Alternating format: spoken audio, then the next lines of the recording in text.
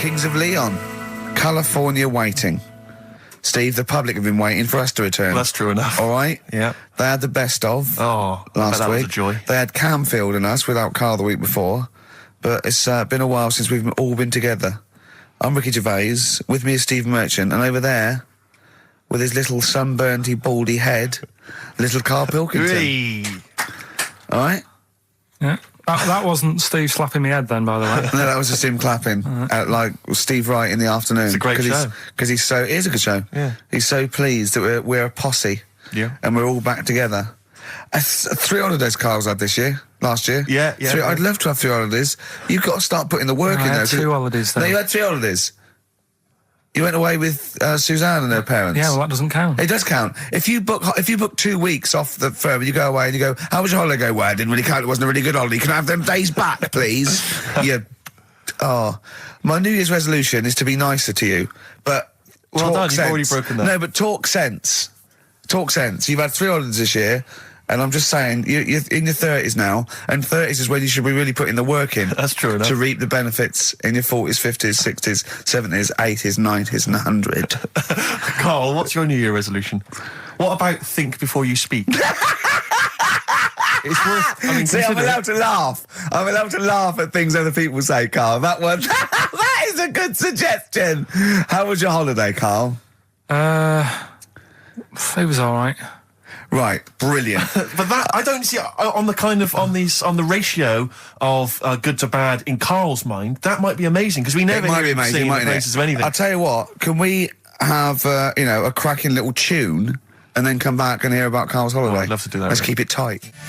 Love to Tear Us Apart by Joy Division. Now I can't put my finger on it, but that doesn't sound like the original, and it's off a compilation. It sounded a bit fast. I think the vocal was slightly different. If anyone can, put me out of misery, I think it might be in a session of the time or something. Carl, is it a New Year resolution for you? Another one. Maybe when we ask you to get a song, get the original single version. I could be and wrong, not some but obscure session. Yeah, it does seem different, doesn't it? Very odd. Yeah. Maybe we just remember it wrongly. But anyway, that's XFM for you. 104.9. I'm Ricky Gervais with me, Steve Merchant. Karl Pilkington. Carl, you went to Lanzarote. Yeah. People said don't go to Lanzarote. They told you it was Lanzarote. They told you, were they right or wrong? They were right, yeah. Really? Yeah, it's a bit ropey, yeah. Is it? Why? Just, out there. If it wasn't for the volcano they had, it'd been knackered. That's their big draw, is it? That's it, basically. That's all they've got going for them. When you landed, was it really hot? Were you quite excited? You were thinking this is okay? It was warm. It's we can't complain about the weather. The weather was all right. Sure. You know what I mean? That's what I went for, but it'd be nice if there just was something else. Yeah. What did you do all day then? Did you read your ritual book? No, I didn't read that. I read that book. Do you know the book that I bought and all the chapters were messed up? Oh, yeah. I bought a better version of that. All right. And I read that. Excellent. And then... Did it make more sense in order? Yeah, a lot easier to follow. Yeah. And then we went and had a look at the volcanoes and that. They've got 36 of them to look at. How many did you look at before you realised that pretty much you've seen one volcano, you've seen them all? Probably about 6 or 7. Really? Yeah. And then when you got to the 8th, you thought, now I know what this is going to be, Suzanne. This is going to be like a mountain with a hole in the top. Yeah. Really? But it happened years ago as well. It's like, just keep a couple, fill the rest in, tidy it up. Fill the rest in! Yeah, no, Well, getting some builders. No, seriously though. Okay, 4 million tons of concrete, please. They're an absolute death trap. Yeah, what do you mean fill them in? Do you know what a volcano is? It's just a hole, isn't it? That's happened. Well, it's more than the hole. It's more a portal to the magma in the centre of the earth. Back in 1730 it happened, and they still haven't sorted it out. Well, when you say it happened, volcanoes were made a lot longer ago than 1730. No, but the one that did Lanzarote in. Right. Sort it out. What would you suggest? How can they fill it in? It's joined. It's all joined. No, but what I'm saying is... the big plates of the earth are all joined. All the magma's joined. With the trade centre thing, that happened. They cleaned it up, sorted it out, they've moved on. That's what I'm saying. Whereas Lanzarote have just gone, leave it. It happened back in 1730. You misunderstand me. How, in the name of God, can you fill in a volcano? You ignorant twit. No, but it's not just the holes. They've actually left the lava everywhere. That's what I mean. It's not just the big holes. There's lava everywhere. But it's molten rock. They can't just pick it up like they're like a carpet. Put it in the holes. The holes are there ready. Just push it all in. That's what I'm saying. What exactly is there then? Is it just a kind of moon-like kind of surround with just kind of dust and rock? That's exactly what you see. I was there when the Mars thing went wrong. Yeah. I would have just sent a camera crew there, filmed a bit of that, right, and say, here we are, this is it. Ignore the little coffee shop in the background. Right? This is Mars, because that's where it's like just loads of dust, holes everywhere. Tidy it up. Little round-headed aliens complaining. It's Whinging. just like Mars. Yeah. So is there what's the best bit about the holiday? Come on, pretend you're Judith Chalmers. I have been doing. I would have done all. I would have said that. Don't bother. Right. I mean, the hotel was good. Yeah? That was all right. What was that like? It's all right. Just, clean. That's all you want, isn't it? See, that's not quite what Judith Chalmers does. She doesn't go, what's the hotel like? All right, yeah, clean, isn't it? All right. What was it like? What was it? 3-star, 4-star? Did that have a swimming pool? What was the room like? I had a swimming pool and that. Yeah. Yeah, it's good. I think it was one of the better ones on the island. Okay. Nightlife? Wasn't really. And there was a bar. There was some bands playing. Yeah. Not very good. Food got a bit boring. Yeah. It was always the same food every night, but they sort of themed it and made out as if it was different. So, like, on Mexican night, it'd be chicken with a nacho on it. Right. And Chinese night, sort of chicken with a little prawn cracker on it and stuff. Sure. But that got a bit boring. That's me just turning on my phone because I want to read to you a text that I got from Karl. I think you sort of sum up the holiday in this text, don't you? Do you remember it? I can't remember. Let's have a look. Let's have a little look. Instantly, what did Suzanne, your girlfriend, make of it?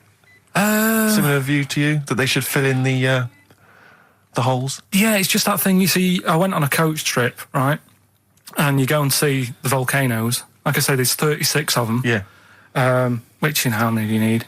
And when we're on the coach going round all these volcanoes, the fella on the front's going and look out your left window at the moment, and there's a volcano.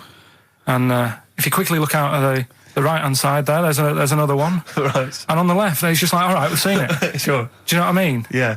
And that trip, we'll talk about that trip in a bit. Right, this is the text I got from Karl, right? All right. Been up to a volcano. Been in some dead artist's house who built his house in the lava. They said they would show me science with volcanoes, but all they did was chuck some water in a hole and it shot up in the air. No dwarves in the canteen, no scousers here, but there is a Swede woman with a big head. She looks effing gormless with a cap on. All right? So a little reference there to... A Swede woman? What's that mean? Do you mean Swedish? Yeah. Or she looked like a vegetable? No, a Swedish woman. But they've all got sort of quite big bill, aren't they? And I sent him a text. Oh, well, it's just good to be on holiday because, I'm working.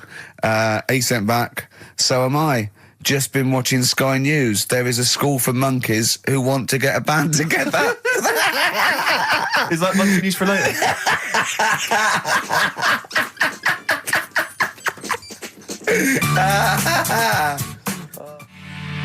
Oh My Corazon by Tim Burgess. I can't get enough of that. I love that chorus. On XFM 104.9. Ricky Gervais, Steve Merchant and little Karl Pilkington. But it was a nice holiday. Yeah, it's all right. It's just, I went there to relax and that. Exactly. Did a little bit of that. Trying to think of some new, features and stuff. Sure, always working. 3 holidays a year, Jesus. Oh, well, not really 3. Two. It's all holidays, really. one big sort of like work thing to me and Steve. 2 holidays, isn't it? Work hard, you need the holidays. So, yeah, the things that annoyed me was like, you get bored sat around the pool after a couple of days. I'd read my book. Yeah. There wasn't much going on the Not even any crabs to throw sand at, was there? No crabs or anything. They wouldn't bother with Lanzarote, right? So decided to go on a little trip. That's when I saw the volcanoes and that, 36 of them.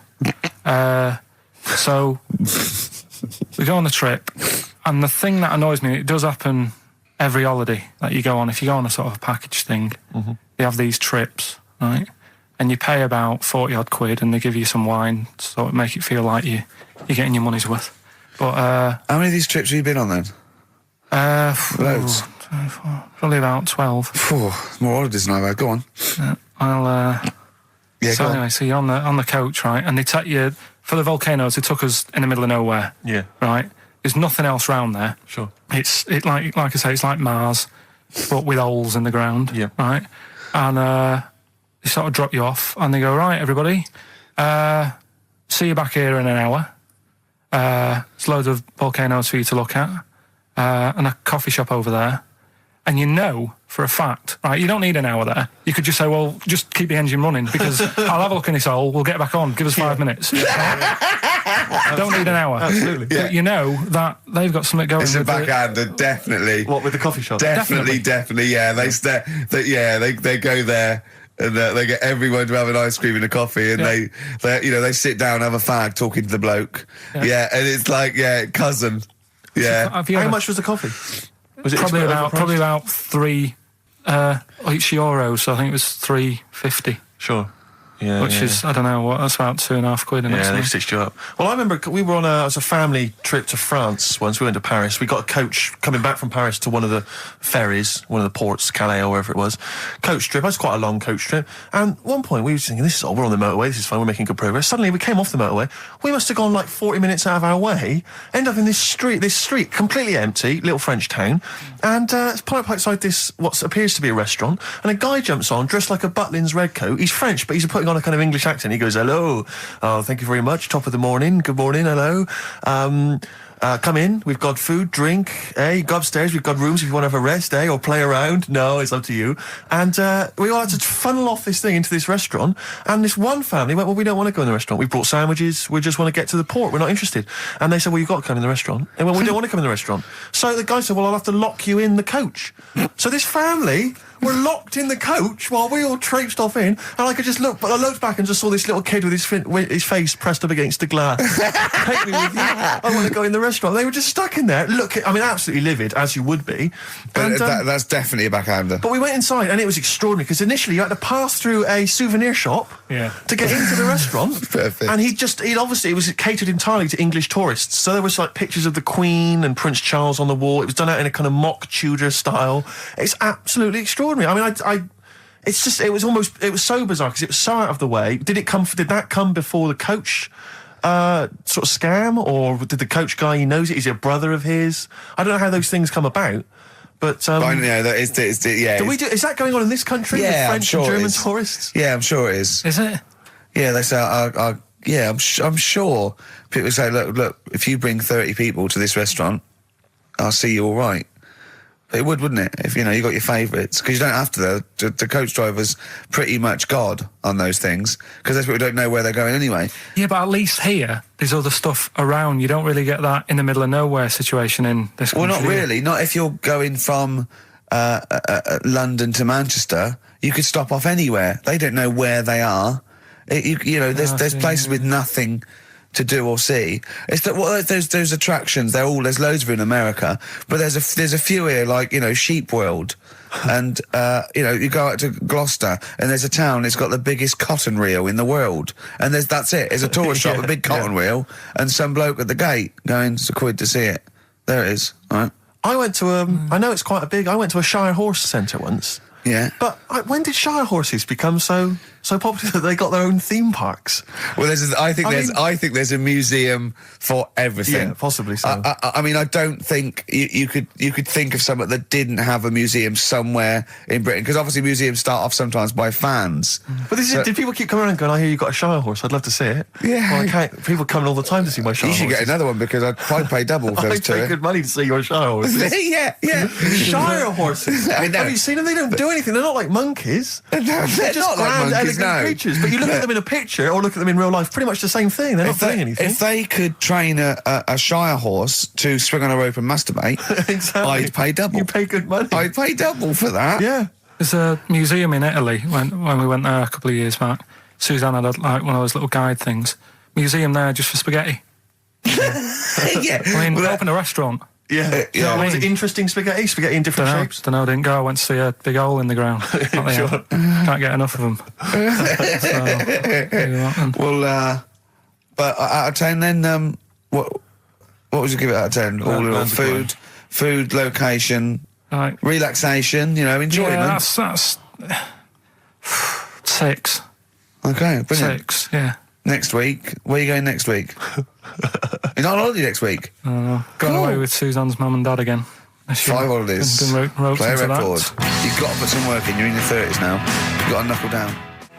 Star Sailor, Silence is Easy on XFM 104.9. Now, we've got a few ads coming up, which is we're loving that. It tells you what to buy and when to get it and everything, which is a sort of information service. But after that, a welcome return by popular demand of Rockbusters. What do you mean by popular demand? Well, one person said to Carl, I used to like that, so he went away and started on it. Sure, brilliant. Yeah, brilliant. Get a paper and pen ready. Yeah.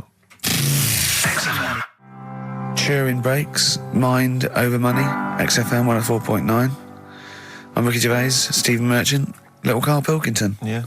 A couple of emails. Different people have visited various tourist attractions. Oh, yeah. Let me see who's this from. Not quite sure. But thanks very much indeed for it. So there's a link here. It's apparently in Devon. Barometer World. Brilliant. It's the world of barometers. It was established in 1979. And By one bloke who had a lot and thought, I can charge a quid yeah. for this, definitely. Here's the... Out of his own house, probably. Converted back scuttle. Exactly. Yeah, that's not a euphemism for a sexual act.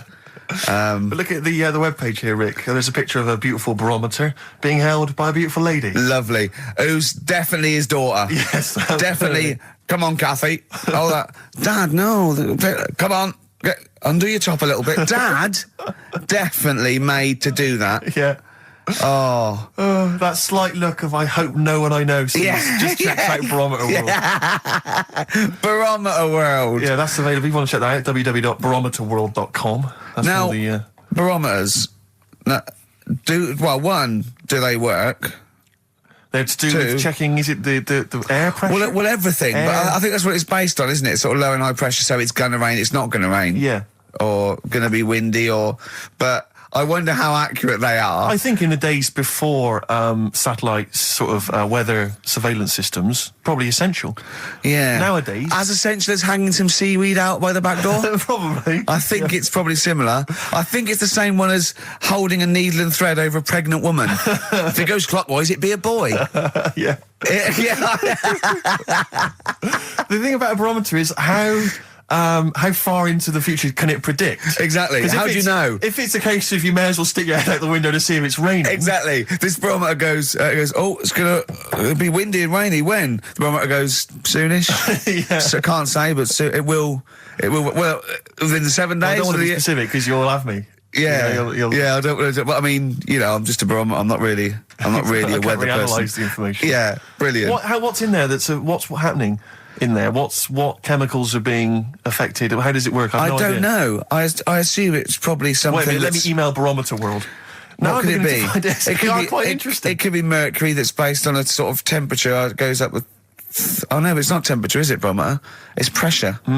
So it's probably just very fine. It's like a fine, very, very fine needle, isn't it? This is almost as embarrassing as last time we were on. We couldn't figure out what the name of the leader of China was. Was it the King of China? The Prince of China? Oh, this is when we were trying to imagine what it'd be like if all the Chinese people at once jumped up and down and made a big tidal wave. Tidal wave. But if you do know what the name of the leader of China is, we don't mean the name of the particular person in charge, but if it's a king of China, the emperor of China, the chancellor of China, it the used prime to be minister an of emperor, China. didn't it? No, that was Japan. Yeah, this is it. I don't know what's the big guy in charge. Is he still the chairman? I know Chairman Mao was important. I think he was just the chairman. I think he just governed all the big meetings. Yeah, I don't know. He just kept the minutes. Head Chinaman? Hey, Chinaman, the major Chinaman, The top Chinaman. Number one Chinaman. Do you know what? We're going to be honest here. We know so little about China. It's true. We know so little about China. Yeah. It's embarrassing. If you've got any interesting facts about China, then email in ricky.gervais@xfm.co.uk. Also, I imagine the email address to use if you're going to take part in this week's Rockbusters. I did read an interesting fact. I'm researching. I'm doing a show called Politics, and I was researching. And there's a thing about you went sweatshops. Yeah, no. Sweatshops, like Nike. There's these facts, right? And these people get like a few cents an hour, and the CEO, I forget his name, for a Chinese woman to earn his 5.2 billion, she'd have to work 8 hours a day, 7 days a week for 10,000 years. But Steve, they don't. They don't. They obviously don't want to. Exactly. They don't want to. They don't want to. Lazy, Rick. Ian Jury in the Blockheads, hit me with your rhythm stick. Rick, are you likely to be going to Cumbria on your stand-up tour? Almost certainly not. Well, Why? it's just because you might want to visit the Cumberland Pencil Museum. That's the journey through the history of pencil making. I do like pencils. Really? Yeah, I just used one then. That's what you mean. So, do you have any idea how that was made?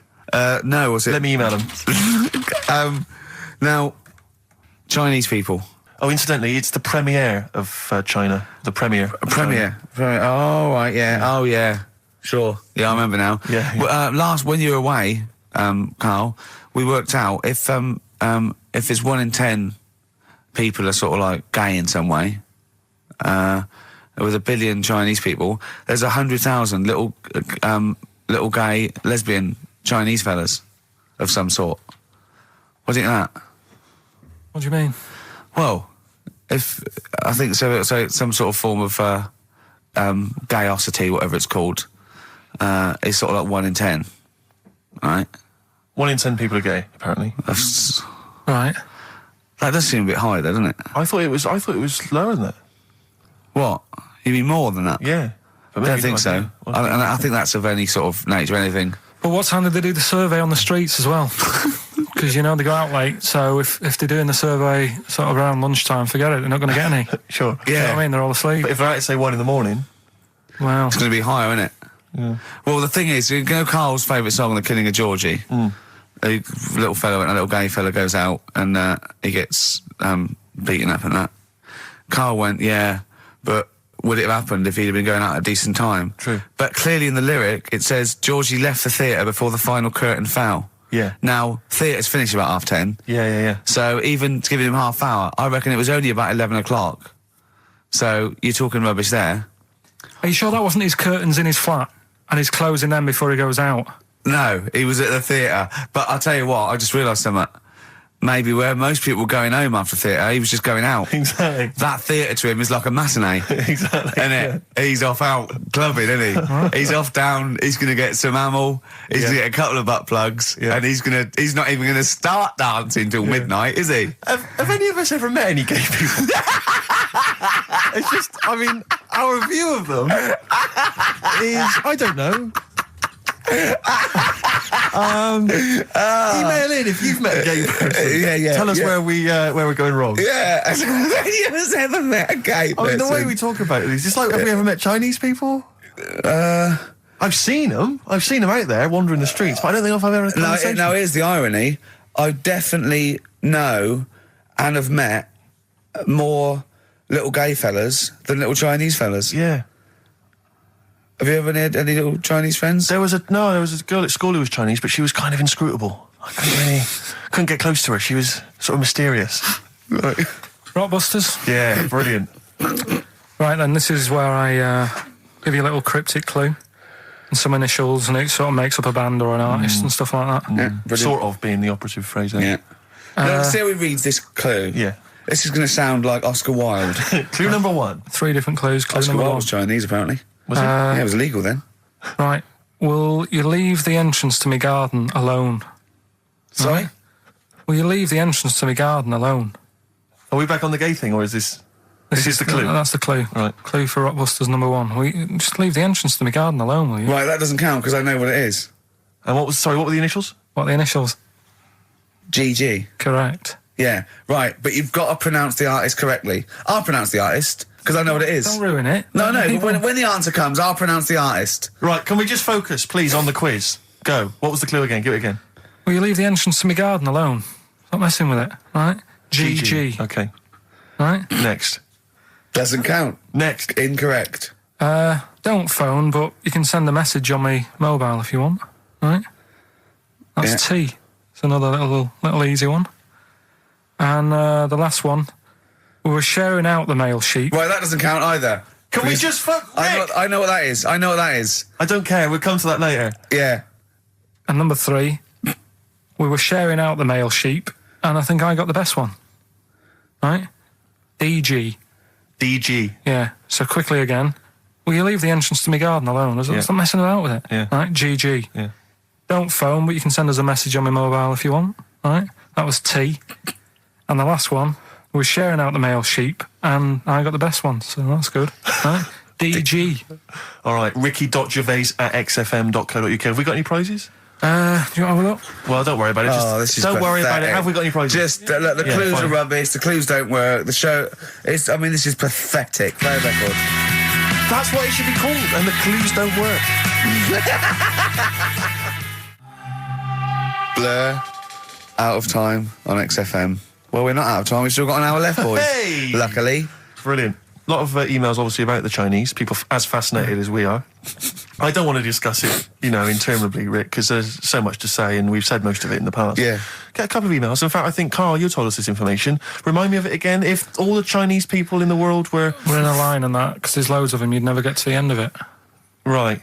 No, it's not that. It is It's that. no. If all the Chinese people formed a line and started walking out of China, you'd never get to the end of it. That's what I just said. No, it's because though. They'd be having babies. You know what I mean? Still, it'd be adding to it all the time, wouldn't you? But would they be walking and shagging and having babies as they're walking out? Yeah, that is. I'd love to see someone organise that. Maybe the Record Breakers team. I tell you what, I'd love to see Ross McWhirter or Norris, who is it? Who's the one that's alive? I forget Norris, I think. Norris, right? I'd love to see him to coordinate that. Yeah. 1.2 billion little Chinese fellas. Boy, girl, boy, girl, boy, girl. Yeah. And where are they walking out of China? Which exit are they taking? They're taking the... Through Tibet? Or? I think it's the... Gate 9 Slip Road, the M43, Right. to St. Petersburg, Right. And they go, and walking, and shagging. Yeah, exactly. Yeah. Because some presumably are dying as they're leaving. No, but they live to 120. That's true. So they claim.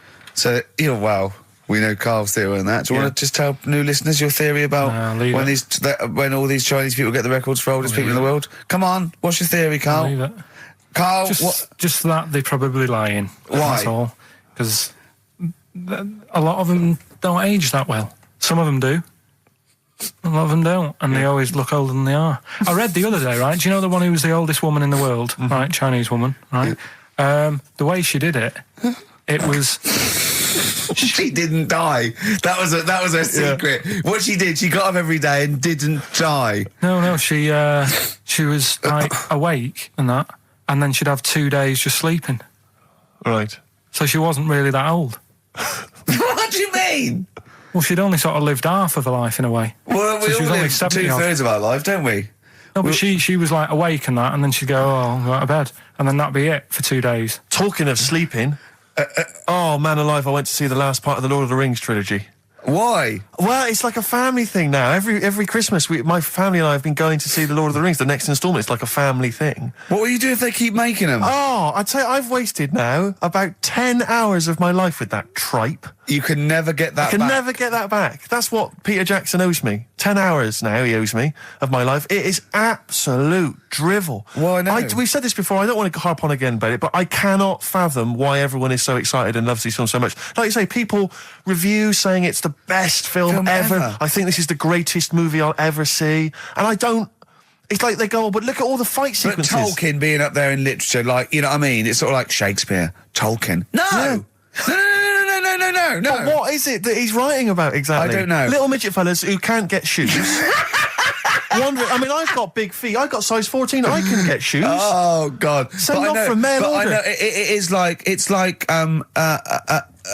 Harry Potter taken seriously. Yeah. But I know who's watching it. It's like these people who are watching it are obviously nerds, people who live in Forbidden Planet. They love it. They can't believe their luck. But that's the core audience, but it's obviously bigger than that. But then it's also people who can think they have a go, like menopausal women thinking, well, I'll write a book then. the Globling came into the cave. Exactly. Right? And they're sort of like 13-year-old sons who've never shown interest in anything except glue now writes orc Yeah, exactly. on his exercise book, and so they're loving it. It's like, it's sort of uniting, bringing people together. But at the end, right, I mean, it's taken them now like 9 hours to get from one part of Middle Earth to the end, to the other end, so they can destroy the ring, the evil ring. Did they do a line? Was it? I don't know what they... Like these little Chinese fellas. And it's taken them 9 hours of their time and my life as well to get there. And at the end, they all say They goodbye. do it in real time. Why don't they edit it? I mean, that's what it felt like. It really, it must have taken them less time, within the sort of logic of the book to get there than it did to me to watch it. And at the end, they sort of say goodbye to each other and they all hug. So there's like, there's little midget one, Frida, saying goodbye to, Bjorn. What are and they Benny. called in the thing? Because are they PC in it? Are they called like midgets and dwarfs? No, they're called hobbits. Oh, are they? Yeah. So we should call small people hobbits from now on. That's what they are, just to make it kind of topical, and they'll like that as well. Give them sort of, So if you make see it a a little little, bit on the way home, if you saw a little midget fella, 4 foot midget fella, just say, excuse me, hobbit. Yeah. Okay, that's Call fine him then. Frodo. Right, Frodo. He'd like it. He'd love it because everyone loves the Lord of the Rings. They love it. No, everyone loves the Lord of the Rings. In the end, if you ever get to the end, they all hug each other. They say, well, basically Frodo has to say goodbye to all his other little fellas, and so he's hugging us. I don't know how many of them there are, and he's hugging them, right? And it is the most interminable thing I've ever seen. It's like the music's playing. They look into each other's eyes. He hugs them. He hugs. They pull back. They look at each other again. That's like, we'll never see each other again. Then he hugs the next one, and I was just screaming. I was thinking, hug, just one big group hug. Yeah. Then we can get out of like here. an American football team. Exactly. Just go. And then go off. Knock Not heads. each individual one. I mean, it's dragging on and on and on. And apparently on the DVD, there's like an extra sort of 20 minutes of extra footage of scenes he's cut out. Who's watching this tripe? Who cares? I don't know. I genuinely, Have we lost some of our popularity by slagging off Lord of the Rings? I don't care. Screw them. If you love it, if you can't live without Lord of the Rings, screw you. I don't want you as a listener. I can't fathom it. Really, Rick, it's not like I'm trying to be wayward or controversial. I can't get my head around the popularity. But doesn't Harry Potter annoy you as well, though? Yeah, but at least it's kind of over in an hour and a half. Is it? I haven't seen it. I went to the toilet 3 times during the course of the film. Really? It's unbelievable. The woman sat next to me. Sexy stuff in it, was there?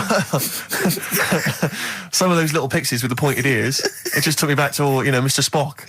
Oh, all those glorious days. But it really is just. I mean, have you seen any of them? You've not bothered. I've seen one, and it was long, and I thought it was nicely filmed, and I thought, well, okay, I'll just get through it. I even think, it was just a list of, and here come the orcs. Exactly. Right, okay, we see the orcs now. Yeah. But it's like people go, look at the amazing fight sequences, the amazing immense battles. And it's true, he's got thousands of actors and stuff on horses, brilliant. But I'm not impressed by good time management. No. Well done, he's got all those people together, he's orchestrated it, well done. But it's got to be more interesting. My friend summed it up. He said the Lord of the Rings films, they're like the film equivalent of an Enya song. Yeah. And that to me is exactly right. Lots of billowing dresses, slow musical moments. That's good. People riding majestically on horses. Enya. Constantly riding majestically everywhere. Dido's taken over from Enya in that. Well, So possibly I've got a so. confession to make. Go on. I like that latest Dido song. I'll play a song. Let me just, I know. I thought I don't know what to say. Let me explain something to you about Dido. Oh, God. Biting Bottles, Richard Ashcroft on XFM. We've had an email which I suppose puts my hatred of Lord of the Rings into perspective. It says, yeah, you may have spent 10 hours of your life wasting your time with Lord of the Rings, but imagine how many hours of people's lives this show, have wasted for our listeners. Yeah, that's true, Well, I yeah. suppose it does, balance. 2 hours a week for a couple of years. We can never give that back to people. I know, it shows it mounts up, doesn't it? Yeah. We should be doing some kind of community service for people, maybe pop around. Well, this is community service, isn't it? Because Carl, it makes his brain work a little bit. True. And it, it keeps him, from going on holiday, sort of for 2 hours a week, which is good. We spent New Year's Eve together, me and Carl. Oh, yeah. It was me and Jane, Carl and Suzanne. Her hair doesn't really look like Dave Hill, I must You didn't confess. see it when it was done, though. Yeah, she had the coat on that you bought her to say sorry, though, didn't she? Yeah. And Martin Freeman and his girlfriend Amanda and Glyn and we all went for a meal, and then we all went back to ours, and sort of saw in the new year and all that, and saw the fireworks, and then in the wee hours when just the drinking seriously starts, we started playing parlour games.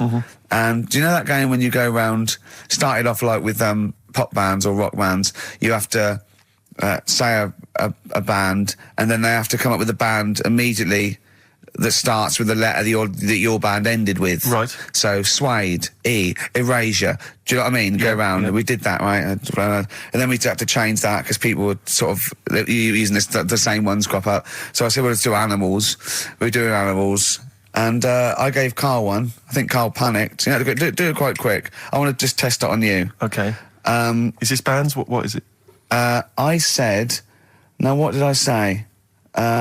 Basically, I said an animal, and it ended with E. Okay, so I go skate. Eagle. There you go. Yeah, but hang on. I think I was the third person. Right. So think of another one. Hurry up. Eel. Yeah, I had that. Yeah, I did that one. All right. Right. Yeah, a lot of E's coming up. Elephant. Yeah. Do you know what Carl said? Go on. Ready? Yep. Egg.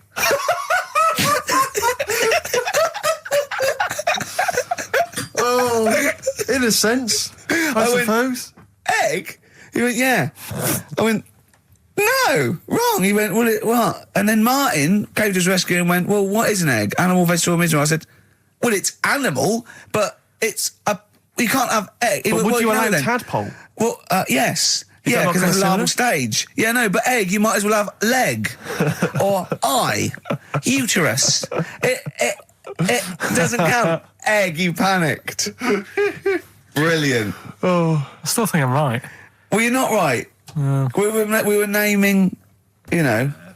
It's a bit of fun, though, isn't it? Yeah. Exactly. Yeah. You meant, why obey the rules? It's Exactly. just a bit Yeah. of fun. No, that is true. Don't That bother is with the true. rules. That is You true. had the fireworks in the year, did you? Yeah. What, you had them yourself? Or No, you no, just no. watched You them? could stare across the river. We could see him, but actually very impressive. And I'll tell you what, they got it right this year. Instead of 2 hours of letting off fireworks, people were going, oh, can we go now? It was 3 minutes, and they spent £1 million on the 3 minutes, and that's it. That's all you can stand, 3 minutes of fireworks. Oh. To me, fireworks are like watching Lord of the Rings. Exactly, I've absolutely. never been impressed as a child. Never been impressed. I've never been impressed as an adult.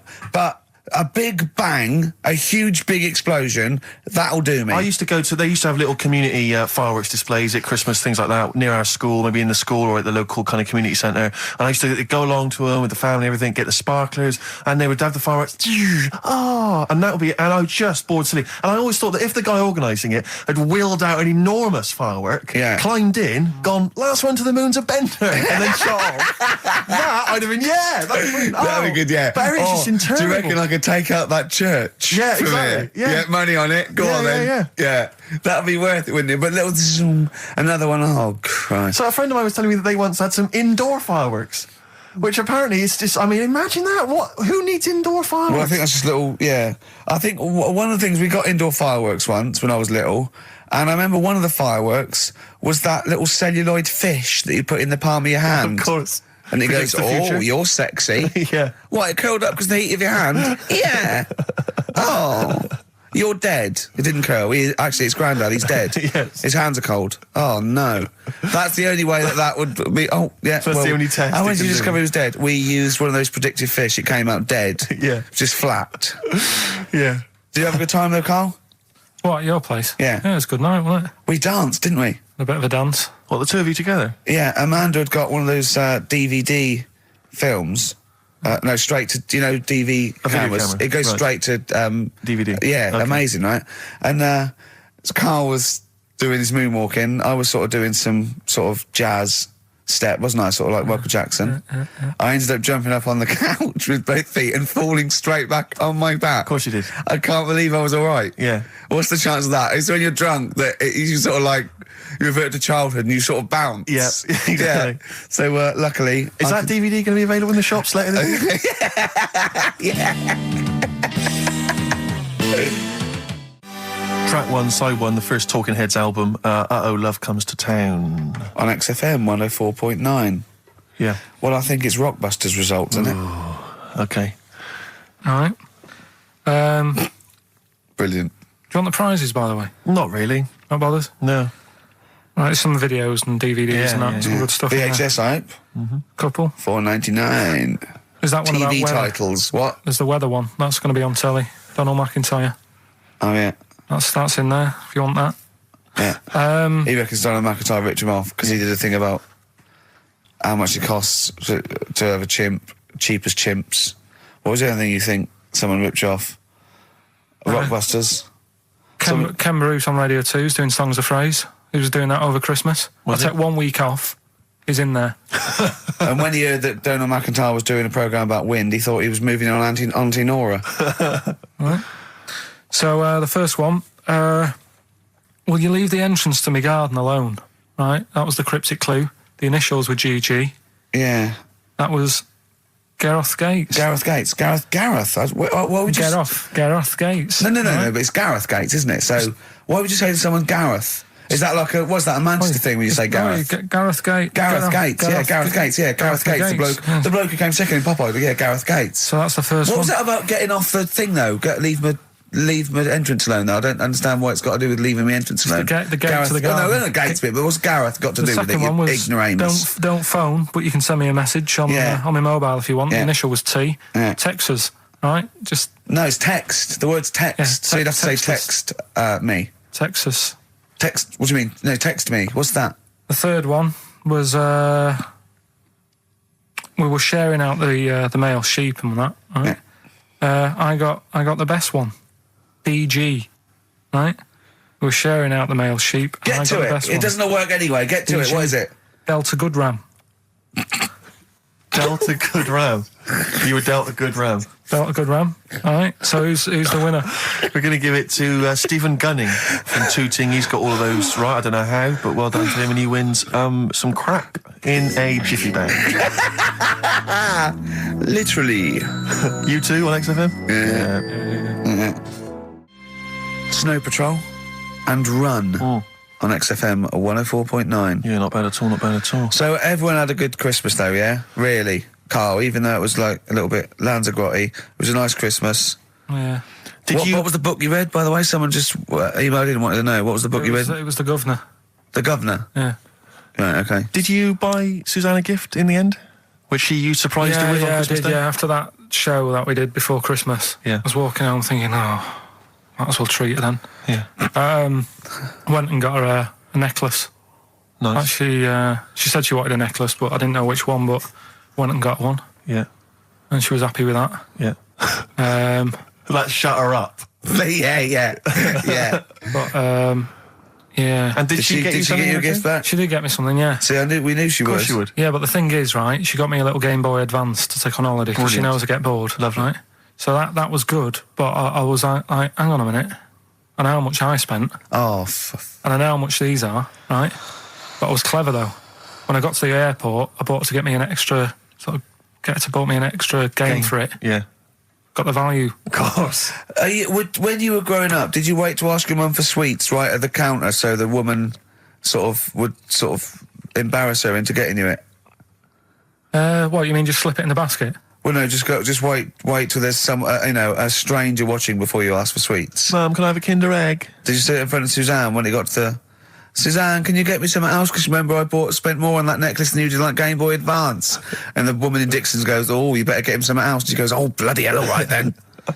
Nah. She did well, though. You know what I mean? She's done well to keep you, hasn't she? Done well. Because you're such a find. You're quite a catch. Yeah, she must wake up every morning and go, ooh, I am the luckiest girl in the world. Well, she told you that the other night. What? She said the other night how good it is living with me. Oh, yeah. I said to Suzanne, it must be great, because I only see him 2 hours a week and I like to squeeze his little head. You can do that all day, every day. Does she ever squeeze your head? No. No? No. It's like that thing, though, isn't it? It's like when you work in a chocolate factory. You get sick of it, don't you? If it's there all the time. Yeah, she must think, well, I could squeeze that head any time I wanted. It's not worth it. I just, yeah. What about your Christmas? My dad, I'm wondering if you're turning into my dad, because he bought my mum a bracelet. He won't mind me talking about this, because he said you'll probably talk about this on the radio, and you're right, Dad, I am talking about it. He bought my mum a little gold bracelet, lovely gift, You know, it was a lovely thing. And she opened it, she loved it. And everyone thought, what a great gift, lovely gift. He wouldn't stop talking about it. He wouldn't stop talking about the gift he bought. He kept on grabbing my mum's arm and showing it to people. Look at that, look at the gleam on that. The gleam! Steve, look at the shine on that, look at the gleam there. Look at that. Gleam! And do you know what he said? He said, the great thing about that's pure gold. He went, it's an investment. That's an investment there. It's gold, you know, it's always worth something gold. I love that when people get a gift and it goes, it's an investment. I love it. But what, not only does it sort of take away any of the romanticism of it, but it was the way he constantly was talking about how great a gift it was that he bought. I haven't heard the word gleam for 30 years. Look at the gleam on that. The gleam. Look at that, look at the sparkle on that. And look at that, and it looks like rope. That's what he kept saying, it looks like rope. It looks like gold rope. And he just can't. I heard it, he disappeared. We were opening gifts. He went disappear. I could hear him in the kitchen going, "Think about that's pure gold. That Elaine, that's pure gold." I might melt that down. Yeah, John, next door neighbour. John, look at that. Look at the shine on that. That's great. That's brilliant, though. But it doesn't sort of undermine the gift a bit if you keep on droning on about how great it is. If people enjoy giving, that's nice, isn't it? And you got to, you know, what did your mum say? She loved it. She couldn't get a word in edgeways. That's a step up from a jar of coffee, though, isn't it? It is a step up, yeah. That's good. Oh. What about yours? I didn't get my mum and dad anything this time. No, because I'm always treating them anyway. Whenever if they need a few quid, if I can help them. Well, you are the gift that keeps on giving, Carl. No, but don't just go giving anything just for the sake of it. You know what I mean? Wait for the time that's right, sort of thing. Just because it's Christmas. Because... yeah, I mean, there's no better time, is there, really? No, I just was going to say my mum and dad didn't get me anything, but they did. What did they get? But just some money. But I'll get them something when the time's right. Do you know what I mean? They always need bits and pieces through the year, so I'll look after them. Sure. But it was weird being away. Has anyone got caught onto the fact that they leave groceries in the telephone box near your dad yet? No, that's still going on. Is it? Going on, yeah. Oh, that's fantastic, isn't it? That is just fantastic. So when he needs a loaf of bread, pint of milk, just goes down. Does he ever give that as gifts? Now listen, are we doing the film thing in a bit? Oh. Got more prizes. Yeah. Is it better than Rockbusters? It's all right. I did it in a bit of a rush because I was only in yesterday, wasn't I? Sure. Well, yeah, if you take 3 holidays a year, then there's not enough time for the work. Me and Steve like to, put our priority into, doing the work, coming up with a good product, and getting a holiday when we can. I haven't really. Well, I'd love a holiday, Rick. I love a holiday. But I don't do the holidays for me. It's for Suzanne, isn't it? She's the one who likes going away. With you? I'll just go, so I'll go with her, do me bit. When you were playing Game Boy, right, and you'd looked in the hole, and you were reading your book, what is she doing? She'll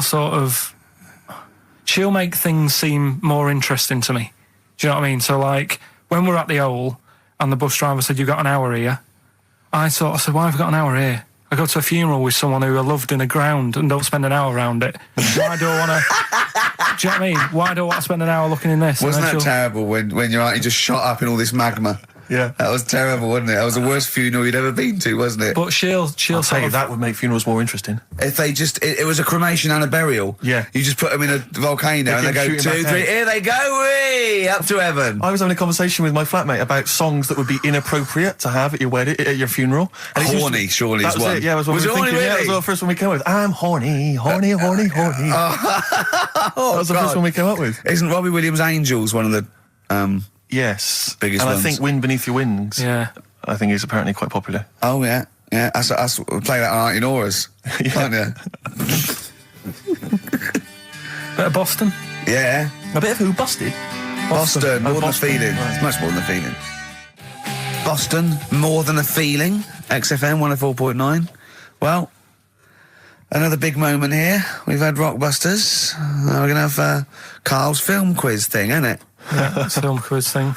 I've done Planet of the Apes, right? Because one of the things we did in Lanzarote, went on this tour with sort of 3 northern blokes, and they didn't really know what they were talking about. Joking.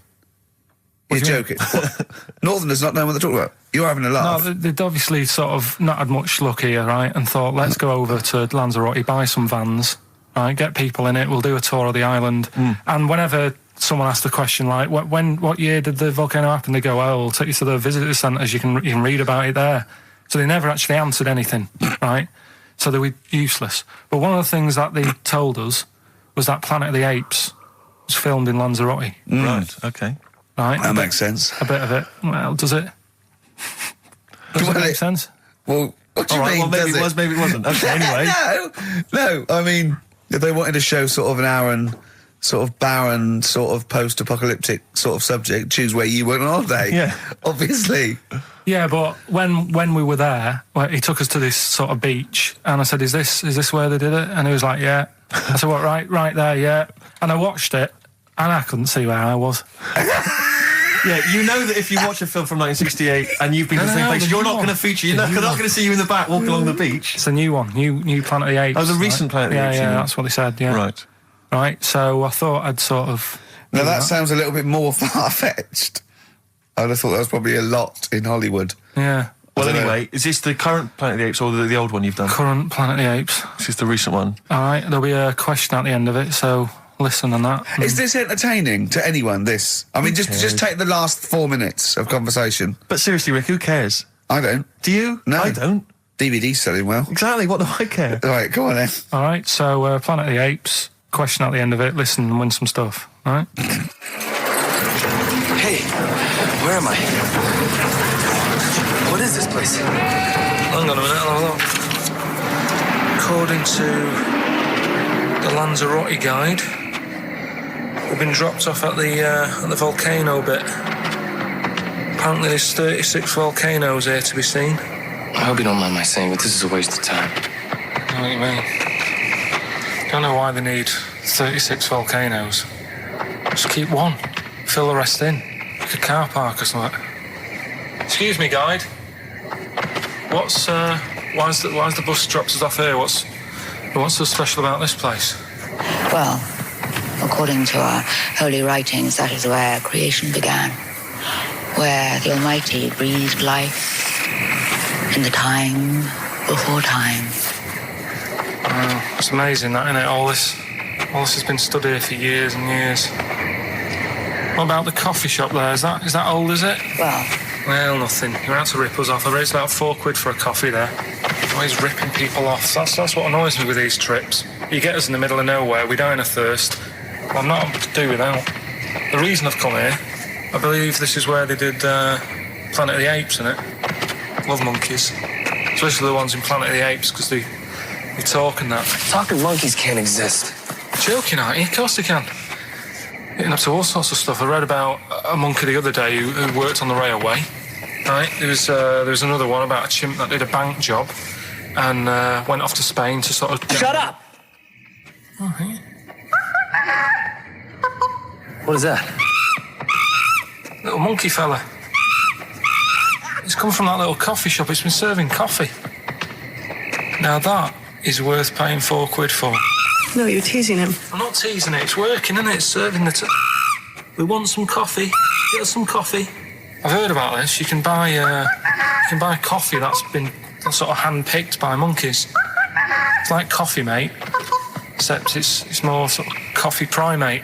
Yeah. Hello, little fella. We want coffee. What do you mean, we? You're gonna have a coffee, aren't you? What else are you gonna do? Go and look at another 35 volcanoes? I'm staying here. I'm having a monkey coffee. It's brilliant. You find this amusing? Jesus, it's a talking monkey. All right, mate. Have a couple of coffees. Don't start now. We're off duty. I'm starving. What do you mean you're off duty? Have you bananas later? Just get us a couple of...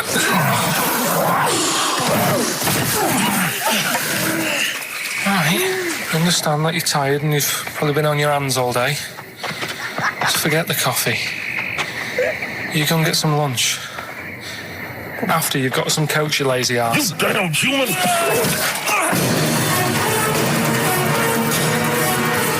Helpful. Lovely. Excellent. So, what's the question? If you've been listening to the whole show, how many volcanoes do I think's on the island of Lanzarote? Okay. Yeah. I might have it wrong, what I've been saying, but it's roughly around that. Yeah, so what have you been saying? Yeah. Yeah. Brilliant. Ricky.gervais@xfm.co.uk. You're more likely to win the prize if you leave your address on the email. Yeah. Because otherwise we can't really be bothered to phone people or email them back. So, Good point. Put your address on there and you could win some crap in a jiffy bag. Carl's theme tune there by Placebo. Special Needs on XFM 104.9. All right. New Year's resolution, Carl? I don't know. I don't do it. Really? Don't So what worry about about something it. like, I don't know, start smoking? Do you know, there must be something. No, it's a waste of time, isn't it? Don't bother with that. Right? You, Any- Steve? Me, no, I've never really made any New Year's resolutions. I just be good to people. Just treat everyone as you want to be treated yourself. Give to charity. Hate crime, racism, famine, sexism. I know you're going to keep to all those, except the gift to charity. That's... Me and Carl find that a little bit hard to believe. Never gonna happen. Well, you've always got to break at least one of your New Year's resolutions. Exactly. Yeah, well, I think I'll be nice to Carl. What about learn more? I was thinking that. I want to I'm learn always more. teaching you stuff. I watched... I'll tell you what, Christmas telly was dreadful this year. I don't know if I've hit that age where I think... But I think consciously I thought this is worse than usual. Yeah. And I ended up watching Discovery Channel and History Channel again, and I watched 4 episodes in a row of this fantastic documentary, 1418 War, narrated by Dame Judi Dench, and it's brilliant. I just can't get enough of it. I hated history at school, and now I want to know everything. Yeah. And I think that's mine. Learn all the stuff about stuff. I like learning though. I always say that to you. I'm always looking up stuff. When I was on holiday, even though it was sunny outside and they had big holes to look at if I wanted to, I stayed in and watched Discovery there and was watching stuff about scorpions and that. Yeah, what did you learn? Well, nothing, because it was all in Spanish. But I just watched it. What I found odd, right? What I found... Scorpions, I get it. It's only about poison. You get it. What I don't understand is with scorpions, right? They have like this sort of weapons, don't they? They have the poison and stuff, right? Yeah. Which can kill a man. Yeah. But there was a couple of little animals and that were its sort of enemy, and it stung them, and it didn't kill them. So what's the point? Well, firstly, not all scorpions kill a man. Some of them, This one did, they said. Yeah, well, they range from like bee stings to so much venom it can take down a horse on things like spiders and snakes and scorpions. So it depends. But a scorpion that will kill a man would kill a rabbit. So I don't know what you're talking about. No, there was a snake that it stuck its thing into, and some sort of beaver, and they were just like running about. There's nothing funny about that, so why are we laughing? Well, the snake wasn't running about, was it? Well, it was slithering about a bit. Yeah. What was the beaver doing when the snake... It just sort of, I think it ate it in the end. What? Ate what? Ate the scorpion. Just wandered off. Well, it wasn't a beaver. Oh, there you go, There's you've no learned that. way it was a beaver. All right, an otter. It was, This is what you've pieced together from a show in Spanish. well, I'm just saying though, how come it can't kill something that small, yet there's someone on holiday that's no sort of danger to that scorpion. We're not going to harm it, right? And yet it can kill a man. So you Shut say, up, but I Carl. don't believe it. Shut up, mate. Seriously, this is gobbledygook. Taught you something again though. That's what I'm No, saying. what have I'm you always- taught us though? What is that? What is the fact that's come out of that? A scorpion can kill a man, but the beaver was dancing with a snake. Then it Well, ate that- it. you do that That's all the not time, a though. fact. You That's put not a everything fact. down. New Year's Eve, I taught him something, right, about dead people. No, you know, the things that taught me. I was saying you're talking shite. He says they found out your soul weighs an ounce. Your soul. Yeah, your soul weighs an ounce. Right, who found this out? I read it. Your arsehole weighs an ounce. Yeah. There's no such thing. A soul weighs an ounce. You're talking drivel. All right. Have you got any okay. monkey news? So what did they do? They weighed someone who was alive, and they will wait for you to die, then weigh you again. There was Isn't someone that you've who- lost an ounce. Yeah, so it must be your soul shooting off to heaven. It was someone who was really ill, and they Yeah. said, we can't do anything for you here, but we've got a bit of an idea that we want to do. We've been meaning to do this. Stuck him on some scales. He said, right, you weigh 9 pounds and an ounce or whatever, because he was wasting away. He died, 9 pounds. Right? Fine, well, that's proof if proof be needed. Talking shite. Monkey news, we might as well leave it. No, come on, No, come on, tell monkey news. No, it's nothing that great, really. Is it worth playing the jingle? Quickly? Go on then. Oh, chimpanzee that monkey news. Right, it's about a monkey. 2004, four. It's about this woman monkey who was born in 1834. Right? Half monkey, half woman. No, not true. It happened, apparently. It was Impossible. it was in the Daily Mail. Right? Okay. The Victorian ape woman was her name. Yeah, I christened this thing Victorian ape woman. Well, we thought Sandra. No, I'm calling it Victorian ape woman. She was about 4 foot. No, didn't happen. She had lovely thick black hair on her head and on the back of her legs and on her arms. Yeah. All right. So stockings. Let's have a look. And she didn't need a bustle because of a huge ape-like arse sticking out the back of her dress. She was good at reading and sewing. Well, it was good because they didn't have opposable thumbs. So she could speak 3 languages. Yes. She was Human, monkey, and monkey human. 20 offers of marriage. Does that annoy you, Steve?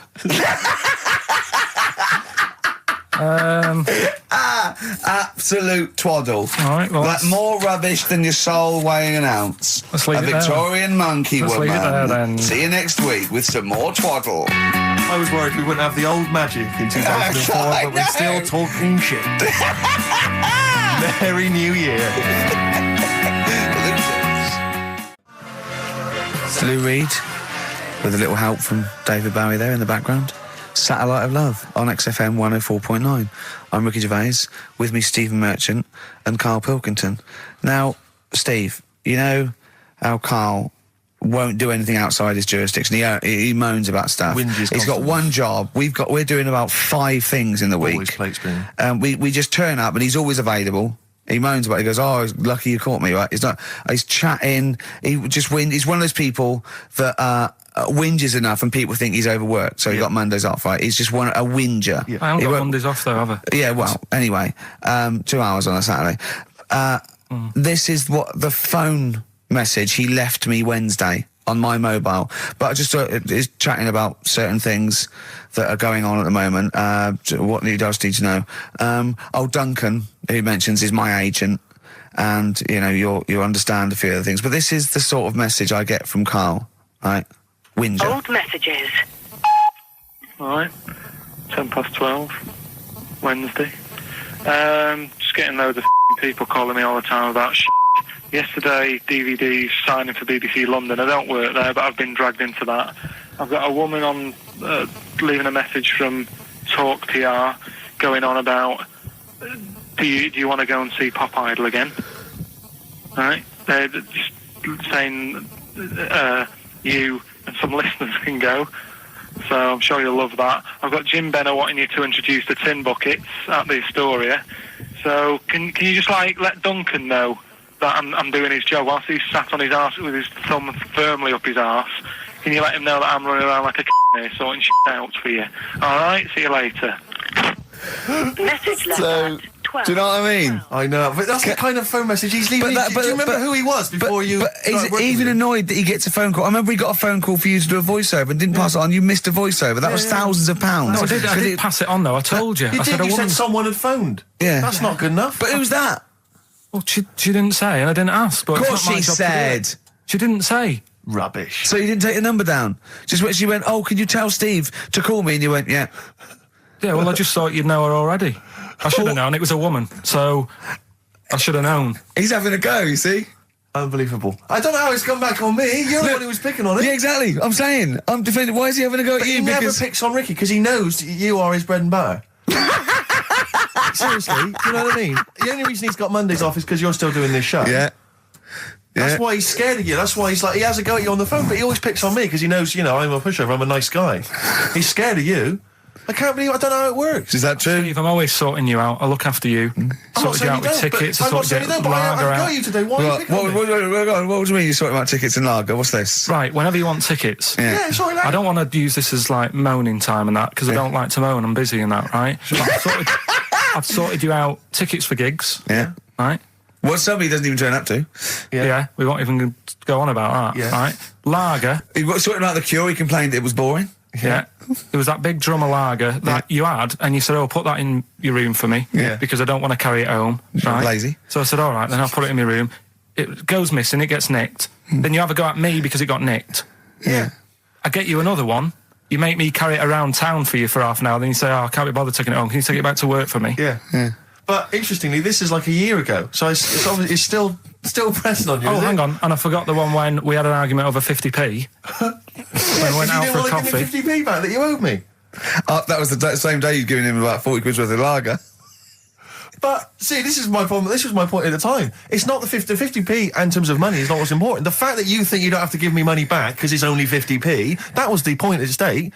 It's me who makes a decision, don't worry about the 50p, not you. It's only 50p, I'm not going to give it to you. Do you know what I mean? There's got to be rules, otherwise it's chaos, Carl. Come on, mate. All right? Don't want to fall out about it. No, it's not all right. Should we kiss and make up? Do you want that? Do you want to do It's that? all right. Yeah. Well, should we play a little record and come back to this? Because I can't believe it started with you slagging him off, Rick, and I've ended up as the monster. I know. Bit of R.E.M. Yeah. Out of Time by Blur. Luckily, we're not out of time. Got another hour and 25 to go. So it's not over yet on XFM 104.9. I'm Ricky Gervais, with me Steve Merchant and Karl Pilkington. We've had quite a lot of emails, as ever, Rick. I should just say, because we're very lazy. It's a much listened to show. We're very lazy people, and we rarely reply or read out the emails. But I never read the emails. Absolutely so never I read rely, if I haven't replied to them, or my mail, Steve opens my mail and reads my emails. So if I haven't replied, it's just because he hasn't passed it on to me. Yeah. Okay. But I haven't passed it on to you because I know you'll never reply. Sure. So, I'm just cutting out that. But I just want to say thanks for the emails. We do read some of them, and we do appreciate the fact people send in jokes. I appreciate it. I love it. We've I don't have to do anything towards it. Sure, we had an email from Jack. He just said he missed the last 2 weeks' shows. Has he missed anything? Not really. No, it's the same stuff. Same old I think last week Carl was having a go at Chinese people not aging well. He had a go at the gays, and he came up with a ludicrous story about a monkey that was impossible. Yeah, exactly. So I don't think Jack's missed much. Go on. No. We've just had an email from the Pringles people. Oh, right. Good, because it's finally started to happen. I hear these stories about people getting given cars and Armani suits and trips abroad, and we haven't had no. But finally, people are starting to, realise what we're doing, our impact on society. Yeah. And we've got a whole box of Pringles sent to us. Not on those little tubes, the proper tubes, the foot-long tubes. Yeah. So. And what have they said? Well, the Pringles guys they want them said, back. No, they've said they like the show, and if you want more Pringles, give them a call and they'll send you more I want Pringles. more Pringles. Yeah. I bloody love Pringles. Yeah. Pringles are... The thing about Pringles is, they're moreish, right? Yeah. But how would I put it? You know the sort of thing when I open them, yeah. And by that when I pop, right? Yeah, I have to eat the. Well, okay, how can I put this? When I pop, I can't stop. What do you mean? I don't. Well, when I pop them open, I can't stop eating them. Open. Right, when you pop, you can't stop. Yeah, yeah. I think that's because of the chemicals. I think that might be the reason. But they're good chemicals. They're good chemicals. They're the best chemicals. Pringle chemicals. They're not bad chemicals. Lovely. Like using chemical warfare. Yes, I want some more Pringles. Bob Dylan, It's All Over Now, Baby Blue from 1960 something. Bit of trivia for you, Steve. Go on. That is the last record we ever played on the old XFM before we were fired. I bet that was a moving moment for about 8 people. I just thought of something. You know that thing we did about, they said that we just cared about the money, selling it to America. Yeah. If we cared about money, would we be here now? Do you know what I mean? I know. I think this proves that we don't do things for the money. Exactly. Jesus. All right, Carl? Couple of emails. Monkey Matt's emailed us. Who? Monkey Matt. Oh, Matty, yeah, go on. Yeah. He says... How's the Monster? He's all right. He says, Carl has missed a cracking headline from The Sport. Hide-and-seek champion found dead in cupboard. I hope it's real. I don't know if it is. I doubt it. Feeder. Do you know what? I'm annoyed at now, right? We've got another ad break coming up. How many ad breaks have we had in this show? I know. Carl, how many ad breaks have we had in this show? It's about 3 or 4 an hour. 3 or 4 an hour, so about 3 minutes. So 20 minutes. 20 minutes is wasted on shite. I mean, apart from the stuff we talk about. Well, it's funny you should say that, because someone said to me last week that they felt that there were more adverts now on the show than there used to be. Are there more adverts in the show? I think, just checking some of the emails, I think that's because people are requesting them. They find them more entertaining than what we're giving them. But can't we sort this out? Don't go on about it. No, can't we though? Why can't we have less? Why have we got so many? Is it what happens, doesn't it? Well, no. You can't listen to the radio after every record. It's bad enough trying to keep them listening with the rubbish we come out with. Yeah, we've got Rockbusters here. Let's get them back. You know what I mean? Don't steal our son, please, lads. Thrills on XFM 104.9. I'm Ricky Gervais, with me Steve Merchant and Karl Pilkington. Yeah.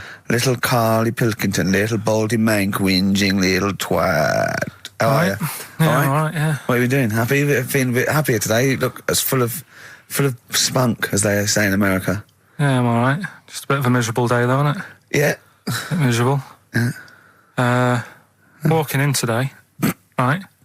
Do you know I walked through, like, the sort of the gay district of London and that? Right. You don't walk, you mince, don't you? I'm just walking through on the way to work, and I'm always interested in their little shops and stuff that they have, right?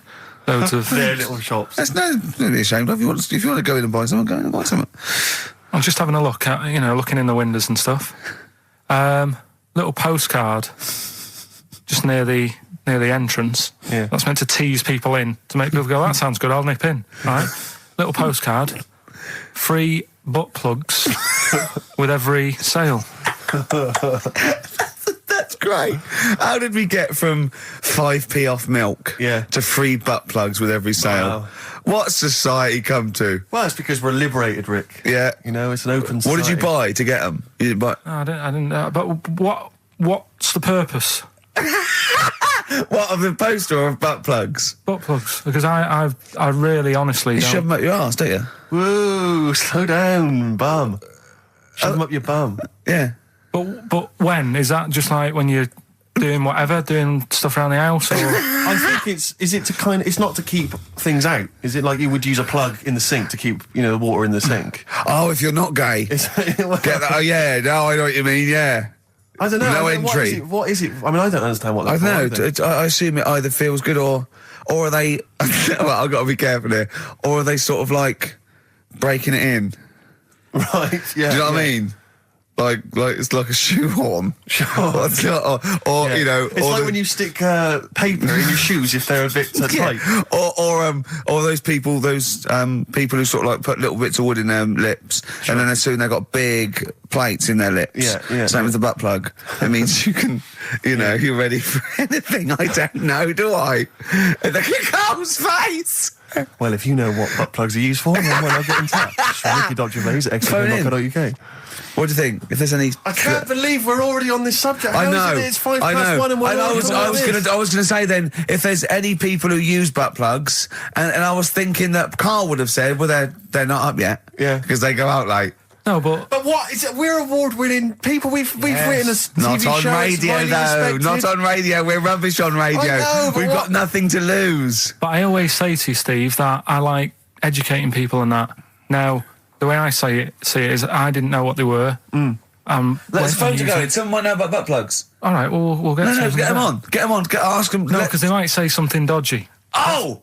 Yeah, whereas, what have we just been doing? Just take a chance. Take a chance and tell them not to swear. Well, you tell them. Okay. Right, Steve, I haven't got my headphones on. Hello, who's that? Hold on. Who, sorry? Nicholas. Nicholas, hello, mate. You're not going to swear, are you? No, I'm not going to. Keep it clean. Yeah. Keep them keen. What were you calling about? I'm phoning about your plugs. About not my plugs, but sure, plugs in general. What do you know much about them? No, Are you a plug user yourself? No, I'm just thinking if maybe you've got some gay friends and you're spending the night at their place, you might want to use one. Right. What, you mean experiment with them, or? No, so you can make sure they're not going to do anything while you're asleep. Could I suggest? Just lock the door. I mean, that is easier to me. Can I make a bigger suggestion? That's probably the most homophobic thing we've had said on the show today. Thanks very much for your call. Right, okay, good. Well, that's why we shouldn't put people on the line. Just, without checking first. I think Carl's made a good point. That's the calibre of listener we've got. Carl, come on, what's the matter with you? Oh, Thorns. that's all. No blue sky. Beautiful, isn't it? And that a great track. It's all right, yeah. Just had an email, yeah. That woman who opened the Office script could have her head cut off, apparently. When a letter is posted, it becomes the property of the Queen until it reaches the person it was meant for. By opening it, she's committed treason and could be killed. I don't know if you're familiar with this story, Carl, are you? Go on. Apparently, some copies of the Office Christmas specials, scripts, got sent to the wrong address, some woman, and... I don't know what you do in that situation. Normally, if I get mail that's not addressed to me, I just give it to the postman or put it back in the postbox. Radio 1 tried to speak to her, but apparently she's got a gagging order, which makes us think that she sold it to the Sunday. So we'll read it. We'll read the plot. of The Office tomorrow in the Sunday papers, which ruin it for some people. Ruin it for a lot of people, yeah. But the other thing is, I mean, if it was sent to her, obviously her name wasn't on it. If that's true, in which case I think that's quite a serious offence, isn't it? I would hope so. I mean, I would hope that if I sent something in an envelope, it was. But the BBC, the BBC thinks that because the person they said it was meant to be sent to got his, he thinks maybe that's an excuse. Maybe someone gave her the script and said, "Don't tell her don't say it came from me." Yeah. So. I don't know, maybe she's protected someone, I don't know. Yeah, well, I mean, if that is well, either way, don't sell it to a newspaper. Well, It's just the kind of mercenary nature of it that I loathe, you know? It's the fact that it's only just now makes me wonder if she had it there lying around in her house and someone said to her, well, why don't you go to the papers? Yeah. Try and flog it. But I just don't think I don't think she's going to get a lot for it, because people are going to see it soon. It's not like it's the Hitler Diaries. Well, they're not very well written. But, I mean... I don't know. I tell you what I'm frustrated by is just the fact that it's like we've worked hard to give people some kind of pleasure for this Christmas, you know, because a lot of people are very depressed, Rick, very low at this time of year. They've not got what they wanted. But we're trying to cheer them up, give them a bit of happiness. Yeah, but I think she'll be happy if she gets a lot of money. True. I don't know. I think it's just tacky, really. It's like, well, I just say, if you're a fan of the show and you don't want to know what happens, then don't read the Sundays tomorrow, or at least avoid it when it says we tell you what happens. But the papers might not ruin it. The papers might go, we've got them, but we're not going to ruin it for people. That'd be a nice gesture. But I don't know. All I can say is it's a good job that I send out the prizes. Because that Michael Palin around the world in 80 days will be going to the person who won it. Yeah. And if someone else receives it, they better not try and, do you know what I mean, keep it. It should go to the winner. Yeah, exactly. Right? That is a very good point. So, be warned. Don't open things that weren't addressed to you. Yeah. Pandora's box. There's some sort of lesson there. Yeah. What happened? All the evils of the world, wasn't it? Pretty much. What? Yeah. Oh, don't try and explain it to her, Carl. No, Pandora's box. Go on. Well, told not to open it, opened it, released all the evils that are in the world now. But did the person say if you open it, loads of evil will come out? It's not true. It's not true. It didn't really happen. It's not like evolution. It's not the truth. But you remember that? Yeah, you won't listen to some of my stuff. Like goldfish and stuff. No, it's not that we don't listen to it. It's that you would pass off how all the evils in the world got here. Because on Ananova it would be, Pandora opens box. Outcast. Hey Ya on XFM 104.9. I'm Ricky Gervais. With me, Steve Merchant. And over there, Karl Pilkington. Now we've got a new feature. Well... I don't know if it should become a feature every week, Rick. I'm not sure it's got legs for that. But maybe in the absence of Rockbusters. Basically, I was looking through the pigeonhole, and we got a lot of stuff sent to us, a lot of junk, you know, stuff we don't really want. And a lot of people, for some reason, they send us... Begging letters, a lot of that. We get sent a lot of CDs by people, bands, artists, who have not yet been signed. Maybe they've knocked something together in their bedroom. They got a band... And they just, for some reason, they want our feedback. They want us to sort of give them some thoughts on what they think, where they're going wrong, stuff like that. And I just thought, I was having to clear out, and I thought, why not just give them a little chance, you know. Yeah. Just throw them a bone, Rick. Honest critique? Honest critique of some of the artists that sent us stuff. Okay, go on. These are bands that have not been, they've not got a record contract. This is exciting. Okay, name the 3 bands first. I'll tell you, we'll go through them individually, and I'll hear a little snatch, and then I'll get your opinions, both from you, Rick. I know you've been in the music business, you've got a good general knowledge of music, you've got good taste. Big time, and also big time. Karl Pilkington's views as well. Yeah. We know what to think of them. So this first band is called Kellerton Road. I'm sure they're very excited. As I said their name then, they probably can't believe it. They're phoning each other now. They're getting so excited. All friends are phoning them now. Yeah, Turn your phone off. They can't people in this band. You don't want to... Yeah. Well, okay, then Kellerton Road. Kellerton Road. Play a track from them. So that's Kellerton Road. I think that's a track called Secretly. And looking on the back here, there's 6 of them in the band. They all pretty much look the same. They've got the long hair, the usual sort of look. What do you make of them, Rick? All right. Yeah? Quite like that? Good, yeah. I mean, bit generic. The chorus was a little bit simplistic. But I like good production, good musicianship. Reminds you of something maybe like the Thrills, that sort of thing? Yeah. I mean, yeah, good. Jukebox or junk box? What's a junk box? It's just, I'm just trying to make it sound snappy. Jukebox or junk box? Don't, because you haven't got it. Don't ever. Stick to what you're good at. Okay. What, being sexy? Just sort of watching Doctor Who and stuff. You like that, don't you? Yeah, I love it. Okay, then, right, what's the next one? So, well, let's just ask Karl Pilkington's opinion. Karl, what were your thoughts? Yeah, it's all right. Yeah? That's it, is it? Yep. Is that why you're no longer right for the enemy? Go on. So what's this next one you've got for us then, Karl? Toffee. Toffee. It's called Born Depressed. Oh dear. Brilliant. Is it about you? There we go, I Toffee. quite like that. Yeah? I sort of bit glammy, bit underground. Yeah. What do you make of the name, Toffee? I don't like the name. It's not great, is it? No, but I quite like that track. Quite like the track. I'm If just that's looking at the representative. CD, they've made it themselves, and basically the band feature on there completely nude. Oh. What do you... Well, we know what we think of that. What do you think of that, Carl? I'm not happy with that. Let's have a look, though. Have a look there. That's no point, is it? There's quite a lot of blokes and there's one naked lady. Oh, just having a look, though. Just... Yeah. What are you looking at the blokes? What are you looking at? Why are you looking at the blokes? Let's Knob. just having a look. But you look at their knob. I can see by the way your eyes are I'm looking. looking at the woman's knob, though. Well, she won't be happy with that. No, that's a bloke, Carl. Yeah, that's where you've been going wrong. Yeah, that's the woman. Yeah, Yeah, that's what I was looking at, that one. The woman's knob, so that's all right. yeah, good. So Rick, hit parade or shit parade? I don't know if it's going to be. I don't think it's going to be a hit yet because I haven't got backup. But I think we're looking more about whether they get A record deal. Do you think they deserve one? Yeah, I like. Thumbs up for both of them. Okay, excellent. Well done. All right, well done. And Carl, play the last one then. What did you make of it? Sorry, we didn't ask your opinion. We weren't interested. Like to see him on CD UK. Just like that on the CD cover. Okay, okay. And this Right. last act, I think, is this right? Picture Centre? Yeah. Picture Centre. Picture Centre. My favourite. You like that? Yeah, that's my favourite out of all of them. Good. There's a bit of Amy Mann in there. A little bit Cocteau Twins. Yeah, yeah. Yeah. No, really good. I really stuff. like. Really good. Really intriguing that. Karl Yeah. Pilkington? Yeah, it's all right. If you didn't like it, what would you say? It's weird, though, isn't it, music? No, do you know what I mean? It's like, it depends what you're doing. Do you know what I mean? That's all right. If you're just having a game of crib or whatever, it's just on in the background. That's the thing with music. I don't think you can sort of slag any of it off.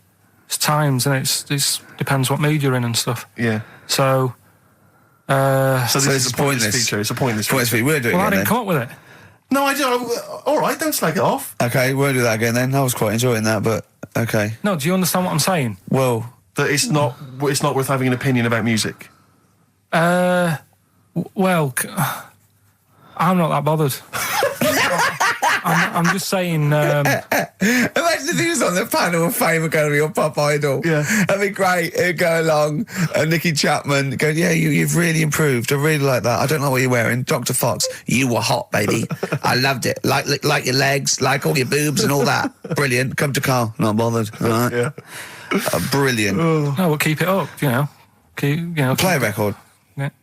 Oh, come on. This is my favourite. Can I change? Well, this is my favourite out of all four of them. Lynyrd Skynyrd. Yeah? Yeah. Yeah. Slam dunk this puppy. Jet. And roll over DJ on XFM 104.9. All right? Carl, just an email, a question for you. Can you please let me know which school Carl went to? What school do you go to? Cessav. What? Cessav. Cessav? Yeah. What does that mean? It was on Cecil Avenue. Cecil Avenue in Manchester. Yeah. It's just he says, I'd like to know so that I don't send my kids to the same place. He also says, P.S., does Carl look like Gollum in Lord of the Rings? Yes. He does, doesn't he? Yeah, that's very good. Yeah, in fact, I was just putting a little bald wig on you, wasn't I? Like he needs one. Yeah. So, if It's you just want some a of the fun picture... and games we have when the songs are on. Yeah, did it hurt? Just a little bit. The bit that worried me is when you said, let me just staple it. Yeah, well, I was trying to get it under your chin because it looked funnier. And he was scared. Oh. Can I just give you a little fact here? Someone's emailed in for you, Carl. They've sent an interesting fact for you. I think you're going to be interested in this. Don't read it on the email. Let me read it for you. I think you'll be excited. An interesting fact from Carl. That's from Toby. He says, Attila the Hun punished some fella who annoyed him by cutting off his arms and legs. You'll love this. And stitching his arms back where his legs should be. And vice versa. Look at his face. Look at the little smile that's just cracked on his lips. That is the kind of fact you've been waiting for all day, isn't it? So go on, again, so... Attila the Hun, right? Some guy didn't like. He cut off his arms and his legs, and he stitched his legs on where his arms should be, and his arms where his legs should be. Look at him looking at his body, trying to picture it. Yeah. I'll let it sink in for a little while, then I'll ruin it for him. Carl, what are you thinking? I'm just picturing it. Right, he would have died. it would have been tokenistic. There's no way that person could have lived through it. So it was just to the Hun's fun. He probably put him on a stick outside his gate or something. There's no way in those days that he could have gone through complete limb amputation and... So would he have wore a jumper for pants? Who's the winner of the competition? From Walthamstow, it's Joe Ogden. Well done, Joe. You got the correct answer, which was what? The fella with two heads at number 50. Number 50. Is that it? Are we off? Yeah, that's it. Yeah, all right. Cheers. More of the same drivel next week. Bye. Bye. Placebo, special needs on XFM 104.9. Email in where Lanzarote is. I don't know if it's Italy or Spain or Europe or maybe Africa. You know, these are the sort of things, these are the reasons I come into it, to at least learn something, innit, Carl? We've stopped educating Ricky, so I've stopped learning, you know, about things like the woman who ate mud all her life. We've had a lot of emails, Carl. I don't want to sort of put a dampener on your Christmas, but a lot of people have been slagging off Lanzarote. One of them just said, well, one of them just, I don't know if I can find it. It is Canaria, isn't it? It's one of the Canaries, isn't it? It's a volcanic island covered in volcanic dust. It's very windy, so you have to dig a hole to sit in on the beach, and there's hardly anything to do. That's from Mike Godham, he says, unless you like quad biking, well, you know, you've seen what happened to... no, don't go quad biking. Not with your little head. There's no protection at all, is there? I don't know what you're thinking. I don't know. At least Rick Mann and Ozzy had lots of hair. Yours would be like Humpty Dumpty. It would crack like a little egg. And then we'd seen, there's no kings or kings horses. So, well, they couldn't do the job anyway. No, shouldn't really send them. They're not really qualified. Horses not equipped to put a back. Send a medical man like Neil Fox in. Yes. To mend but not eggs. Some kind of military horse. I bet he's had egg on his face a few times, hasn't he? What, Foxy? Yeah. Most of the series are Pop Idol. Right, Carl. Lanzarote, good or bad? Well, you got to give it a go, haven't you? Yeah, well done. Give everywhere a go. Exactly. That's what I was saying. You know, don't just take the word for it. I mean, if it had said an Ananova, Lanzarote shit, he'd have believed it. Sure. You know, if he'd have overheard it in a pub, Yeah. Lanzarote a crap, he'd have believed it. He'd have seen it on a website that was mainly concerned with monkeys and witches, he'd have believed it. Yeah. As it is. Everybody raves about New York, and when I went there, I thought it was rubbish. Well, you're an idiot then, because that is possibly the greatest city in the world, along with London. Subjective, though. That's why they have holiday programmes and that, innit? So you see it and you decide for yourself and that. Yeah, but you saw Venice on a holiday programme, as you put it. You went there and you went, it was rubbish, full of black bin liners. Well, it is. Right. Didn't they show them? It stunk. Didn't Judith Chalmers say that? Oh, it stinks here and there's loads of rubbish everywhere. No, she didn't. Did she mention that? Oh, that's what I mean. So it depends what you want from holiday, doesn't it? Well, yeah. But So... you're an idiot if you don't like New York, so next. Anyway, come on, break up, guys. Kiss and make up. Yeah. Carl, we've had an email, some old Rockbusters.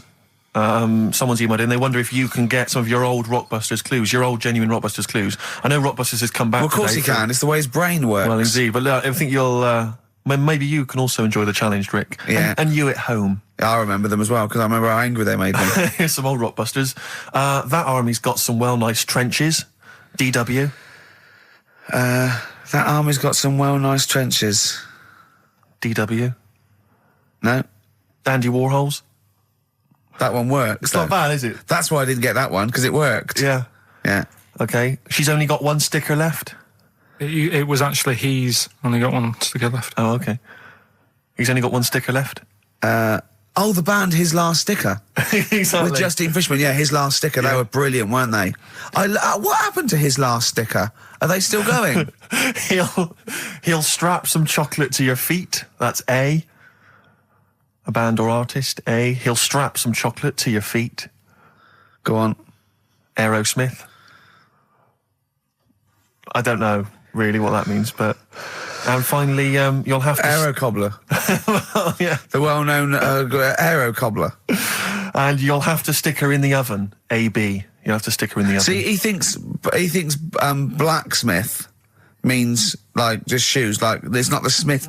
It's the smith part. A smith is just a right, isn't it? So it doesn't... I don't know. Aerosmith. What does that mean, Carl? What does that mean? Come on, you'll have to stick her in the oven. AB. Yeah, I know that one. Yeah? Yeah. What is it? But it doesn't work.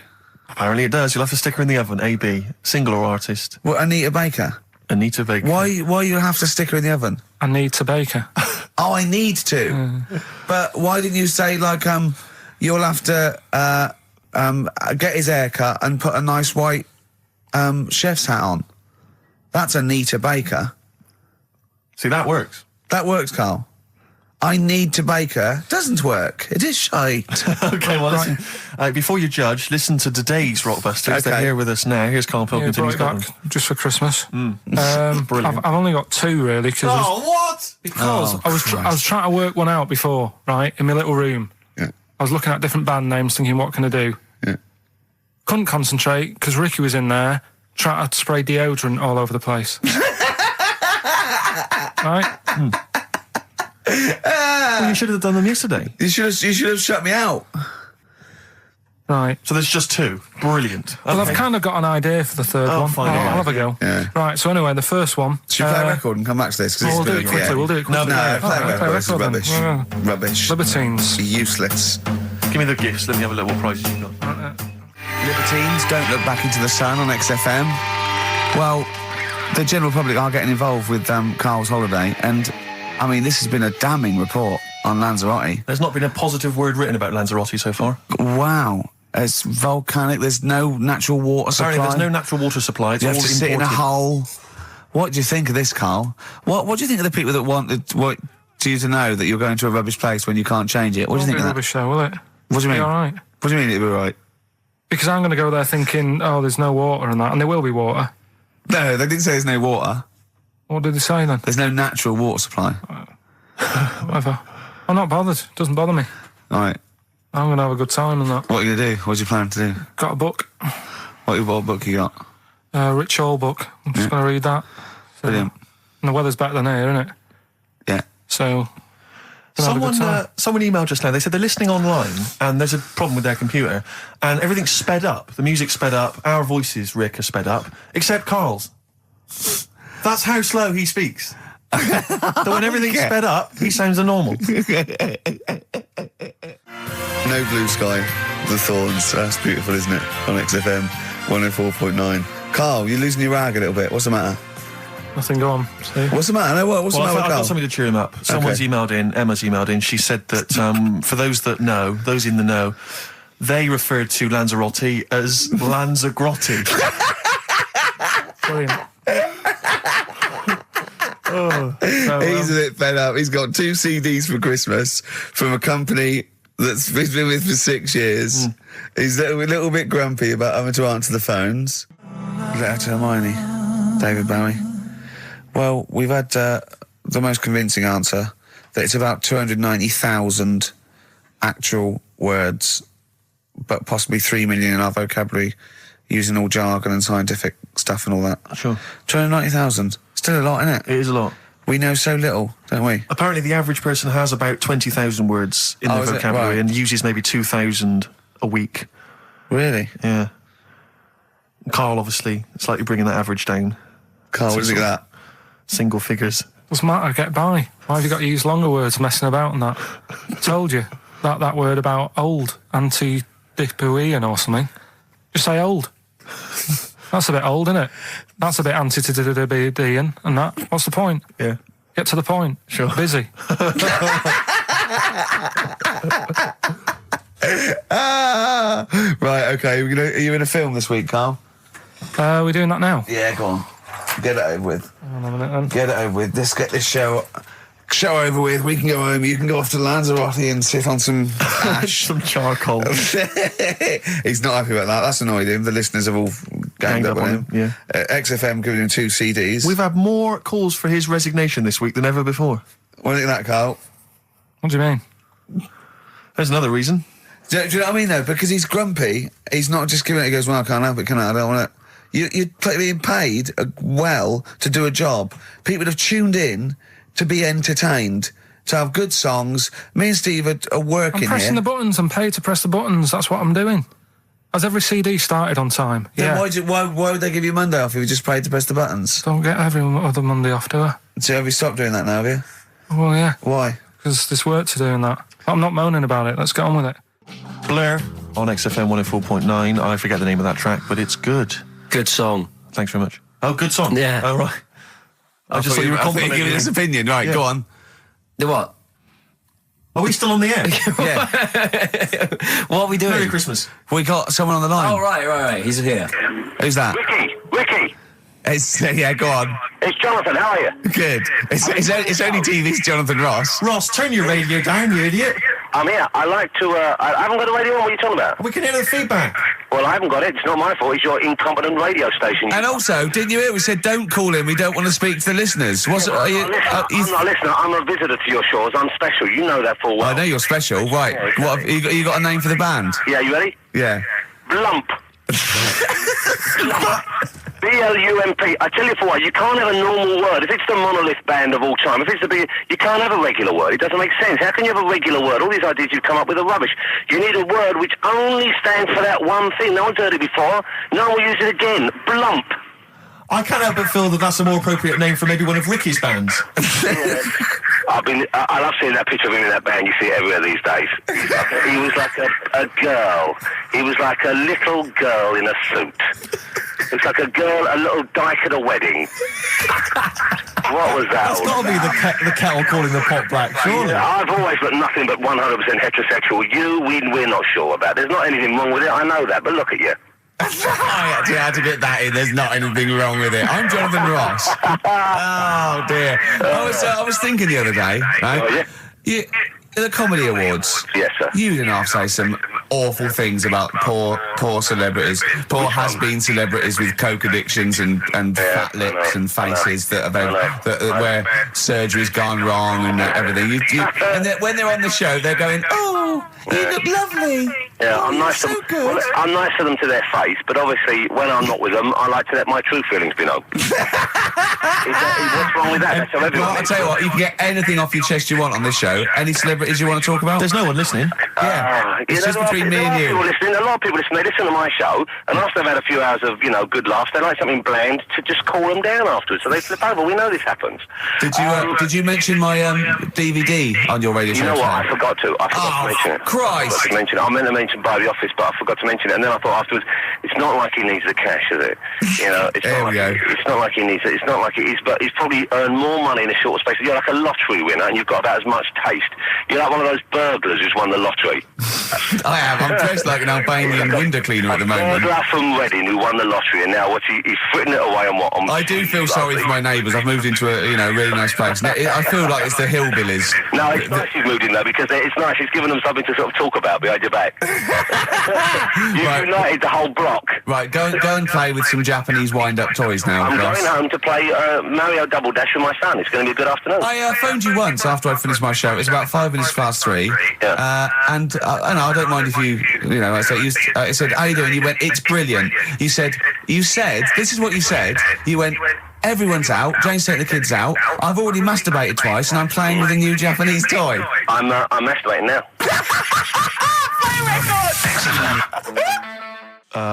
Kings of Leon, Wasted Time on XFM 104.9. Sorry, I was sidetracked there by just some of the band names. Now listen, I want to put in 2 of my own. I want to win that pile of tat out there, right? I've got 2 names here, okay? We should just remind people in case they've just tuned in. Oh yeah, Ian Canfield has chosen his mega band of all time. He's got Keith Moon on drums, he's got Lemmy on bass, he's got Keith Richard on guitar, he's got, who have you got singing? Robert Plant. Robert Plant. And their manager is Vance. But he needs to announce them at Wembley Arena. They're already sold out. They're at number 1 in the album charts. They're the greatest rock band of all time. And I've got 2 suggestions. Okay. What about this? Please welcome to the stage. Tungsten lung hemorrhage. Yeah, good. Yeah? Please welcome to the stage. God dildo. God dildo, interesting. Nice juxtaposition there of God, the almighty creator, and a dildo. Nice use of some contrasting imagery there. Yeah. Powerful and topical. Tungsten lung hemorrhage. Yeah. We've had a couple also on the email. People didn't really include their names, but who cares? Please welcome to the stage, Balls of Steel. Balls of Steel, yeah. And we've had like Brain Hammer. Yeah. Brain Hammer's good. I Lots like of brain-related stuff. Quite liking the idea of tumour fish. Tuna fish, I like. Tuna fish is very good. I like tuna fish. I just wonder if there's one more contender. I don't know who this was, Ian, that phoned in with it, but possibly it's topical. Deathly Hem. Yeah.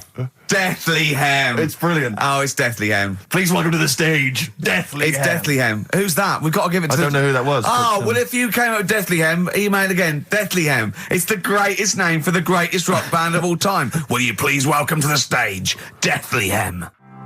Turing breaks, mind over money, XFM 104.9. I'm Ricky Gervais, Stephen Merchant, little Karl Pilkington. Yeah. A couple of emails. Different people have visited various tourist attractions. Oh, yeah. Let me see who's this from. Not quite sure. But thanks very much indeed for it.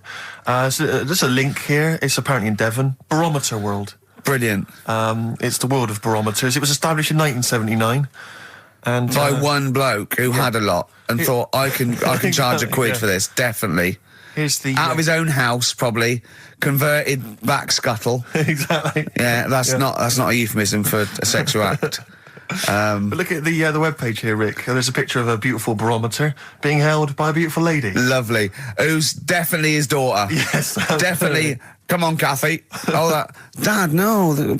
Come on. Undo your top a little bit. Dad, definitely made to do that. Yeah. Oh. That slight look of I hope no one I know sees. Yeah. Just checks out Barometer World. Barometer World. Yeah, that's available. If you want to check that out, www.barometerworld.com. That's Now, all the... barometers, one, do they work? They're to do Two. with checking, is it the air pressure? Well, everything. But I think that's what it's based on, isn't it? Sort of low and high pressure, so it's going to rain, it's not going to rain. Yeah. Or going to be windy, but I wonder how accurate they are. I think in the days before satellite sort of weather surveillance systems, probably essential. Yeah. Nowadays... As essential as hanging some seaweed out by the back door? Probably. I think it's probably similar. I think it's the same one as holding a needle and thread over a pregnant woman. If it goes clockwise, it'd be a boy. Yeah. Yeah. The thing about a barometer is how far into the future can it predict? Exactly. 'Cause How do you know? If it's a case of you may as well stick your head out the window to see if it's raining. Exactly. This barometer goes, oh, it's going to be windy and rainy. When? The barometer goes, soonish.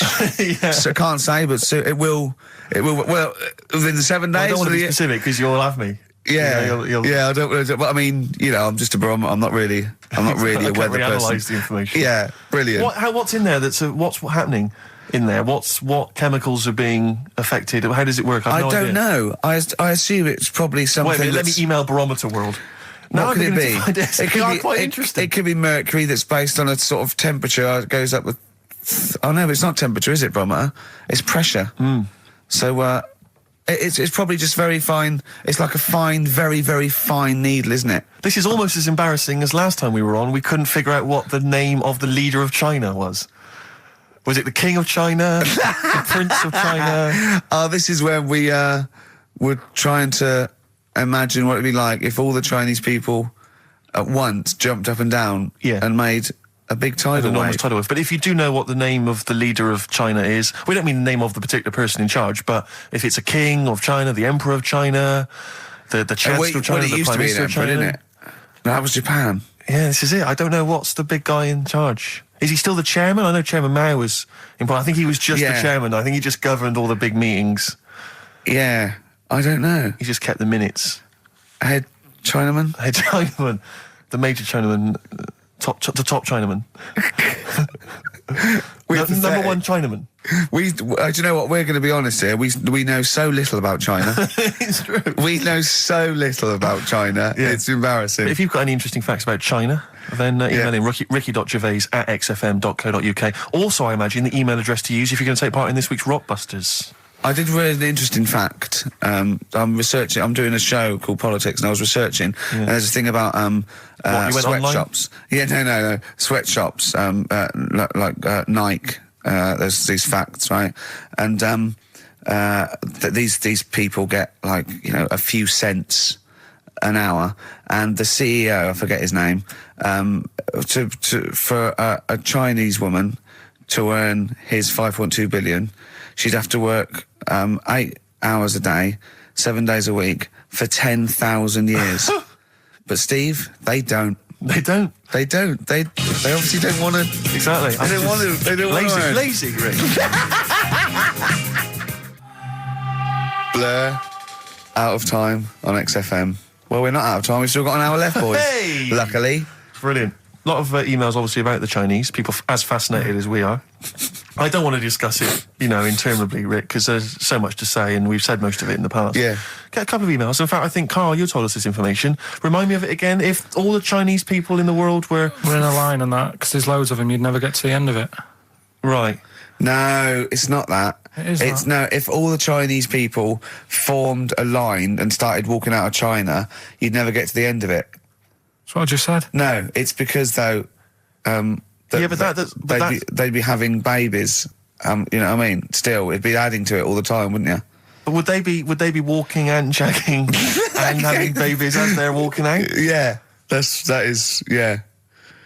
I'd love to see someone organise that. Maybe the Record Breakers team. I tell you what, I'd love to see Ross McWhirter or Norris, who is it? Who's the one that's alive? I forget Norris, I think. Norris, right? I'd love to see him to coordinate that. Yeah. 1.2 billion little Chinese fellas. Boy, girl, boy, girl, boy, girl. Yeah. And where are they walking out of China? Which exit are they taking? They're taking the... Through Tibet? Or? I think it's the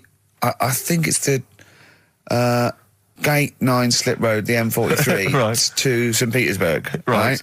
And they go, and walking, and shagging. Yeah, exactly. Yeah. Because some presumably are dying as they're leaving. No, but they live to 120. That's true. So they claim. So, well, we know Carl's theory on that. Do you want to just tell new listeners your theory about when all these Chinese people get the records for oldest people in the world? Come on, what's your theory, Carl? Leave it. Carl, just that they're probably lying. Why? That's all. Because a lot of them don't age that well. Some of them do. A lot of them don't, and they always look older than they are. I read the other day, right? Do you know the one who was the oldest woman in the world, right? Chinese woman, right? The way she did it, it was... She didn't die. That was her secret. Yeah. What she did, she got up every day and didn't die. No, she was awake and that, and then she'd have 2 days just sleeping. Right. So she wasn't really that old. What do you mean? Well, she'd only sort of lived half of her life in a way. Well, we all live 2/3 of our life, don't we? No, but she was like awake and that, and then she'd go, I'll go to bed, and then that'd be it for 2 days. Carl, you're a second-time buyer, aren't you? But yeah. Bought one in Manchester. Lost $7,000 on that one. Well, don't buy in Manchester. No, it's a good flat. It's just it wasn't. I didn't buy it to sort of make money. I thought I was going to be living there like all my life, and then a job came up here, and it was like, You bought your first flat in Manchester. You assumed you would be living there for the rest of your life. Well, I wasn't in a rush. Play record, you're an idiot. Hang on a minute. So have you got a property portfolio? Have you got the 2 houses now? No, I've got rid of that one. Oh, you sold that one? Got this at flat. £7,000 loss. Got this flat. I'll tell you something that is interesting. Hold on, though. What? £7,000 lost. Yeah. It's a flat in Manchester, but it could only cost about £8,000 anyway.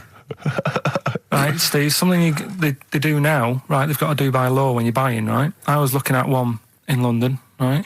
It's haunted. They've got to tell you now. Right, don't talk shit. I'm telling you now. Play a record. I'm telling you now. Yeah. There's no such thing as ghosts. That is ridiculous if that appears on a legal document. Right, if there's anyone who sells flats and that, does that for a living. Yeah. Right, email in, because I'm telling you now, that is a fact. She sort of dropped it in. I said, nice feel here. And she said, yeah, well, that'll be the ghost. Just dropped it in, that's all they've got to do. And then I was like, what? And they went, oh, yeah. That's what I've got to do, is it? So that's the legal thing. Did you drop it in? So in court you go, did you drop it in? Yeah, I dropped it in. Play a record, you're an idiot. That's David Gray, and this year's Love, if you're in love. I hope it lasts. It's only January. What you got for us, I just Steve? thought we ought to maybe go through some of the emails. I mean, I don't want to query the calibre of some of the emails we get sent on this show, but here's a typical one, Rick. Go on. There's no name, it's just from Glicko, that's his email address. It's just a question to you, Rick. Did I see you walking around Marylebone High Street last Sunday? Yes. Okay. Well, I don't know. Well, I mean... I was in Marylebone High Street last Sunday, yeah. Yeah, but did you see Glicko? I didn't see Glicks. Okay. I didn't see the Glickster. But all right, this is one from M. Ricky, what do you think of Richard Bacon's show? I can't decide if he's better than you.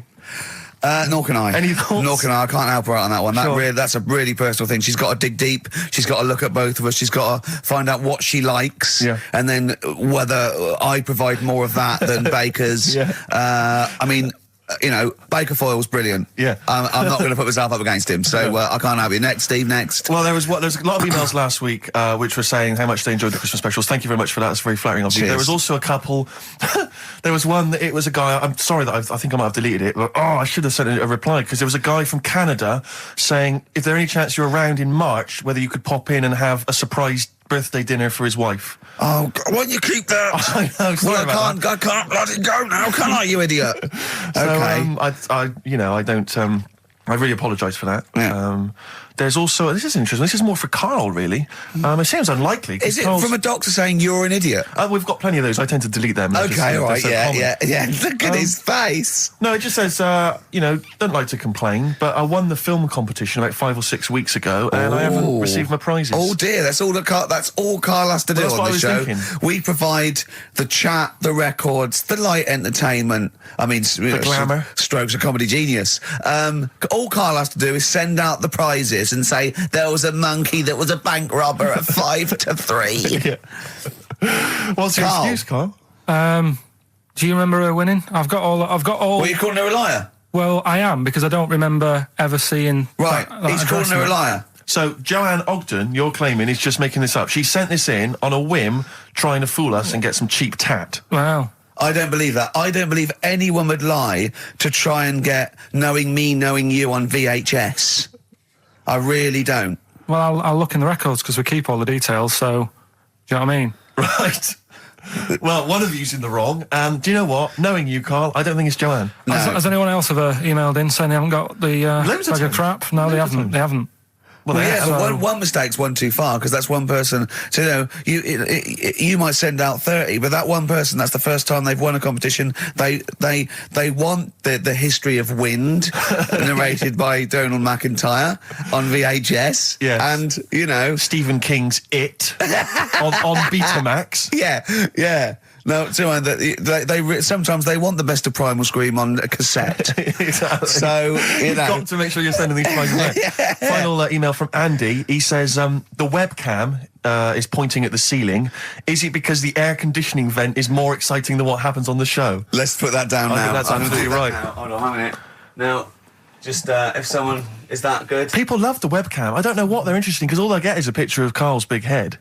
It's not as big, it's just round. Oh. Get it right. Yeah. Karl, I'd like you to play the next tune. I got sent a little cheeky primer for The Cure's Join the Dots. It's B-sides and rarities, lots of stuff from them, from all over the ages. And it's amazing how good their B-sides are. Here's one of them playing. Yeah. 104.9 XFM. You all right? This is Karl, producer of Ricky Gervais and Steve Merchant. They're not about today. Ricky's on holiday. Steve couldn't be bothered. So I'm left here with all the DATs. That's a digital audio tape of all the shows they've done since they've been here over the last, I don't know, year and a half or something. So we'll play you some of the best bits. All right, so here's the first bit. I've said in the past to you, Rick, that my grandparents, so I love them dearly, but it's like for the last 30 years they've been waiting to die. I know, It's yeah. like they just sort of, it's like, you know, the novelty wore off of like... Life in the 50s. Yeah, they got kind of bored of it. Like, in the 40s it was brilliant. All sat around the old Joanna as the bombs Yeah. fell, singing. They loved that. The 50s, you know, that was great as well, because that was the post-war years. It was, you know, it was a bit tight in the pocket, but it was all right. Everyone pulled together. And then the 60s came along, all the crazy music, the funny hair. Let's stay in bed. They basically stayed in bed. And it was one Christmas when my grandmother said to my dad, what do you like for Christmas? What do you fancy for Christmas? And this must have been, I don't know, 20 years ago. She said, what do you fancy for Christmas, Ron? And he went, well, you know, I could do with a nice big kind of warm winter overcoat. She said, don't worry about that. Don't worry about that, because your father will be dead soon. It's what you can have his. Meaning my granddad. Well, to be honest with you, my father's still waiting. which is good news. Good news for my grandfather. Less good news for my He's dad. freezing. He's freezing. He finds out, how is he today? He's fine. Oh, okay. Oh, I'm freezing. It is such a weird mindset, that. I think that, to me, is what sums up people from that older generation, the 40s and 50s. And it seems to me that you've got that kind of mindset. It's like you were born in the 30s. And whenever you talk of your childhood, it's like you had like a baked potato to take to school. And a hoop and a stick is a Christmas gift. The other thing is, I think that that sort of generation, it seems that the man is dependent on the woman. There's a total dependence. Oh, absolutely, If she dies, he's done. Yes. He's done for. He'd just pine away. If he dies, she's got 30 years of pottering. Absolutely, yeah. Do you know what I mean? Yeah, and going to, like, you know, the youth club and the church. I know what you mean, yeah. It's sort of like that. It's sad. Of course, it's sad for them, but it's not the end of their life. No, sure. And it sort of is the other way around. I don't know why that is. Yeah. It's terrible. That's a little melancholy thought for I know, Christmas I've really time. you brought it down, you've brought it down, I've brought it. This isn't a nice show at all, this is terrible. Well, we're going to have really people wanna just killing themselves. What? Right, you ready then? So, just in case you haven't heard it before, I'll give you some initials of a band or an artist. We're not doing Rockbusters now, are we? Yeah, I thought, well, we've just... Oh, no, we keep that going, then we've got... I love educating Ricky, that's my favourite thing now. Well, what do you want to do, Steve? I mean, let's do the clues. It's just like it's sort of bigged up the prizes. And so this is only by email. Give the email address out now for people to write it down now, Carl. Right, it's ricky.gervais@xfm.co.uk. ricky.gervais@xfm.co.uk. Only entries on email. Yeah. You're going to get 3 clues. You've got to get them all right. And you win all the You stuff. win all those prizes we just said. Okay, Carl, go on then. Right, and just a quick example, one of the first ones we did, it was like AK, and the clue was exploding pet, and it was atomic kitten, right? Yeah. So you understand how it works now. These are your clues. The first one, that army has got some nice trenches. That army has got some nice trenches. Excellent. Yeah. And the initials there are DW. Do you write some of the questions for 15 to 1? Go on. So that army has got some similar nice phrasing. trenches. Okay. Okay. The second one. What were the initials there, Carl, on that person? DW. DW. Yeah. Right. The second one. The top of them curtains are all wrecked. All the materials all worn. He acts it out though. We've got to get him on telly. We have got to get him on telly because his little face and his gestures. That's the second one. The initials being HV. Okay. The top of those curtains are wrecked. All the materials all worn out. Right. HV. And the final one, here's the final clue. I was in Texas the other week, right? I tripped and landed on my knees in a puddle. What's the initials? WH for that one. So I was in Texas, I tripped up, landed on my knees in a puddle. So that's WH. Incredible. You've got it! Is it great? It's fantastic! It's desperate. Okay, tell me during the record. Do you remember you're playing for these compilation albums? We got the Fat Boy Slim DVD, Linda Green on VHS, and of course Executive Decision starring Kurt Russell as well. Oh, God! So, Steve, do you want to pick a winner? I've got a winner when you give us the answers. Okay, so the first clue was that army has got some nice trenches. Yeah. That was DW. Who's that? Dandy Warhols. That's brilliant. That's brilliant. All right. That's good, yeah. The second one. The top of them curtains are wrecked. All the material is worn. Yeah. HV. That's Holly Valance.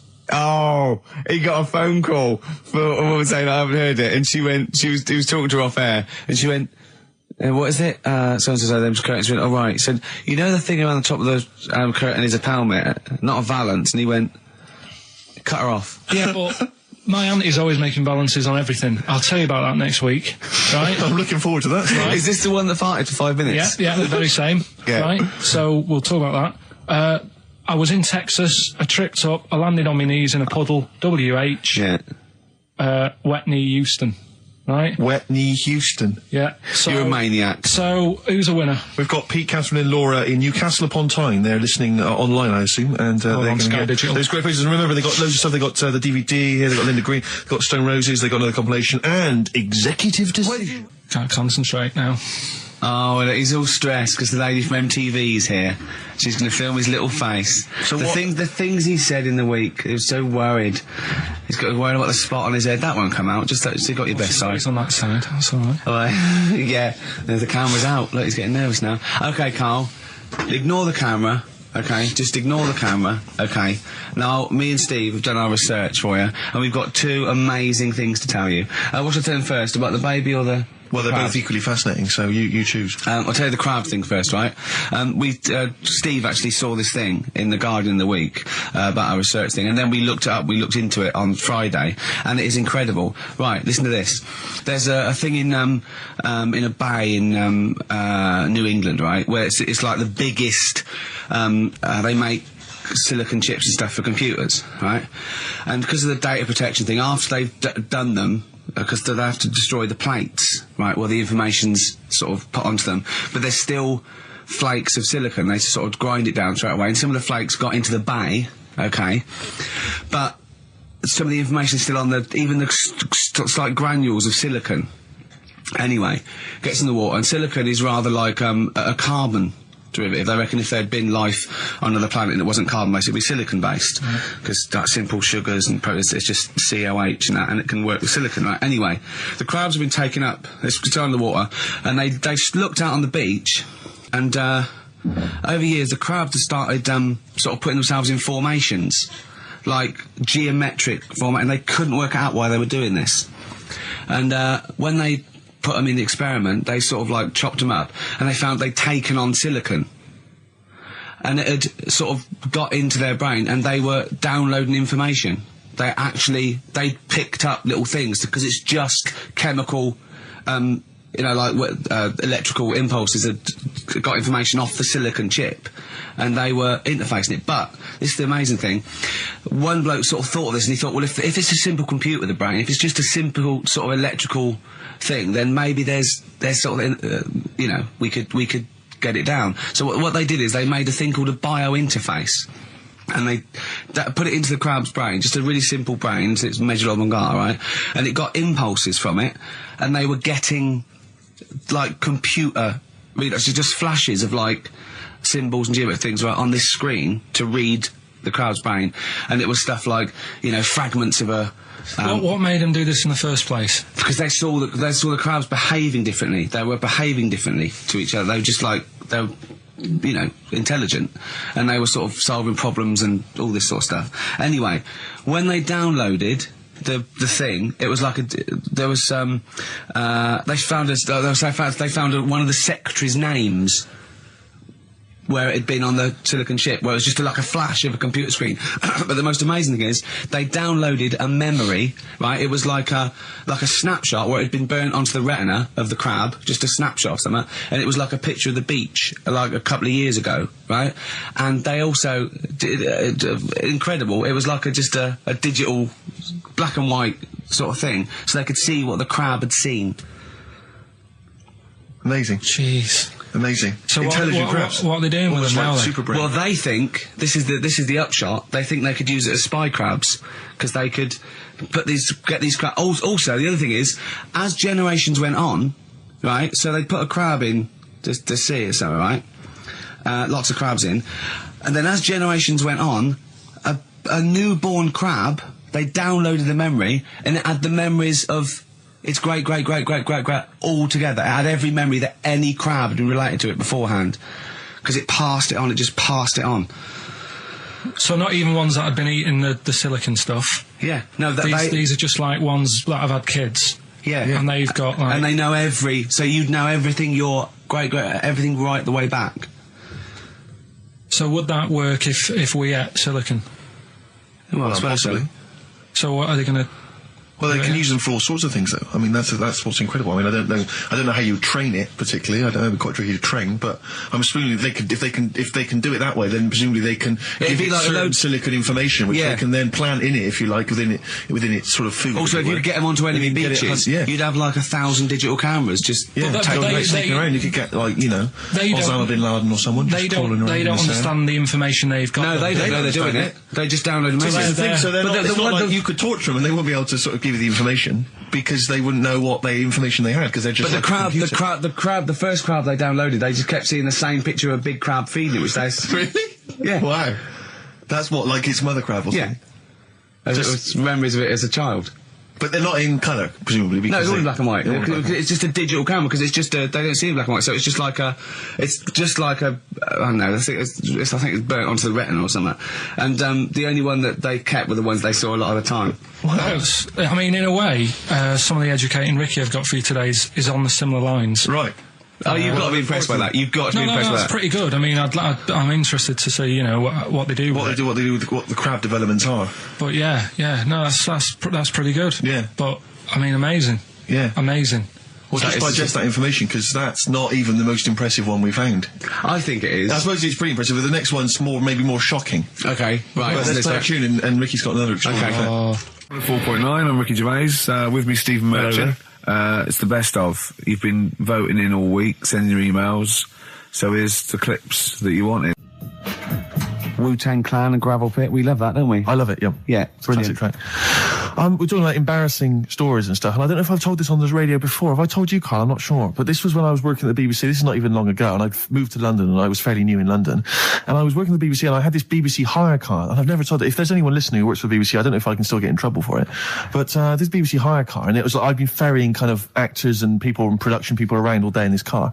And I was driving back, it was quite late, it was about sort of 7 or 8, and I was driving back, and I pulled in to get some petrol to fill up the car every day. And I went into this garage to fill up some petrol, and I was there, and two blokes came in a white van, right? They pulled into the forecourt, and I was filling up the car, and they went, "Hey, do you want to buy a couple of speakers?" And I said, "Yes, I do."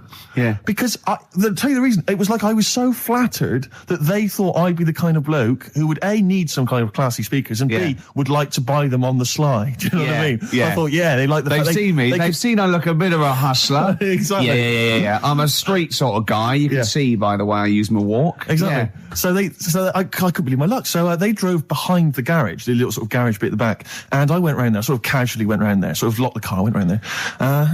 They went, open the back. You had 2 speakers in there. I said, "Are you sure these aren't knocked off, mate?" He went, No. We work for Dixon's. This is a story he spun me. We work for Dixon's, right? And we're delivery men. And if we make a delivery and the person's not there to sign for the goods, then we have to bring them back to the warehouse. But if we can sell them on the way back, then that's really good for Dixon's. Dixon's must love that. And instead of thinking, are you sure some kind of troubleshooter didn't... I mean, did someone going to go into Dixon's and go, you're not getting in the garage forecourt market? Jones. Exactly. Get a couple of lads in a white van. Exactly. Yeah. So anyway, I sort of bought this story, and I was a little bit dubious, and I went, right, let me hear them then. And he wired them up to the car stereo, and boom, boom, boom, they're playing. So it was some groovy hip-hop. I was thinking, great, these guys know what I'm into.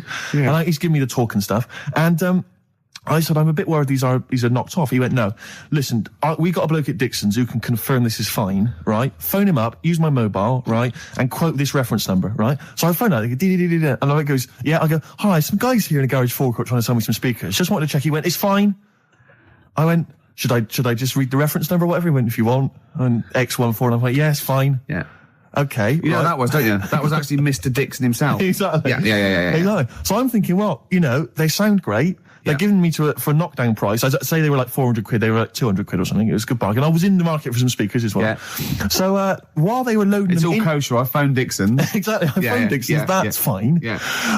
So while they're loading them in the back of the BBC hire car, right, I'm in there paying for the petrol, right, and the guy who's serving goes, all right. He goes, what were you doing around the back with those blokes? Right? Because obviously there's security cameras filming this whole transaction, right? And he goes, what are you doing around the back? And I went, there's some old mates. Some of my mates were just having a chat and that. He went, oh, right, okay, like giving me obviously the evil eye. So I went back to the van. So I'm in the car now, and I'm driving with one of the blokes who's in the van with me because I didn't have the money on me. So I had to go to the cash point to get the cash, right? So I'm driving with him, and the other guy's following me in the van, and he was like a northerner like you, and he's giving it all the, all right, I'd say my girlfriend's a DJ, she's got some of these speakers, they're fantastic, and he's giving me this. And then my mind starts working. Now that I've got a bit of time to think, I'm thinking, wait a minute, this all sounds a bit dodgy. Yeah. It dawned on me, Rick. You know, fool, are you? You're streetwise. Exactly. You're streetwise, Steve. Not only that, I was thinking, how am I going to get them home? I've got to drop the car off at the BBC. How am I going to get these huge speakers back to where I live? And how can I pay for them? Because I've just spent £100 on Find the Lady Exactly. with a couple of blokes in the square. It seemed like a fair game. Some of his friends were winning. But so I explained to him, I said, I can't get them back to like Brixton where I was living at the time. He went, don't worry, give us an extra 20 quid, we'll take them home for you. Oh, that's good. Deliberate. they do a whole service, you see. And there's also a backup guarantee. Did they have the guarantee, the 3-month guarantee? They didn't. No. But so I said, I'm not sure about that. He went, well, why don't you put him in a cab, send him back, and your housemates can collect it? I was like, oh, no, there'd be no one in. And I was beginning to sort of get a bit conscious of, like, maybe this was a bit of a scam, after all. So I pulled into, like, a little side road. I said, I'm not sure I'm into this now, actually. He went, what are you talking about? It's 200 quid for a pair of speakers. It's a bargain. You never get a bargain like this, mate. I'm going, not too sure, actually. I don't think I want them. He went, 150 quid, 150 quid, mate, 150 quid. I went, no, he's 100 quid now to you. And I'm thinking, wait a minute, this doesn't sound like the kind of work that Dixons would be doing. Dixons don't do that when I go in. This is it. Dixons never negotiate in that way. When I go there, look around and I leave, they go, where are you going? Exactly. I go, no, we'll have anything then. Have anything for a So quid. I stopped the car and the white van pulled up behind me with his mates in. Sure. And I said, can you get him out? I'm not interested. And he went, 100 quid, mate. Oh, you, and he was just going, you tosser, you obviously want some speakers. And he was having a go at me. So I was carrying the speakers out and putting them back in the white van. And he was just shouting at me. He was going, 70 quid. I was like, 70 quid from 200? This is ludicrous. You realise that wasn't Dixon's policy then. Exactly. They don't usually shout you tosser as you leave the, leave the shop and walk down Camden High Street. They're not usually shouting you tosser. You should have took the offer of, like, the monthly payments they've got on at the moment. So I eventually put him in there, and I sort of knocked the deal on the head, and I got back in my car, and they were in theirs, and I just looked in the rearview mirror, and they were punching the dashboard, like, with aggression and venom, like we let that deal slip through our fingers.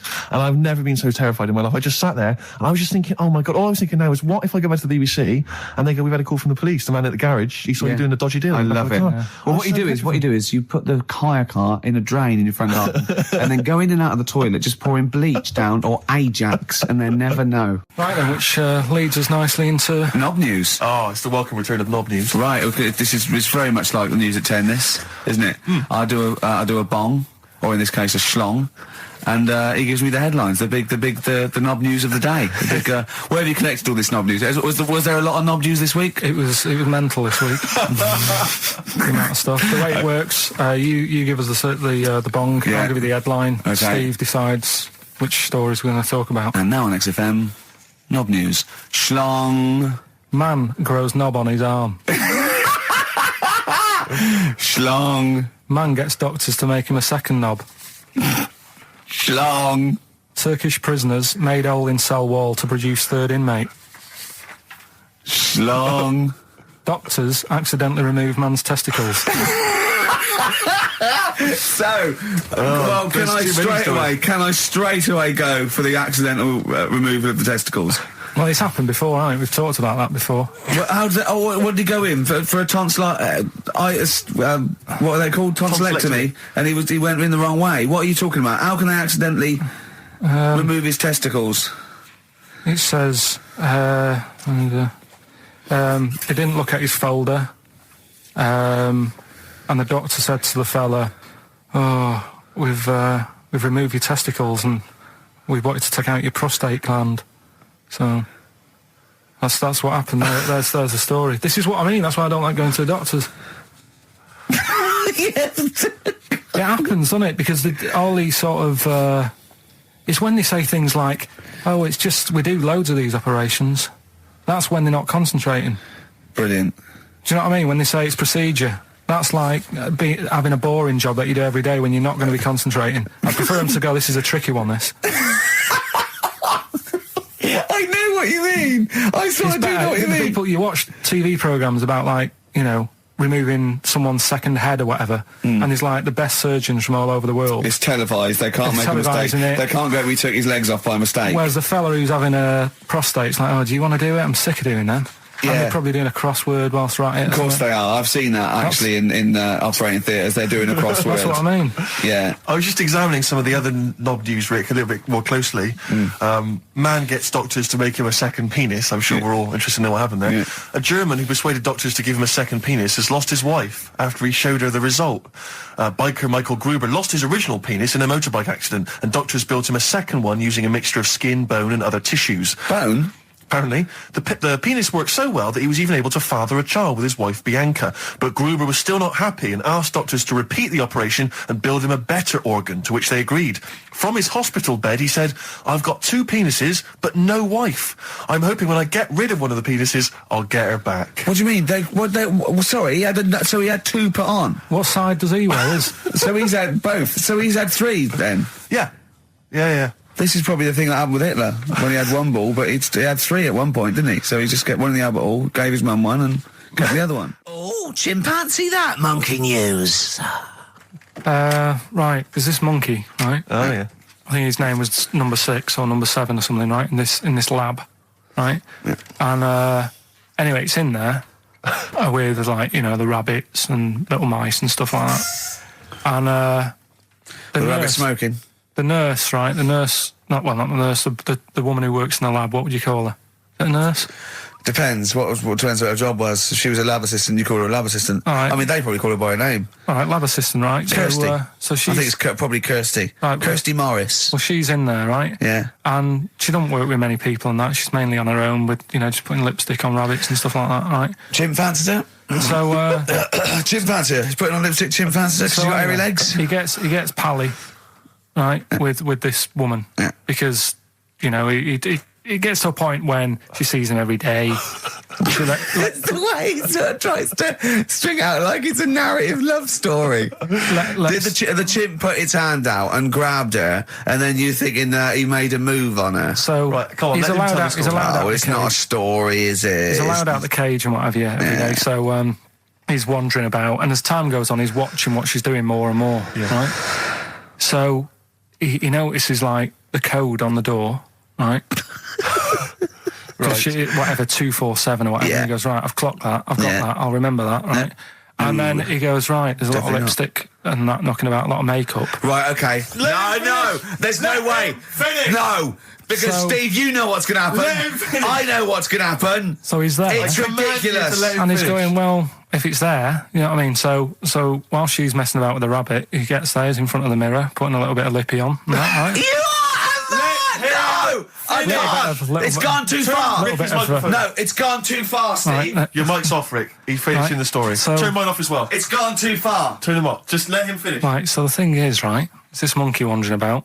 It's got lipstick, it's got mascara on, it's looking pretty I good. didn't mention the mascara! It's looking all right, right? So it knows the code on the door, 247, right?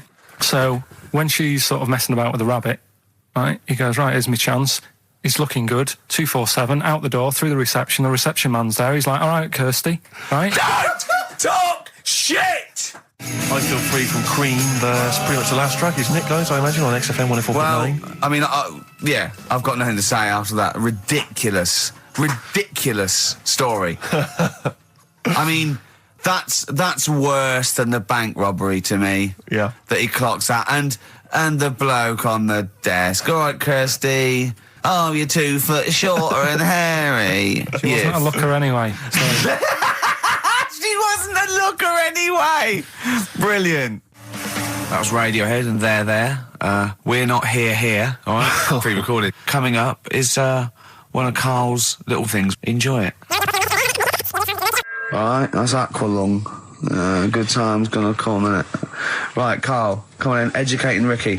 So, don't let the cat out of the bag, that's where that comes from. Comes from a crafty butcher. Right, go on then. So the next little headline is Wash Up With You. Wash Up With You, go on. You want to know about that? Yes. It's a survey that they did this week. They? Yeah, some university did some survey. Brilliant. Did a world test on washing up. Yeah. And each country were given 140 pots to clean. Brits were the quickest. Yeah. Yeah. Turkey were the slowest at washing up. The Turks. It's not because the little fellas that work in the kitchens with no... Is it? They can't reach. Spain were the cleanest, and the Germans were pretty good as well. So... I don't know where to start with this. Honestly, Steve, I don't know where to start with that. Sorry, what was that? Wash Up With You, that was it. But was that it? Survey of washing pots and pans. I didn't understand. You said Italy were the cleanest. No, Spain. No, Brits were the quickest. Yeah. We were the quickest, but Italy was the Spain was the cleanest. Turkey were the slowest. Yeah. Spain were the cleanest. But why weren't we clean then? Because we were washing up. Why were we not paying attention to the... We did it rubbish. We did it quick. We did it quickly, but I don't understand why it was being rated on. Who was doing it? Was it Annette Newman or Ainsley Harriott? She's quick. Both of them are quick. Yeah. Well, they've got like kind of loads of slaves that do it for them. Did we use fairy liquid? Don't know. It didn't have. Did we use a whole bunch of Boy Scouts? Didn't say that. Just Like said, it just said, that. Who had the softest hands? Who had the softest hands? So it didn't say. I didn't. Why is it we don't get notified that this is taking place? I don't know. When I was a kid, no one ever said, we need recruits because we're doing a survey on who can wash up the quickest. Are you disappointed in yourself with that one, Carl? It is pretty dull, to be fair, and that is why we've got to bring in either con merchant or a wine merchant. Or shut up at your face. Yeah. Would you be able to, if I put you on the spot in the next, after the next record, would you be able to give an example of how con merchant would work? I mean, is there something you could do just to sort of experiment? Should we play record? I can do better than that. Yeah. What? Ads. Go on. Do you know why people tink the glasses before they have a drink? Why they tink? The verb to tink. I do know that, Carl. Is it about poison? It is. Here we are. What, would it make a different noise? Nope. Brilliant. Go on, explain it. You explain it, Steve. No, don't, Steve. You explain it, Carl. Go on. I've started, so I'll finish. Go on, Carl. Explain why they tink the glasses. Ages ago. Yeah. Only people with money had drinking or something. That's like one of my film reviews. Years ago. Welcome to History Now. Now, ages ago, only people with money had drinking or something. Keep going, Carl. Keep going. Like spirit and stuff. So they'd it's like businessmen. It's easy for you to say. This is getting to be cruel, isn't it? This is amazing. Yeah, go on. Why did you open your mouth, Carl? What were you hoping was the best that could happen? Because you were trying to make me look stupid before with the planet, so I'm... Whereas you know... Yeah, go on, no, come on. Businessmen with money have got to drink and ching. Okay, so then... So they'd nip round to have a chat about whatever they're earning money with. And they'd say, right, do you want a drink then? And they'd go, oh, yeah, that'd be alright.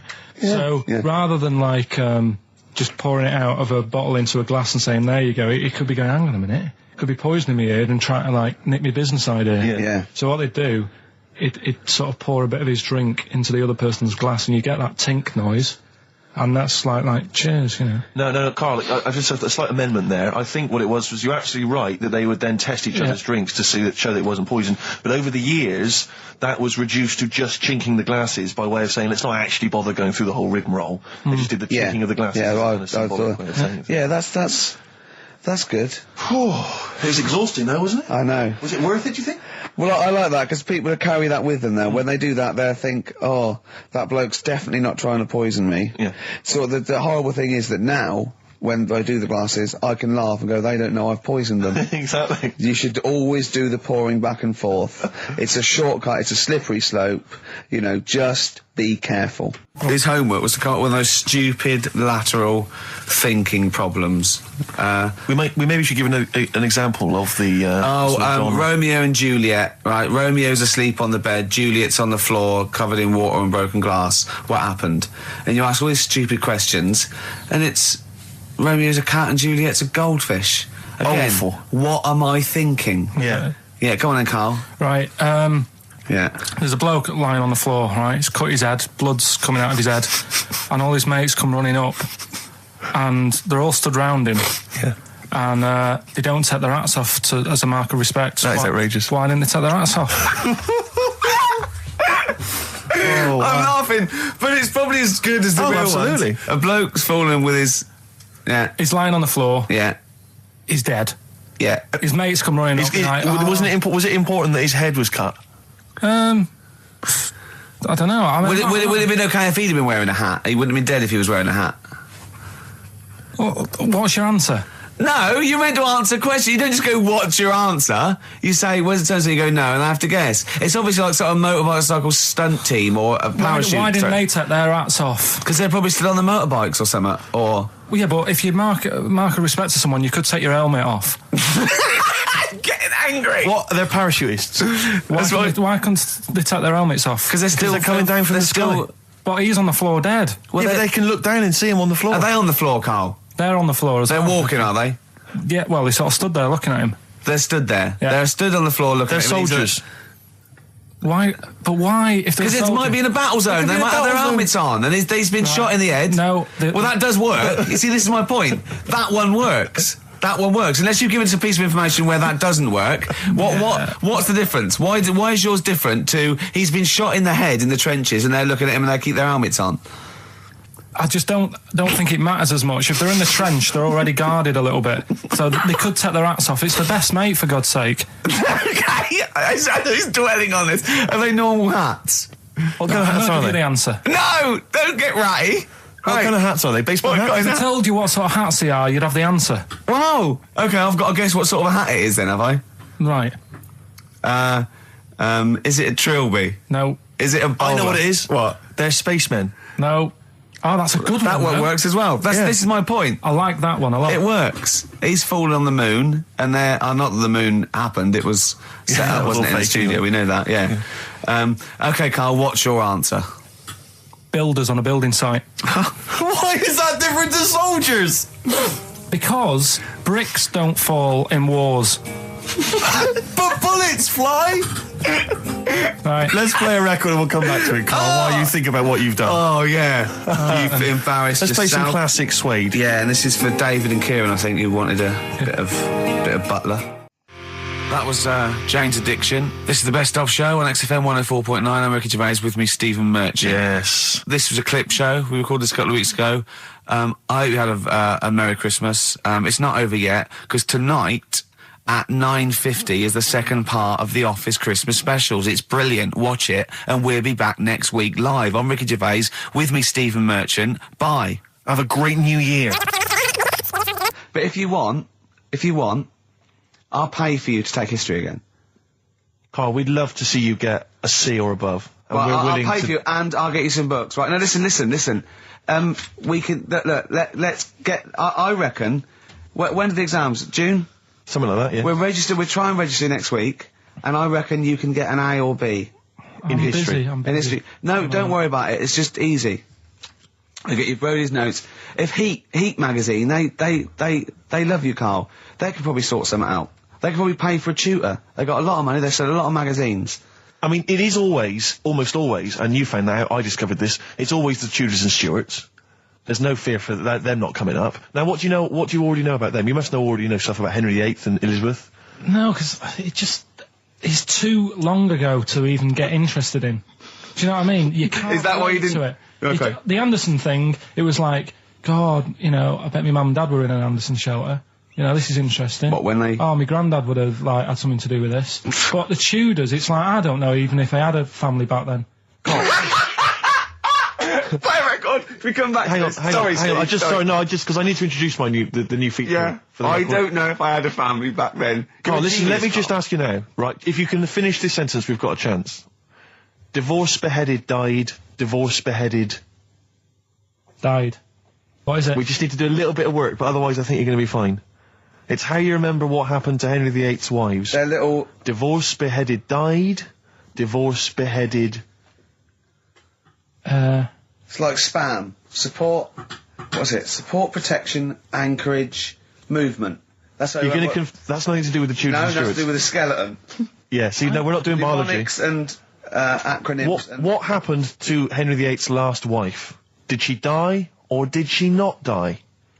Divorced, beheaded, died. Divorced, beheaded. Do you know that the only king that has got a moustache is... No. The only king that hasn't got a moustache is the King of Hearts on the playing cards. Carl is genuinely... I don't know if he's actually upset or embarrassed, but it doesn't matter. Why does it matter? You were 15 and didn't go to school. If you were my friends, I think you would have just said, oh, we can't find them. Why? Because but you just matter, though. What to do with that? Well, what do you mean? What do you mean? It's ridiculous. Do it again because you want to learn, because there's great things in the world to learn about. Don't worry. The GCSE is vocational. Is vocationally for a 15, 16-year-old to go on to do A-levels or whatever, or to get results. But you don't need that because you've done very well. You don't care about the Tudors and the Stuarts. I mean, I mean, I've had a couple of jobs, not this one, because you don't need qualifications to get a job. Obviously. In the radio. Yeah, obviously. You're absolutely right. But the ones that I have got in the past, I did, because I didn't collect them, I had to lie. And I didn't go mad. I didn't say I had A's and stuff. But I didn't put history down because I didn't even know I did it.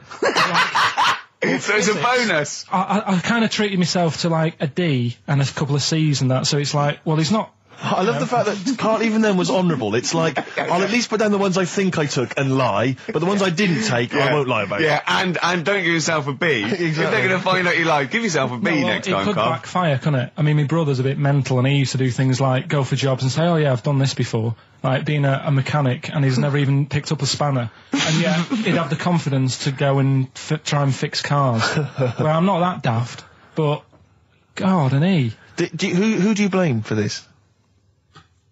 That's just an easy way out. I have to blame myself. Don't I?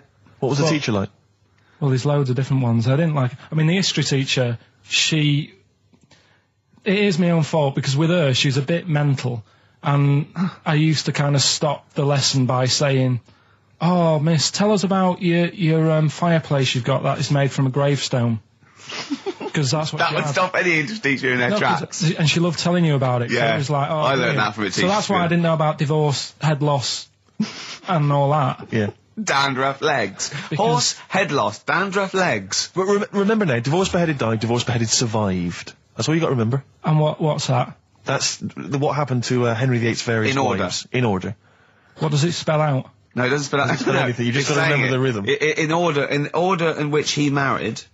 Yeah, but it helps. It's like when my mum taught me the alphabet. She taught me as like a song. A, B, C, D, E, F, G. Yeah, constantly. No, not like that. Huh. That's how everyone else could do it, and I couldn't do it that way. Why? What tune did she do it to? It was A, B, C, D, E, F, G, H, I, J, K, L, M, N, O, P, Q, R, S, T, U, V, W, X, Y, Z. I feel like, it feels like Christmas Day. What, you didn't get the gift you wanted? Yeah, do you know that, like, anticlimax? Yeah. When, you've been looking forward to it for so long. Yeah, you know.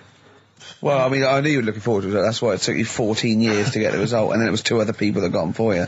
Do you wish that we hadn't done it? No. It's alright. It's alright, isn't it? What's your girlfriend going to say? I don't think I'll see her again. She likes a man who knows about the Tudors and Stuarts, does she? Yeah, first Gladiator, then the... Yeah, you've been bluffing. Whenever she said, where did you go to Stuarts? You go, good. Like, lots of things, but look, there's a bird. What happened to Henry VIII's last wife? Oh, I wouldn't... oh, yeah. Oh, look, Friends is on telly. Friends is on. No, I just changed the subject by saying things like, you know, about the only king in a pack of cards. That threw off the scent. That threw us off the scent. That wouldn't fool an invigilator, would it? That's the thing. You can't use that one with an exam board. I'm always looking at stuff. I was looking at stuff this morning because of Yoragella last night. eating all that funny food and that, and also they all got a bit scared last night, didn't they, with a snake? I didn't see that. Is this I'm a Celebrity, Get Me Out of Here? Yeah, he got all worried about a snake getting on the sort of wandering about in between the sleeping bags and stuff. Yeah. And they were all scared, and it's so easy. Leave it with me. Sorry, the doctor says, leave it with me. Leave it with me. Well, they were all scared because there's a snake, and it's so easy to find stuff out. Before they, where are they? Where is this jungle? Australia, I think. Before they went, give it half an hour on the internet. I found out with snakes, you don't need to worry, right? They're deaf, they haven't got any ears. Right. So as long as you're really quiet, it'll probably leave you alone. Yep. And also, they don't have eyelids. So they were suggesting if one's coming towards you, just like kick sand in its eyes. Because it can't blink, and it leaves it a bit like annoyed, and it wanders off. But they didn't do any research before they went. Yeah. And that's, I think your knowledge would hold you in good stead. I don't think you need to know any more than you know. You know, you've done maths, you think? Yeah. Did no revision for that? No. Okay. English, do you remember what it was? Did they ask you about Shakespeare? Did they ask you about books? I remember, but I must have done it because I thought that was... It was English language, not English literature, wasn't it? So it was like... spelling and all that? So was it like a comprehension? You read a passage and had to ask questions on it? Was it... did you have to write a short essay? I don't know, I can't remember any of that. Okay. I did a science. Okay, physics or chemistry? Physics. All right, well done. And this is all you think? You actually took that? You actually took physics GCSE, you think? You're obliged to do a language, I think. Did you do French? I did French for a bit. I don't think you are. I don't think you have to do a language. I think you have a GCSE, I think you've got to. Well, English quite good. I think that's his language he did. So you don't know about language. History? Geography? Just what you will find out, won't we? Okay. But you just can't remember. I can't believe you can't remember turning up for these things? Because it's quite a big moment in people's lives. It is the thing that you've been working to all of your educational life. On the day that the things came out, I was working at as a printer. Okay. And it was a really busy A lot day. of spelling mistakes. It was a really busy day, so you're bound to forget. Yeah. No, but I had to use gold ink that day. Oh. And it's, I mean, you're not a printer, so you don't know. No, that's the biggie, innit? But it's tough. You've got to really get your rollers clean. Carl, play a record, mate, and good luck with the exam results. Hopefully we'll have them for you by next week. It's time to give Carl... You're actually nervous. I'm a little bit nervous. Just to recap, Carl is 30 this year. He never went to get his results of his GCSEs. So myself and Steve took upon ourselves to phone his school, track them down, and we actually got your results. What did you think you took? Did English. Right. Maths. Yeah. Art. Right. And I think I did physics. Okay. Well, you didn't do any of them. Eh? You didn't do any of them. You didn't register. You registered for one exam and took one exam and got results for one exam. So I don't know what you thought you were turning up to, or you weren't registered, or you didn't. You're familiar with the notion of registering for an exam. You have to kind of officially register in order to be eligible. What do you mean, register? I turned up for a couple. Yeah, you can't just show up. You have to register for them. You have to pay this because it costs the school money, so they have had to have paid for you if they thought you were going to pass. You can't just turn up on the day and ask for some paper at the front. I never got a letter telling me that. Well, that's because you were never at school. But you did somehow register or registered for one exam. You registered for history. It's a topic that you've always been interested in. I was saying to Ricky before, World War II, I loved it. Not the actual event. No, the but study just of it. all You the mean? stuff like, about the Anderson shelters and stuff like that. Yep. And the bombs and that. Mm-hmm. And then when I took it, it had nothing to do with that. It was more about the Tudors. So the Second World War didn't come up? You mean there were no questions about the Anderson shelters? Nothing. That's devastating. So what are you expecting the result to be? Is that seriously? Is that it? Yeah, it's the only one you took and registered. As far as the school is concerned, or certainly in it's the terms only of one what that they told counts. us. It's the only result. It's the only one that counts. Yeah, you've got... I don't... Did you register for yours? Yeah. Yes. I've got certificates and everything. So what... Do you do that before the exam? Do you have to go somewhere and sign something, or...? Yeah, you don't check your results and then decide if you want to register.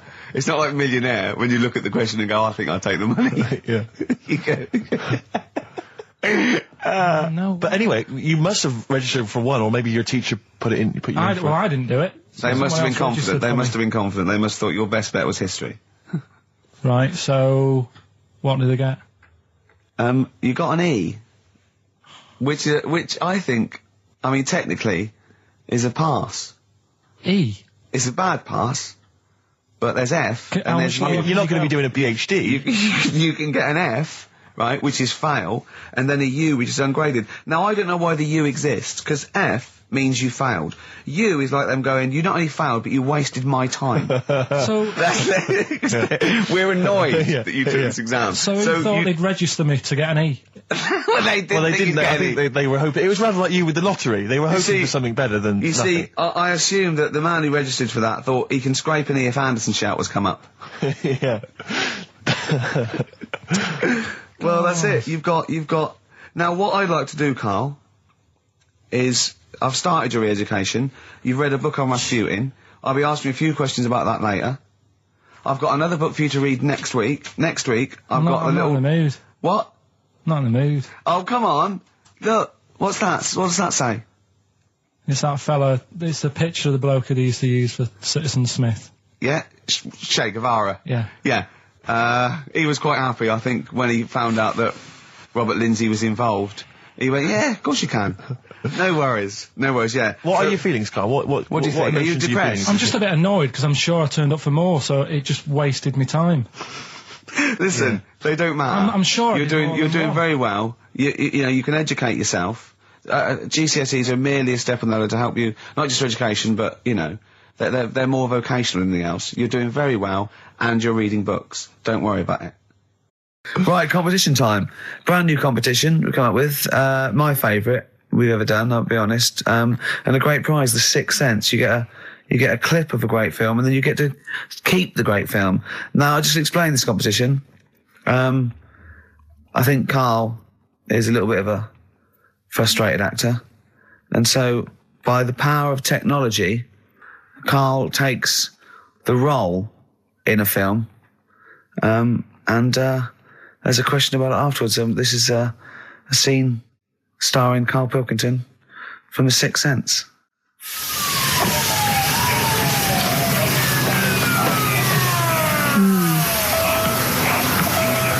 Jeez, I hope nobody got hurt. Be alright? You're very quiet. I'm just thinking about stuff. That's all.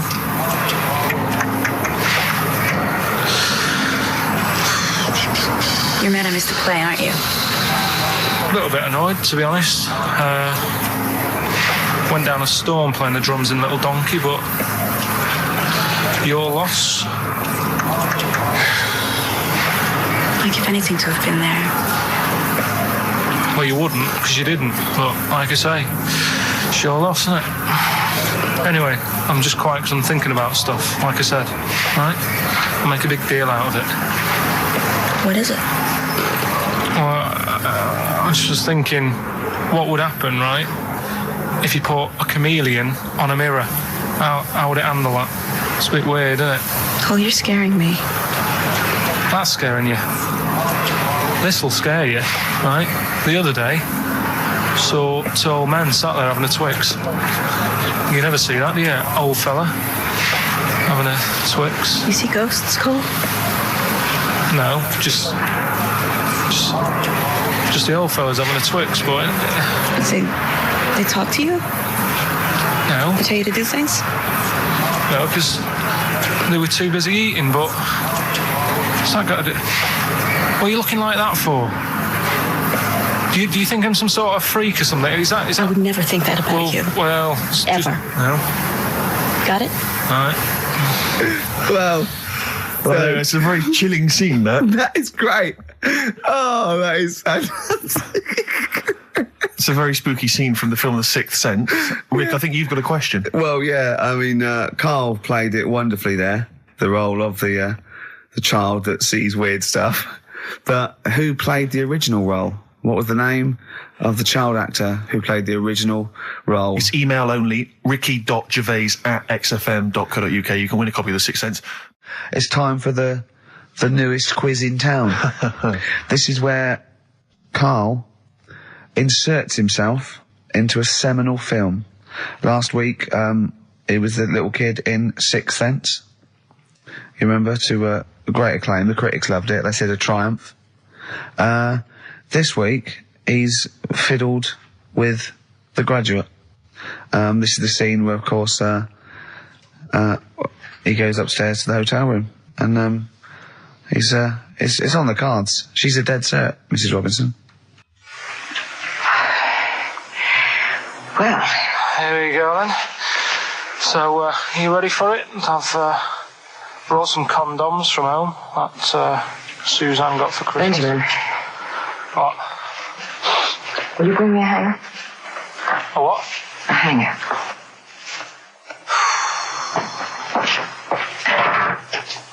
Tell you what, I've got wood. What? Just saying, I've got wood. I've got metal ones as well. What sort do you want? Either one would be fine. All right. There you go.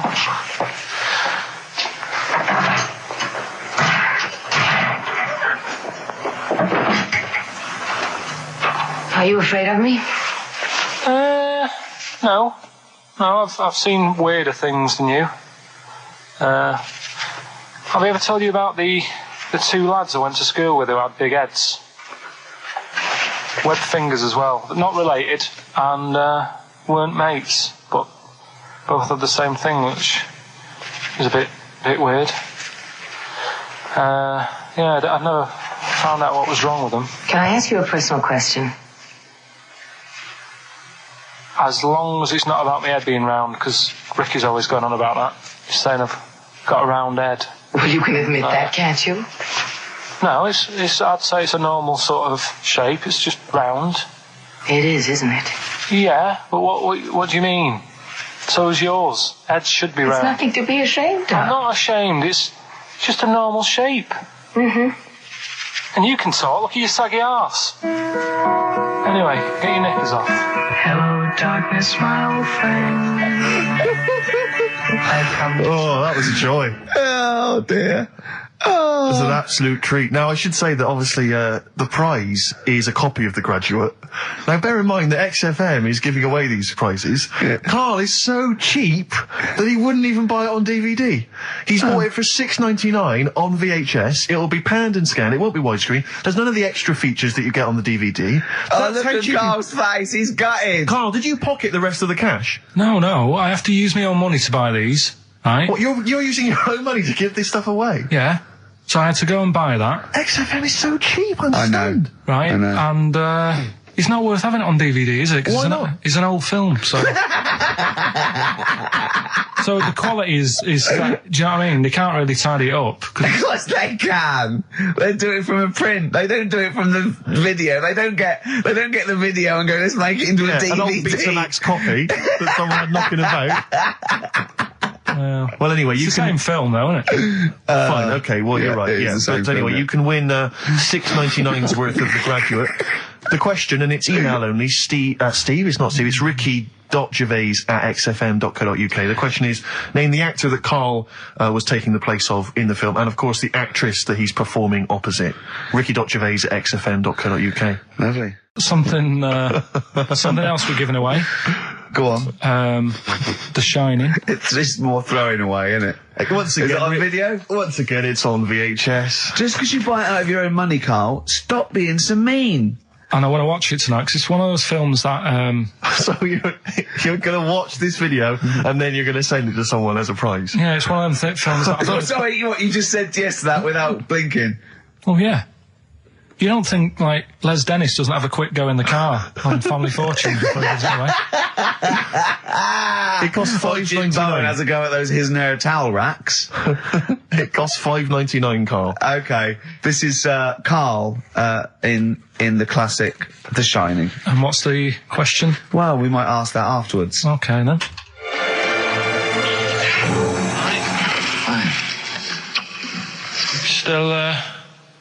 Still trying to write the book, then? Yeah? Yes. Good. Funny, someone told me the other day, weird thing about a typewriter, the top row of letters, the longest word you can write is typewriter. I'll just show you. That's weird, isn't it? It's just the typewriter being... You're not in the mood, are you? You're in one of those grouchy moods again, that you get into when you're writing. I'm not being grouchy. I just want to finish my work. Yeah, it's just being a bit funny, a bit offhand and that. Let me explain something to you. Go on. Whenever you come in here and interrupt me, you're breaking my concentration. You're distracting me. And it will then take me time to get back to where I was. Understand? Yeah, but I just was coming in to try and cheer you up, if you... I mean, I'm full of ideas as well, if you're having a problem coming up with stuff. Got loads of ideas you could write about. The other day I read about this airy Chinese kid. What do you want me to do about it? No, it's just that it could make a good book. Do you know what I mean? Sort of following round. That's swell. Well, I'd buy it. But if you don't want to know, don't bother doing it. But, do you know what I mean? It's just airy Chinese kid. It's weird because they're not normally that airy over there. Yeah, this kid cakes in it. But if you don't care... I wouldn't touch one hair on his goddamn little head. You won't have to touch any hair on his head. Like I say, he's covered. Leave the head alone if you want. Touch his hands. He's totally... covered in it, but... I love the little son of a bitch. Well, don't go that far. You haven't met him, but I can sort it out. I'd do anything for him. I don't think he'd expect that much. Just take him to the barbers 3 or 4 times a week. He's a good little kid. In fact, I'll do it. I think I'll write a book on him. Yeah? How do you think you can handle that? Yeah. You're not too busy, are you? Well, yeah, I'm pretty busy. I've got to sort out some monkey facts for the show this Saturday, but I reckon I can still... Why don't you start right now and get out of here? All right. I will. If you're going to be like that. Couldn't borrow a pen, could I? See you later. There you go. Haunting stuff there. Karl Pilkington in The Shining. You know, in the film, Jack Nicholson goes crazy because the suggestion is he's maybe possessed by demons that maybe are in the hotel. But, you know, if I was stranded in a desolate hotel, removed from all human contact with Karl, I'd go mental with an axe without being possessed by demons. That's more chilling to me, trying to get some work done and you keep wandering in. I'm trying to get Karl to spend a couple of days in the caravan with me, just for the head of it, and he won't. I've offered him money, won't I? I think it'd be a great laugh, wouldn't it, Karl? Oh yeah, great. That would be terrifying. No, I want to film it. I just want to film it. Like a little video diary. There's Karl there, he's just waking up. Well, if I was stranded in that would be like being... I may as well be with Freddy Krueger and Jason Voorhees. That's more scary. The thing is, Ricky doesn't mess you about as much as he messes me about. No, you see, you've given him an inch. You've given him an inch and he's taken a yard. 12:30 you got in today. In 30 minutes between 12:30 and 1. The old bin lid on the head. He wanted to do that again. Yep. Squeezing my head, think he had a go at. And karate chop on the back of the neck. Yeah. All in 30 minutes. Yeah. Who else can say that? Who else can say that? Who else can say? What do you mean? Anyway, have we got a question then? Yeah, to win a copy of, I'm so embarrassed to say it, The Shining on VHS is worth $5.99 and it will have already been watched by Karl Pilkington, probably not even rewound. Yeah, to win that. And a little bit of tripe and cow eels where it just slipped into his dinner. A barm cake outside. As he was reading the back of the box trying to figure out what was going on. The ingredients. What about this, right? Here's a question. I've got a question. No, go on. No, I want to hear Karl's first. Okay. No, it's about the film. Because when I was whizzing through it, I saw something and thought, oh, that's good. The kid who's in it, he was writing something on the back of a door with lipstick. What was it? Well, that's a tricky question. I can't remember. Nor can I. Right. So the kid in it was writing something on the back of the door. Is that going to be too hard for anyone? Let's see if... I mean, I wouldn't be surprised if there's somebody... Right, the phones are going, so it might be. Yeah, but this is email, isn't it? All right, Ricky.Gervais at xfm.co.uk. What was being scrawled on the back of a door by the little kid in The Shining? Be honest, if you know that, it means you've probably already got it and you've watched it about 8 times. Yeah. Fair enough, though. All right. Right, we've got to give away another prize. Yes, you lucky people. For those of you that haven't seen it and do not have the requisite £4.99 to buy it yourselves, you can win on VHS cassette, panned and scanned. Billy Elliot, the special edition, includes bonus documentary, The Billy Elliot Boy. Oh, and, I'd like to see how they really sort of made that film. Exactly. Well, it's the hit film Billy Elliot, and you can win that on VHS. Because, Karl, I assume you have included yourself in an excerpt from the movie. Taken a scene from the film. Who do you play, Billy? I'm playing the part of Billy. Brilliant. And we'll have a question at the end of it. Come on. Brilliant. 2, 3-part of all way and go. Alright. Just been down the valley. So you don't know where you... What are you looking like that for? What's wrong with Bally? What's wrong with Bally? Yeah, well, what's wrong with it? It keeps you fit and that. What do you think, Auntie Nora? You think about me doing ballet? I used to go to ballet. There you go. She used to go to ballet. Used to say I could have been a professional dancer if I'd had the training. Bet you were pretty good, weren't you? Wasn't the time you had wind for 5 minutes, was it? But you well glided across. Well, you just shut up! What's wrong with ballet, anyway? For girls. Not for lads, Billy. Lads do football or... Well, I've done that, yeah. Boxing or... Did that for a couple of weeks, so... Wrestling? Wrestling? Yeah, wrestling, yeah.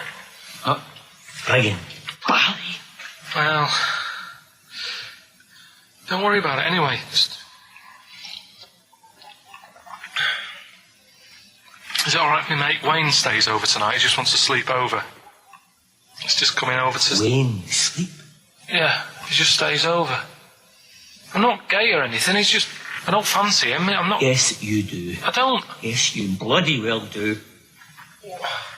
What? Just because I want my mate Wayne to sleep over and I've started doing ballet, that turns me into a gay man, does it?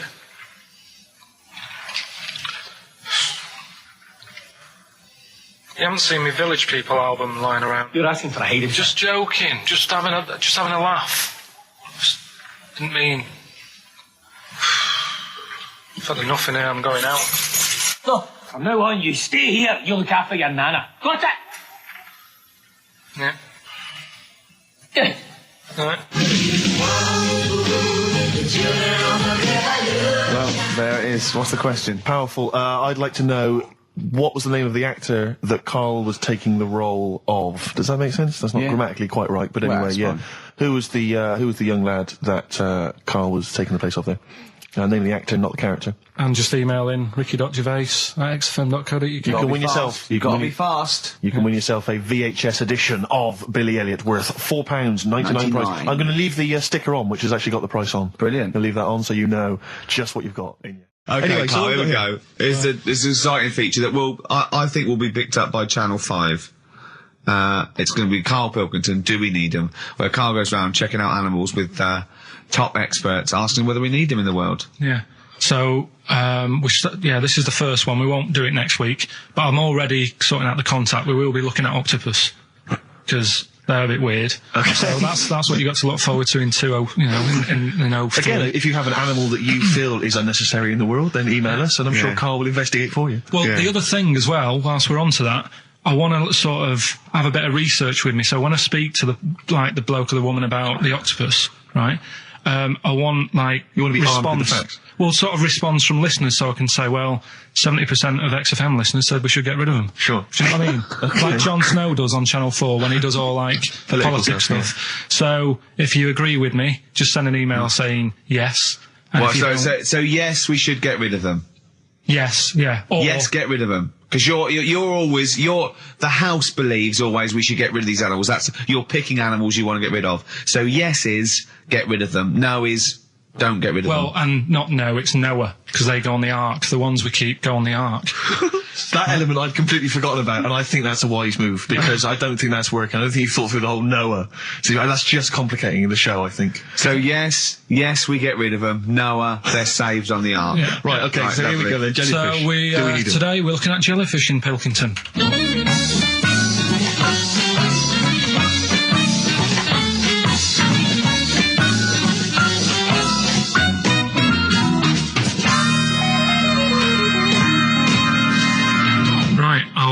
I'm talking to Vicky, who works in an aquarium in Anglesey, isn't it? Yes, it is, yes. Right, brilliant. Today we want to find out if we really need jellyfish. I've got a bit of a problem with them anyway, because I've been stung by one, and I've done a little bit of research into them, so I'll tell you what I know about them. Okay. You might learn some stuff from me. Oh, you never know. And if I'm talking nonsense, just tell me. Absolutely. Yeah. Right, so first of all, they don't have eyes, do they? No, they don't. Right, no. So I'm right with that. No lungs. No lungs. They haven't got a heart. No hearts, heartless. And they're made up of like 97% water. Yes, they are. So they're pretty useless, really. Well, they have got a nervous system. They're actually about 650 million years old. So they've evolved and they've outlived the dinosaurs, and they're even older than the sharks. And they can even outfox us, because NASA scientists have worked with them to try and work out how they operate in weightlessness, and they still don't know how they do that. Took them into space actually to figure out how they did that. Seems like a bit of a waste of money, but do you know Port Maddock? I used to go there a lot for my holidays, and there used to be a load of them washed up on the beach. People on motorbikes used to go over them and stuff. Yeah. Well, we get the moon jellyfish. That's the ones with they've got pink bits in the middle. Yeah, that's their reproductive bodies. I think that was them. I think they're the ones that went over on the bike because you could see pink bits. What do they do? If the jellyfish went, would we have a problem on our hands, do you think? Okay. You might have a bit of a knock-on effect, because things like turtles eat jellyfish. Yeah, but do we need turtles? Well, don't forget that when you take out something from the marine system, something normally feeds on. I mean, they're not just there for the fun of it. Something either feeds on it or feeds on what they excrete. What you're saying is they exist to sort of feed others and also to eat some stuff that's. Well, in the yeah, sea. they control the population of other fish and species that might otherwise be a problem. Okay, well, let's kind of wrap this up, right? The question that I'm asking today is, do we need them? Say if Noah had his ark, right? You've swum and got on the boat. You're all right. You're safe. He's going to keep you to sort of populate the world as well, right? So it's you and him. He's not a bad-looking fella, so you're happy. Yeah. He says to you, Vicky, do we need him? Absolutely.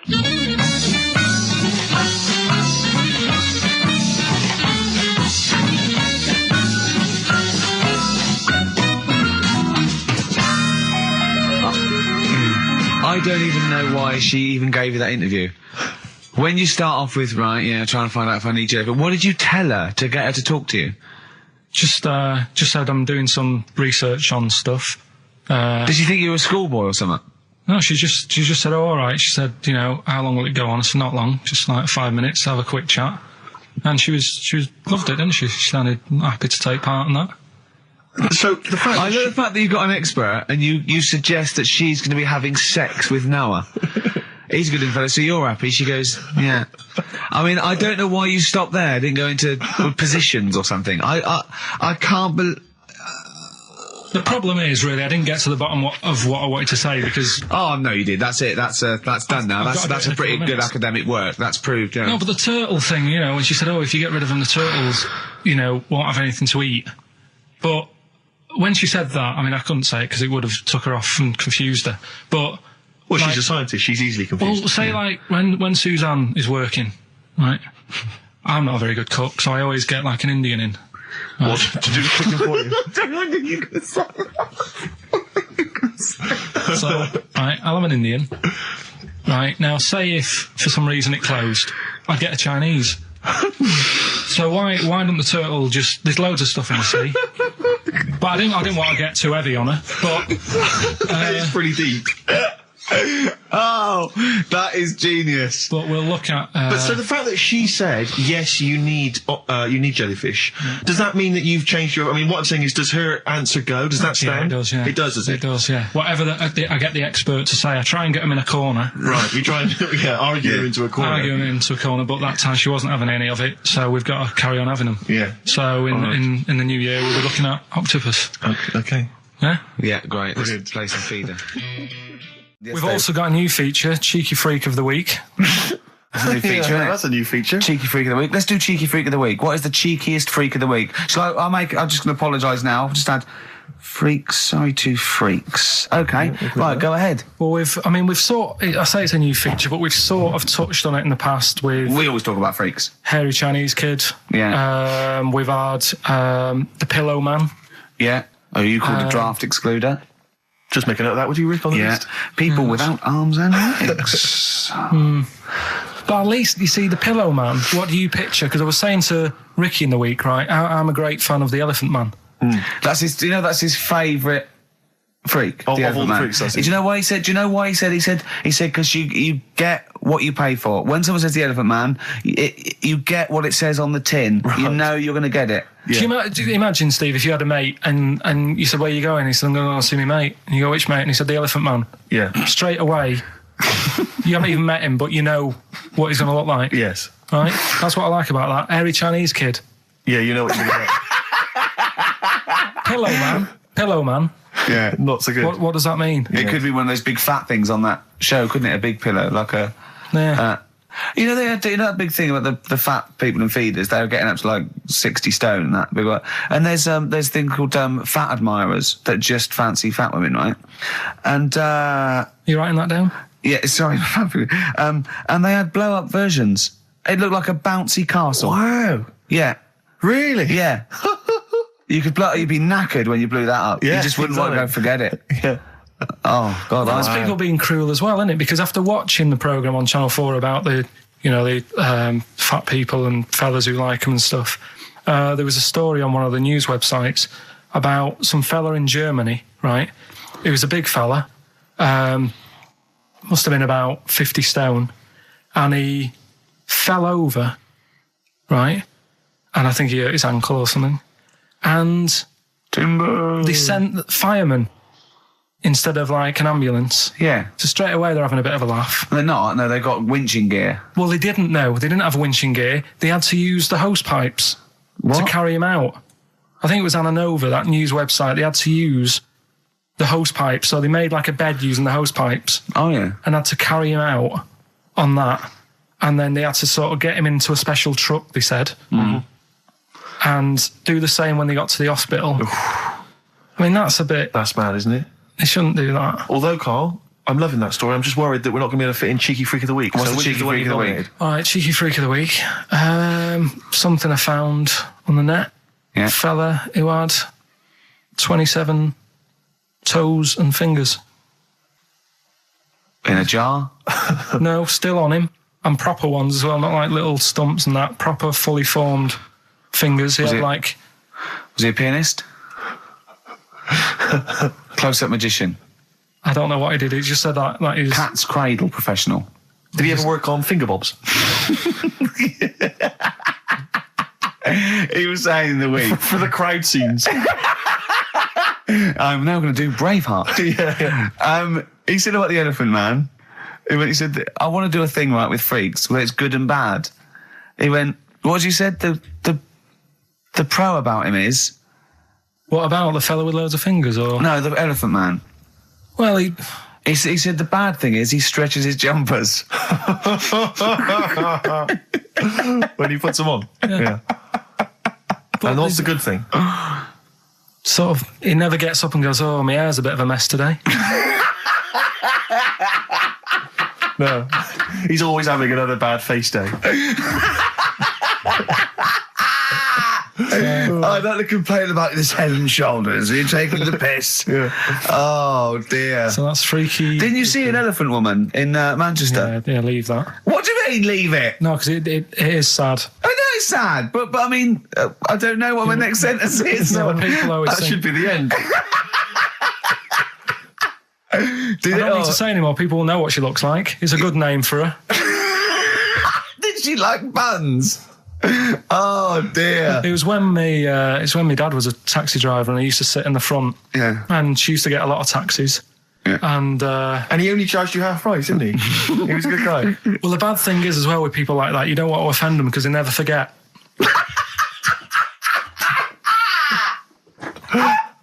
Oh, Carl!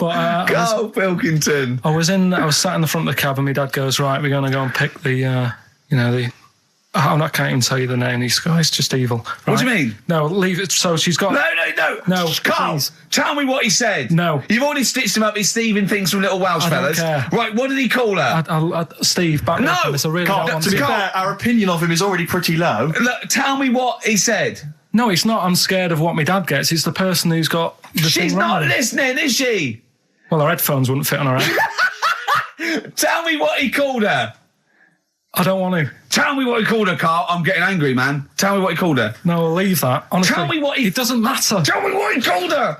Carl, just... I'm going to go... Seriously, I want to know what he called her. Right, you're not going to stop this show. We're not doing the next show until you tell me what he called her. What did your father call the elephant head woman? Tell me. Spudhead. How old were you? I don't know, about 9. So did you expect to see a potato with a dress? He did sort of, again, it's a good name. Do you know what I mean? I had an idea of what it was going to be about, and he said, do you want to stay in the car, I'll take you home, because you can't... Spudheads, you got lovely eyes. Can't. Come on, man. That's it, by the way. Is that all of it? Cheers. Bye. Brilliant. Well, let's end with LL Cool J. Yeah. See you next week. Last night we were sat in the pub and I was saying, right, let's not even worry about new features then. Let's get the current ones, going. Like getting what? Good. Like the one that I was trying to work out, the Cheeky Freak of the Week. Think of that! Yeah, but Think of that, though, as a normal conversation. Yeah, I'd looked online, right? I didn't find that much. I found... actually, I'll tell you what I found later. Brilliant. We're looking for them, right? And then at one point, I think you said to me, go and, you know, what about the Guinness Book of Records? Yeah, you know, they'll have, like, the best freak in the world or whatever. Yeah, ever. So I said, yeah, bring one in. Now, you've got one at home. Yeah, I got a couple. But you couldn't be bothered carrying that in today, so I had to go out of the pub that I was at. Yeah. Nip into Borders. Yeah. Buy a Guinness Book of Records. Yeah. Out of my own money, $18.99. Yeah. Bring it back, and then you said, I don't know if I want to do this feature. So it cost me 20 quid for that. I had to buy a video for Silence of the Lambs film clip. I'm actually out of pocket at the end of this. Just looking through the Guinness Book. That's still the funniest thing, isn't it? Squeaking at someone when they got a cup of tea. Right. There are a lot of what strike me as seemingly pointless feats. The Guinness Book of Records is right. The Guinness Book of Records is great. I used to love it as a kid. I've had about 10 copies in my life. The last one I bought a couple of years ago, present. It was really good. I love it. I love the real records: tallest, fattest, thinnest, best, fastest, most expensive, biggest, all that. But the ones that really annoy me are the ones that. The reason these people are in there for it are the only people that tried. What? Yeah. Balancing the milk bottle on your head. Most watches eaten. I just found that one. Kim Sung-do from South Korea ate 5 watches, the entire watch with the exception of the wristband, in a time of 1 hour 34 minutes. What do you make of that, Carl? Made him regular. Come on. How did they time him? Most live rattlesnakes held in the mouth. 8 live rattlesnakes held by, it just says an idiot. Yeah, this gives you an idea, Carl. Talking of idiots. Do you want to get into Guinness Book of Records? No. Carl, come on, that'd be brilliant. There's things in there that are just absolutely anyone could do. Like that one in Big Brother, I was watching it, and it was balancing sugar lumps. I want to go. How many people try that? There's schools around Britain going, listen, we've got to get in the Sugar Lump Award. It's grassroots level. There's not enough kids balancing sugar lumps. How can we compete in the world market? I was looking at it last night, and there was one about the farthest that a dog swam. I think it was something like 9 miles, but it had no choice, did it? Do you know what I mean? He took it out to the Atlantic or something, and so it didn't want to do it. Threw it in the water. Yeah. So it's not all right to put it in a bin bag and chuck it in a canal, but, it's for a world record. Yeah. 9 miles it did. Oh, God. Possible ones that you could do, Carl. What's the most Forrest Gumps fitted in one wheelie bin? What about this one for you, Carl? The record stands at the moment for most arrows caught by hand, but that's quite tricky. So what about most arrows caught by head? Yeah. And you would just fire arrows at your head? They wouldn't, it would just skim off him. Do you think so? Yeah, the roundness, it would never actually get any sort of, connection. Fastest human crab. Could you do that? I'll do that. Can you form the crab? Can you do that? What's that? It's just like bending over backwards and running. Do that. No? Right, what about... what would you be good at? What about hamburger stuffing? Oh, right, Carl. Alright. In the mouth, you mean? Well, it says the record for stuffing the most regulation-sized hamburgers, including buns, in the mouth at one time is how many? How many hamburgers with buns in the mouth? So this is just... You're not swallowing anything, you've just got stuff in your mouth. You'd be so good at this because your shape of your head. You've got a shape... His head's just like Hamburglar. You'd be good at this, man. Yeah. Honestly, you'd be perfect. You look like Zippy. And the great thing is your head's empty, so you could get more in there. Do you know what I mean? This guy had a brain to contend with. Do that. What is it? Is it possible? Is it mental? How many do you think it was? There were 3 burgers in buns. What do you reckon, Carl? What, how quick he ate them? He didn't eat them, it's just how many he can stuff in his face. So literally hold them within his cheeks and his mouth, but don't swallow anything.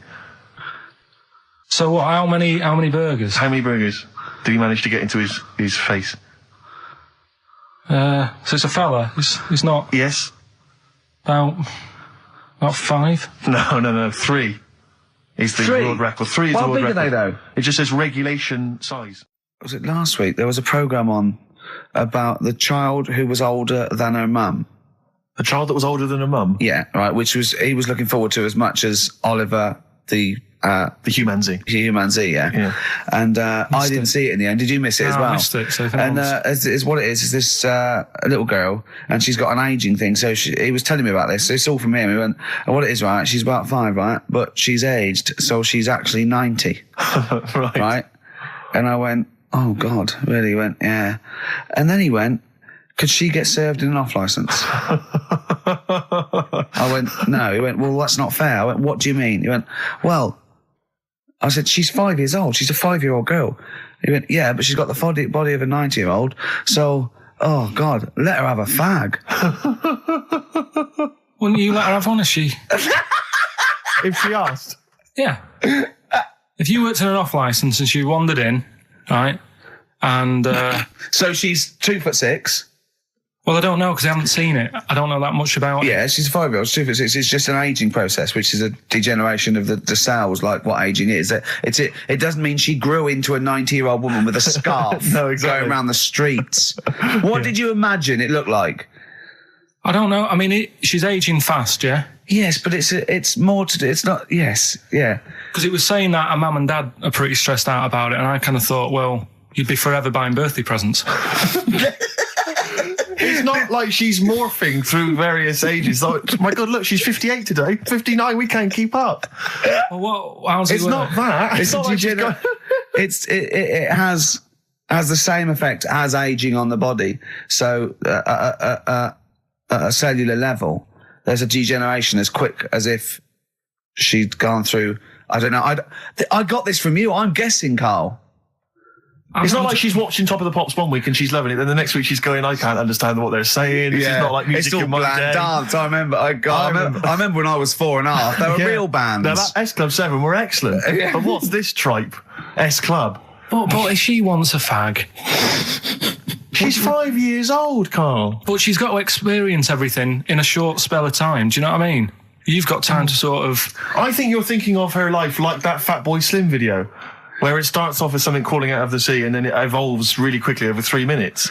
I think that's not the case, Carl. Her mind isn't... She isn't aging in her mind at the same time. No, she's not living a whole life in 3 weeks. It's just her body is degenerating quicker than it should. So if you worked in odd bins, you wouldn't serve her with a bottle of wine? No, I probably wouldn't. Well... Unless she had some ID, which That's would probably a bit cruel, be fake. isn't it? I said, well, on that, and on top of all her other problems, he wouldn't even give her a glass of... Yeah, a bottle of wine. And her ID wouldn't look right, because she's aging all the time. The photo would never match. Yeah.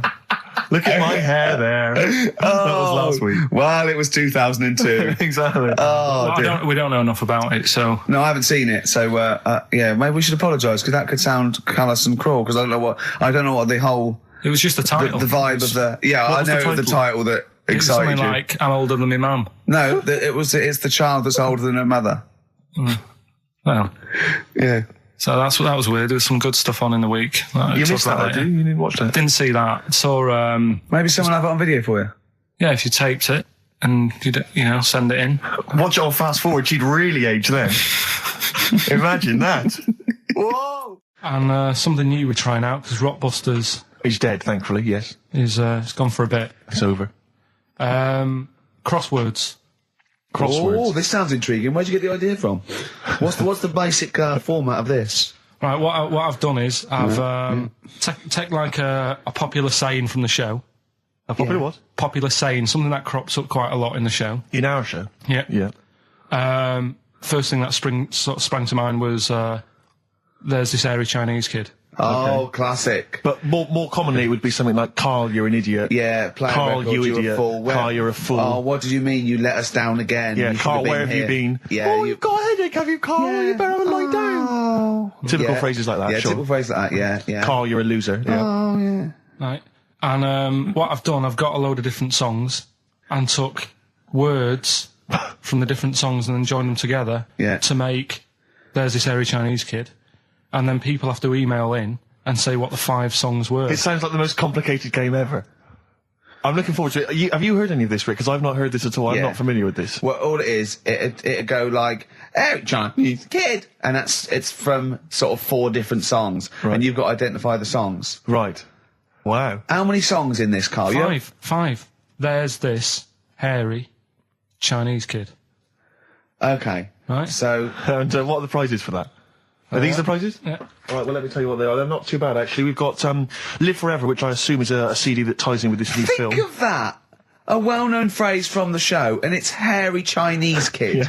What other... Where would you There hear is no that other radio show in the life? world. This is... Go on. If you've just tuned in, I mean, what are you thinking? What do you think if you've just tuned in? You're going, well-known phrase from Shaw, Hairy Chinese Kid. Oh, yeah, classic. They'll be playing that in charades this Christmas. So yeah, this is a CD that ties in with this new film Live Forever, which is all about Britpop, and so there's stuff on there from Oasis, Blur, Pulp, etc. We've also got another Red Dwarf DVD, Marion and Jeff, the first series of that, excellent. That's on VHS, sadly, but never mind. And also the very best of Led Zeppelin, a 2 CD set there with all the classics on. So that's not bad prizes, actually. Carl, you've done yourself proud. We've upped it. We're getting serious now. We're playing in the, the bigger league. We've upped the stakes. And we want Heat Magazine not to, lose touch with us just because Rockbusters is gone. Yeah. I think they're still behind us. So we've got film. You appear in a film. We've got crosswords. How is that to do with the crossword? Because I've got words and sort of cross them. Okay. Right, you don't really cross them. But, good. So words. We're playing a game called Words. Word Song. Hello and welcome to Word Song. And obviously I imagine there'll be some more great music. The Thrills, One Horse Town on XFM 104.9, Ricky Gervais, Steve Merchant and Karl Pilkington. Now, Karl Pilkington is getting ready. It's the start of a new strand in the show, a new quiz, a new competition to replace Rockbusters. Now, that's quite a tall order, but what have you done? Right, like I said, if you've only just tuned in, what it is, I've took, and I'll be taking, a well-known saying every week from the show, something that crops up a lot. First one that sprang to mind was... There's a little gay fella standing next to me in the urinal? That's next week. Okay. This week, there's this airy Chinese kid, right? Yeah. That crops up quite a lot. Sweeping the nation. Right. So what I've done, I've got 5 songs. Yeah. And I've edited them together to make that saying. You've got words... from songs where any part of that sentence occurs to recreate it. Yeah. Now, what do they need to do? Do they need to say what the song is? Just the 5 songs? I mean, I was going to say song and artist, but if you want, just a song. So there's 5 things there, and if someone doesn't get all 5, it's still worth emailing in because we might give it to the one who's got the most, and then... Yeah. Can I suggest we go for artist rather than song? Only because sometimes it's quite tricky to get a song title. Sometimes it's very odd, or it's not quite what you think it is. So maybe artist is an easier one. Are you happy with that, Carl? It's your competition. I mean, Steve always does this whenever I come up with an idea. Oh yeah. I'm just trying to make sure it's just the best it can be, Carl. Yeah, no, he came up with a few game shows, and Steve was going, "No, it's no good." And Carl said to me, he said, "It's the one of The Office ever got on telly." Yeah, but. Well, we shall see how Cheapest Chimps plays out, but frankly, the fact that you said to me, Steve, I've come up with the best game show ever, it's called Cheapest Chimps, what's the idea? I don't know, I just like the name. It's something to do with chimps. I thought, well, I'm not sure that's the best game show ever. And what was the other one you came up with that you told me about? I think a few people will be disagreeing with him, Carl. I think people will say that Cheapest Chimps could be the best game show ever. When I was in school, people like you, I really didn't like. You're a stirrer, Gervais. He flits, doesn't he, from one side to the next, Carl. The one thing, we may argue, mate, but at least we're consistent. Ricky Gervais flipping from one side to the other. One day he's on Carl's side. When was the last time Steve wrestled you to the ground and got you in a leg clamp? No, you're right. Never. What, is that supposed to be a good thing? Well, did you see us? Yeah, I saw you struggling in Carl's office earlier. He was punching my legs to release me. We were on the floor. And I was squeezing him with my mighty legs, wasn't I, Carl? Right. It was like, I imagine that's what a crab feels like when an octopus has got it. We were playing that, weren't we? So anyway... So, I'll play you this clip now. It's 10 seconds long. We'll play it a couple of times because you'll need to take it in. Mm-hmm. So here it is then. What are we saying? We're saying artists? Let's go with artists. Artists. So email in ricky.gervais@xfm.co.uk. Name the 5 artists it has taken to make up the saying, "There's this airy Chinese kid." Give that email address again. ricky.gervais@xfm.co.uk. There's this airy Chinese kid. Here we go.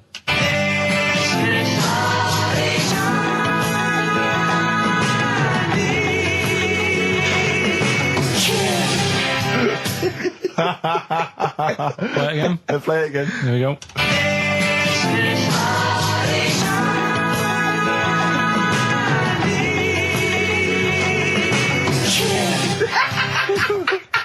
I think you better play it once more. Oh, I've got them. Have you got them all? Yeah. That's nice work. Here we go.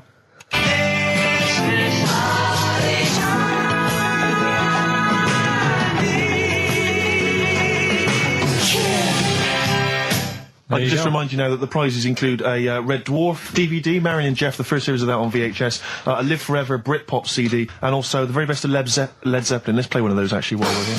Brilliant rock and roll. One of the prizes on Karl's competition this week is the very best Led Zeppelin. That's obviously rock and roll. We've also got a Live Forever Britpop CD, Marion and Jeff, and Red Dwarf. And should we play it again? So people There's have got this another hairy chance? Chinese kid. Who are the artists? Here we go.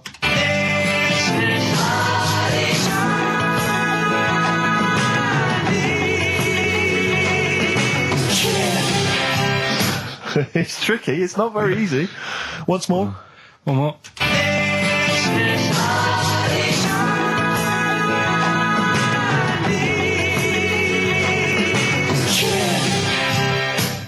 Well, there you go. Ricky.Gervais at xfm.co.uk. Those prizes can be yours. Who is he and what is he to you? We have not had any successful answers on your quiz, Karl. We've had people who've got you get a when you maximum put of 4. a duck in a microwave. Yeah, yeah. Bill Withers. Nice. All right. Cheers. So I'm not talking about cheapest chimps. That's safe. That's going to run and run. Yeah, that is going to run and run. That's really got legs. I'm going to check the press Monday. I can only assume it's a Triumph. Exactly, another Pilkington Triumph. Yeah.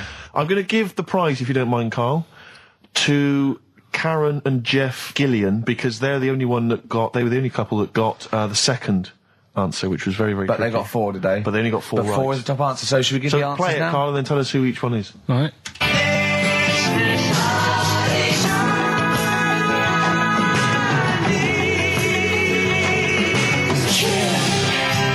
So there you go. I didn't know the second one. There's Play it this again. hairy Chinese kid. So the first one, the Lars. There she goes. That's George Harrison. No. That's Philip Bailey. And that's Deacon Blue. Right, so it was the Lars. Yeah, what's the second one? Strokes. That was very tricky. That is hard. George Harrison for Airy, that's all I could get. It was Ari. Ari Krishna, yeah. But no.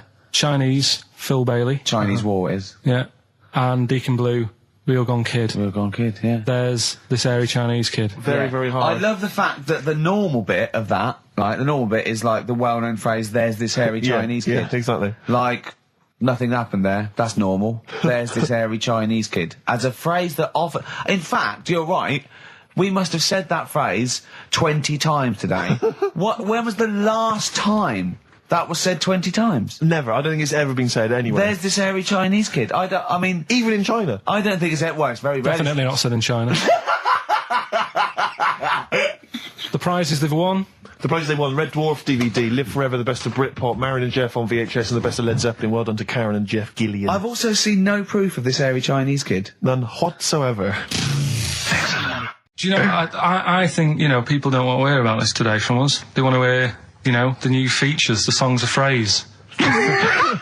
What songs of phrase? It's the feature we started last week, where we take clips of songs, we make up a phrase from the show. I mean, a famous phrase, last week's world famous phrase was, there's this hairy Chinese kid, you'll remember. Yes. Well, it was called Crosswords last week, but Phil emailed in a good suggestion, said call it Songs of Phrase. Brilliant. Songs of phrase. Songs of phrase, but perfect. So are we still going with Cheapest Chimps? We're persevering with that, aren't we? Got some Cheapest Chimps lined up. We'll be doing that before 3 o'clock. Yeah. Great. Again, who else can say that?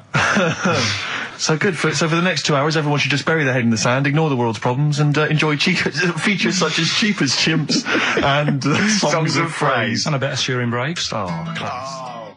Trying to stop suddenly in Italy. TB. Turing brakes. It's like a Rockbuster, Karl. They were the good old days. I know, yeah. Painkiller on XFM 104.9. But look, Rockbusters is gone. Forget Rockbusters. Long live Songs of Phrase. Over to you, Karl. All right, well... Rockbusters was one of the things they were protesting about last time. that was why I just had to listen to them. They just kept stopping me in the street as I was trying to get to the tube. You've got to stop Rockbusters, it's run out of steam, they said, and I'm glad. Yeah. That's why they always do it on a Saturday. Yeah. They make their way to Leicester Square for 3 o'clock. Yeah. Right. Songs of Phrase. What it is... Songs of Phrase. We take a phrase from the show. Last week, it was, there's this hairy Chinese kid, right? Today, we're going back to the good old line of, you never see an old man eating a Twix. Sure. Right? How long is that? No, you'll never see an old man eating a Twix. You'll never see an old man eating a Twix. It's not as many as you think, though. It's not that many. Well, how is it not that many? Right, well, first of all, anyway, don't worry about that. I think there's about 5, I think. Hang on a minute. Oh, God. Why do we leave him alone to do this, I don't Steve? understand. Do you know what I mean? He always, it's like, I'll tell you what, we were flying then. 6 different songs. 6 different songs. That's a lot to get, Carl. But what happened is, I couldn't find a song with Twix, so we've changed the chocolate. Oh, this is rubbish. We're not doing it. We're not doing it. No, you've got to be punished. We're not doing this. Do it next no, time. you'll like it. No, shut up, Carl. No, just no. We're He's not put a doing lot it. of effort in. So what? You're right. He's got to do it right. He's got to do it right. No. There's too many. We said too many. It's not. He's changed the thing. It's not a one-off. It's ridiculous. No, it's if absolutely only, pointless. Rick, if only his parents had spoken like that to him sometimes in the past, Do you know maybe what I mean? we wouldn't be Right. having this discussion You're not now. doing it. Come on. No. We're not doing it, Steve. What do you think? I'll tell you, we've got the prizes, but Yeah. I'm not even going to bother giving. I'm not even going to bother. I think we'll just share them out amongst homeless. Absolutely. No. There's troubles in the world, and I'm not going to let you faff around doing nonsense like that. No, well, it's ridiculous. Well, let's do it for No, next let's week. play a beautiful song. What do you think? I'd love to hear a great song. Yeah, the times they are changing. We've said that. Look at Rick, Mother I'm beginning to wonder Nature if it's on the run. Look at Mother Nature on the run, Steve. Yeah. Play it. So we're not doing... No. It's your own fault. Now, Carl, the big question, as we know at the moment, is whether we're going to let you do songs of phrase or not. Rick, I should tell you now, there has been a flood of... Oh, no, there hasn't. Sorry, I was thinking there'd been a flood of emails, but it was people agreeing with you, Rick. I know Tony Blair has been trying to get through. Yeah, exactly. I'm just checking the emails now. There's absolutely nothing supporting you, So Carl. no one gives a side either way about No, well, that's not then. fair. There were a couple of phone calls, weren't there? One was a guy saying you should. I think the other one was you, Carl. Was it phoning from the kitchen? Can we do it? Can we do it? Right. No. If you don't like it, we won't do it next week. But I've made it. I don't know why you did that. We thought of lots of stuff that you could do. You chose one where you have to have 10 words and 6 songs to choose. You haven't got Twix. I don't know what you've substituted Twix for. Okay, I mean, I've got to say now, I'm going to sit on the fence, so I'm quite intrigued. Okay, right. What hear it. have you substituted Twix for? Well, I can't tell you. Of course you can. No, I can't because people have to listen to it and work out. All right, let's just hear it. Let's hear it then. No. They know what they have to know what the word is. They have to tell what the song is or the artist. I prefer just to play it. No, you've got to tell them what it is because they might not even know what word they're I think looking you should for. let's hear him out, Rick. Right. Please, Right. democracy. That's what we're fighting for. Come on. Right, you turn them up. Right, okay, I'll put the headphones on. Go on then. Right. Okay, so hang on. The phrase originally was you never see an old man eating a Twix. right, and we're trying to identify a number of songs which you've used to make up that phrase. And you email in xfm.co.uk/Ricky with as many as you can get, and whoever gets the most right can win It's some so stuff. complicated. This is It's so not. complicated. Right, here we go. I'm baffled by the email address. I couldn't figure What's that the out. email address again? xfm.co.uk/Ricky. Right. Right? And there's some link on there, is there? Yeah, that you just press and it comes through. Or Brilliant. that. Right, here we go then, right? And you'll never see an old man turn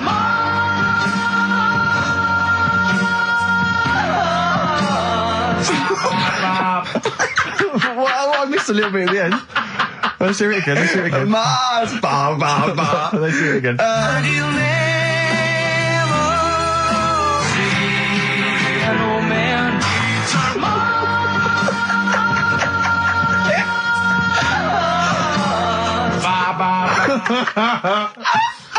Oh no. Oh God.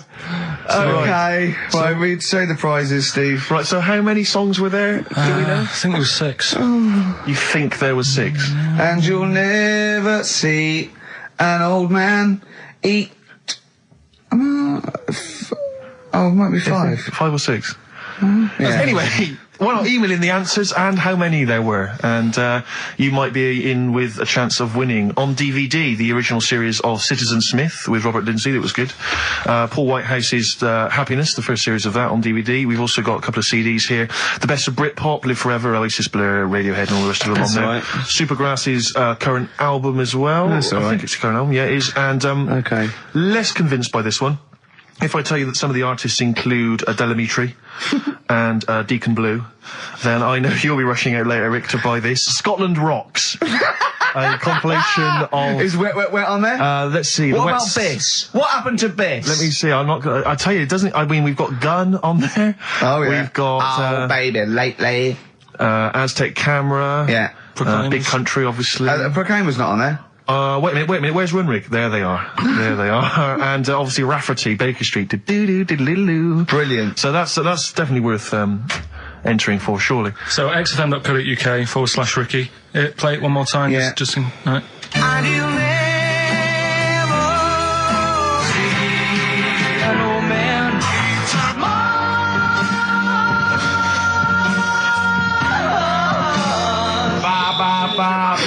Class. Pure class. Well done. Okay. Yeah. All right, let's go. Oasis, Stop Crying Your Heart Out on XFM 104.9. I'm Ricky Gervais, with me Stephen Merchant and Karl Pilkington. Karl's competition is in full swing now. I just will remind you, when playing songs of phrase and trying to guess the songs and artists, what do you want, songs or artists? I think songs is better. Yeah. All right. But that's ambiguous, isn't it, what a song title is? Where Yeah, if you I know think the it should be artist, artists, definitely. maybe the artist that cleans it up really. Yeah? Yeah. Should we do artists? Artists. Okay, you know, if they know what it is, because that'll stop any ambiguity, won't it? And don't worry if you haven't got all of them, because the winner last week didn't have all of them, but it's the closest one. I understand when you're trying to guess what's in Karl's mind, you can only get so close. Yeah. Do you know what I mean? He wants us to bring in Darren Brown. He go, because he won't be able to read my mind. And Yeah. I think he's right. I think he might be. I think he's the one person that could outwit Darren Brown. Yeah. Now, moving on, Karl. As we have to. Should we just play it very quickly? Just play again. Just if Karl's you're in case you competition? want to join in. Go on then, one more time. Here it is, songs of phrase. and you'll never see an old man turn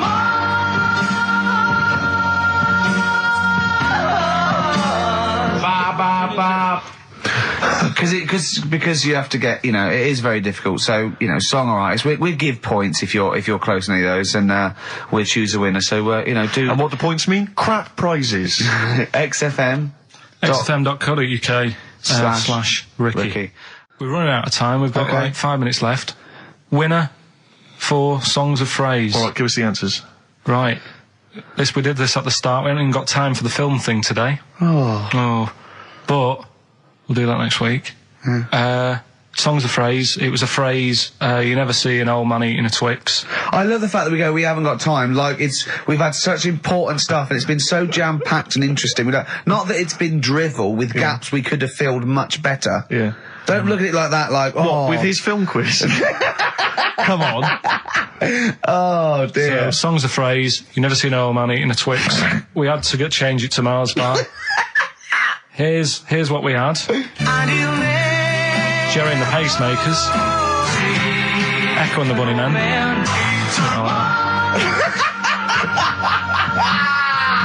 David Bowie. And the Beach Boys finished off. Oh, what do you mean? I thought that one was. What do you mean? Who's the winner? Oh, it doesn't matter. You got to give the answer. Who was that one you didn't know it was us? It was Neil Young, wasn't Jim Crochet, is it? Old Man River, it's called. Jim Crochet. Old Man River? Yeah. Jim Crochet sang Old Man River? I don't think so. What was it? Who cares? Right. Well, people... I can't believe this. Old Man River, it was. Let's give the prize to... Jim Crochet wouldn't have sung Old Man River. Well, let's give the... Paul Robeson. Let's give the prize to Mitchell Sterling, who has got some of the answers right. On XFM 104.9. How will we playing that great quiz again next week? Next week. Ricky Gervais with it on XFM Sports. And if you want to send an email, it's rickygervais.co.uk, or check out the website on XFM's All the Comms. Good night, 3:30. Coming up is Lateral Levine and Stoopy Nouns.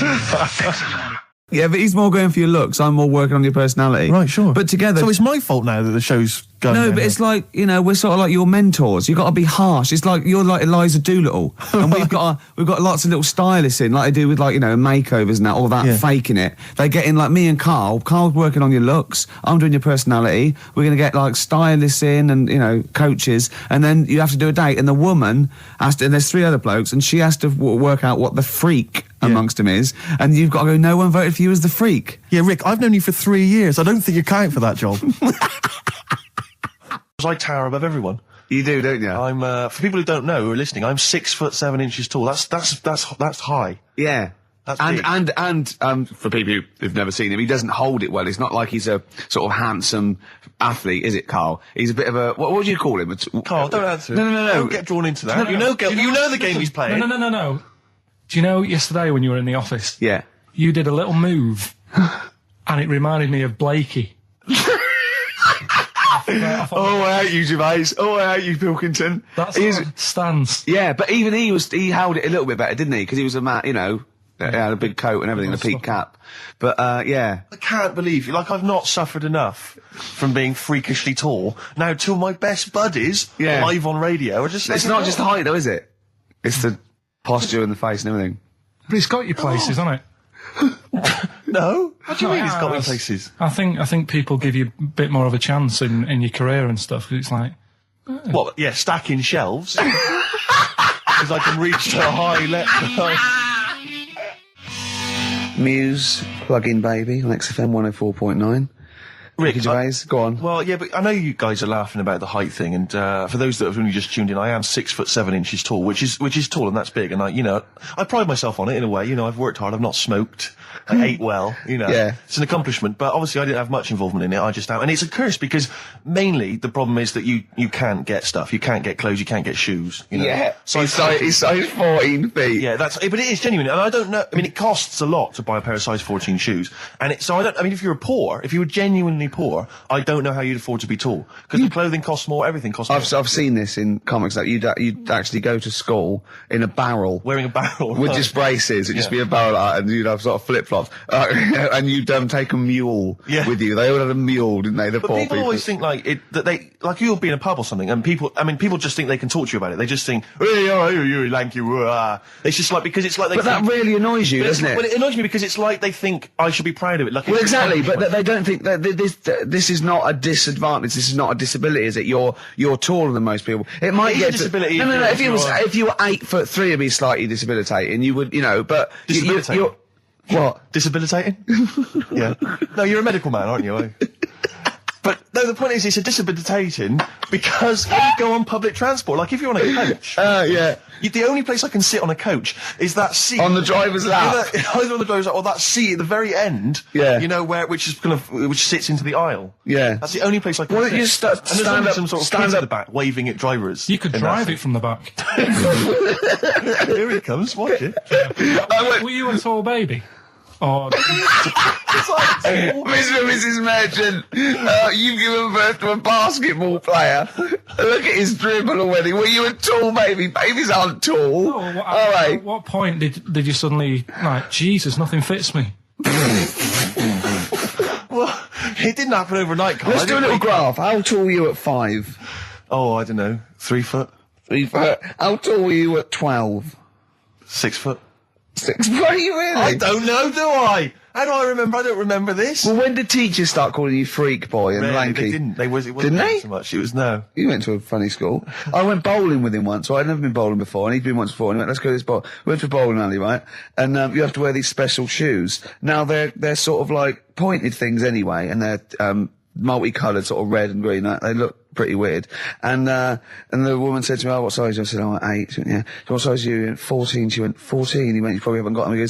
She goes, "Yeah, I think we have got one pair." And she put them on the table, and it was like Krusty the Clown. And I just started laughing. They looked so long, and he had to run round this bowling alley in these freaky clown shoes. But they don't look freaky clown like when I'm wearing them, because the rest of me's in proportion to it. It looks like a little wall bracket. One of the worst things that happened to me was when I was when I was about 16 or something. We went to Yeah. Listen, let me just tell you briefly, this is another example of how people can just exploit you and make fun of you when you're tall. Yeah. I was quite tall. I've always been about 6'7" for quite a while now. And when I was about 16, I went to a big New Year's celebration in Bristol, where I come from. And everyone kind of congregates in this big sort of part of town, and there's all people dancing around, like in Trafalgar Square. And I was there, and somehow I just picked up a balloon somewhere along the line, one of those kind of helium sort of balloons, and I was holding that, sort of dancing around. And these two girls came up to me, and I was thinking, yeah, okay, it's New Year's Eve, brilliant, that's my kind of party. Yeah. They came out, they went, hey. Once a year. And they said, you're going to be here for long? And I went, well, maybe. And they said, it's just that we've arranged to meet back at you in about an hour. I went, what do you mean? I went, well, it's just because we can see you wherever you are. Don't worry, you can move around and stuff. We'll see you with the balloon. Just arrange to meet some friends. I love that. A landmark. So, like, pilots use that. And we're just coming in. There's when we see Steve Merchant, we'll be descending to Bristol Temple Mead. What's really funny is New Year's Eve, Trafalgar Square, you got a huge column, but they use Steve as like the meeting point. Steve's got a huge column. Brilliant, Rick. Well done. Award-winning comedy from Ricky Gervais.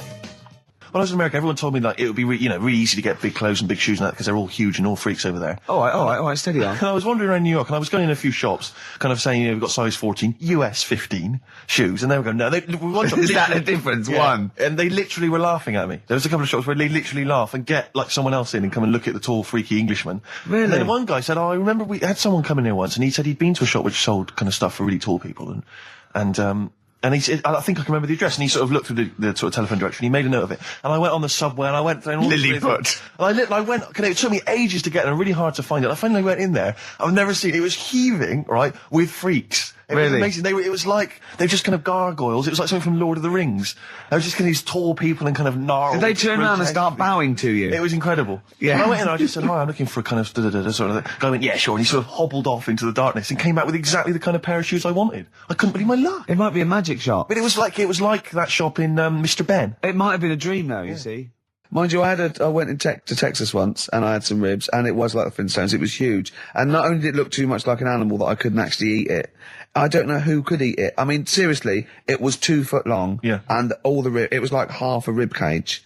And It is incredible. My friends lived in Texas for a while, and they once were in a kind of diner, and there was, those kind of benches that are attached to the table itself, like a kind of picnic bench. Yeah. And, this huge fat guy came in, he came wobbling, he ordered like this kind of everything you can eat meal, and his fat kind of sort of, His big fatty fat, and his fatted on the fat table, It wrapped itself around the table and everything. He was chowing down, and when he tried to leave, the table came up with him. Oh no. Imagine that! I mean, they are fat, aren't they? They're big people. They're huge people. But it was that thing we talked about before, that bloke on Jerry Springer Show who was like 80 stone, right?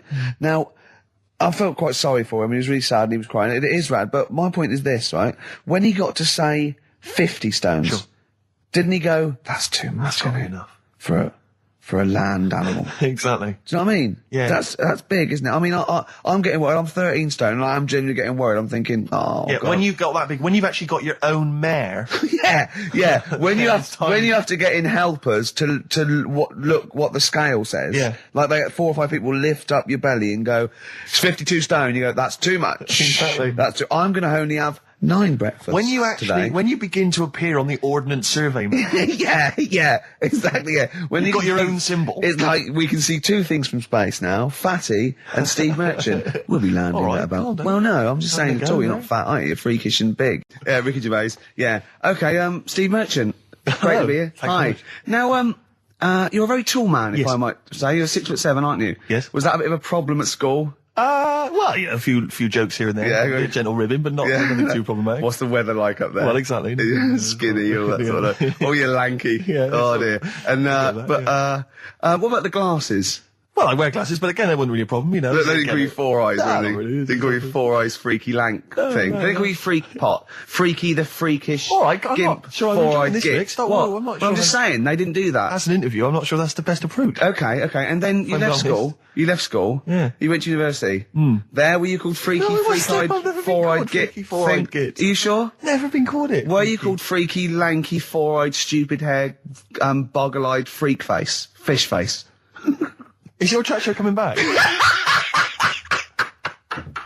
Well, no, but Roger Daltrey might not want it getting round that he gave birth to Specky. Yeah, right, actually. I see what you mean. Specky? Spotty, so I looked at you. Yeah. All right, calm down. Well, you've got nice clear skin. At least I didn't call you spotty, goggle-eyed freak boy.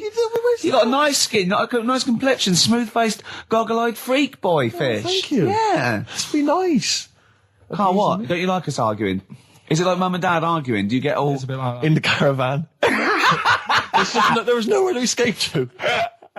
As you know, me and Steve aren't worried about being part of a trend or you know, being trendy or jumping on about. Steve particularly doesn't worry about like looking good or Well, you know. No, I'm saying no, as a compliment. He doesn't worry about walking along like that or you know. Well, I'm looking good. No. Good But I'm saying looking. you don't mind the insults, freak boy or goggle eye or. Just water off a duck's back, mate. Do you know what I mean? Or a new phrase that's been coined because of Steve's face, water off a frog's back. Who's saying that? Just a lot of your a lot of friends and that. But I mean, my friends. Yeah, a lot of the people. Can you name names or? I can't really. Make promises you can't. I can't. I can't wanna really. grass anyone up? I think it's the Kaggle. Looks good. It does look It's good. waterproof, Rick, and it's also stylish. I wear nothing underneath, so it's tight to the skin. It gets sticky in damp weather. Is that why you sort of It's rustle? sexy.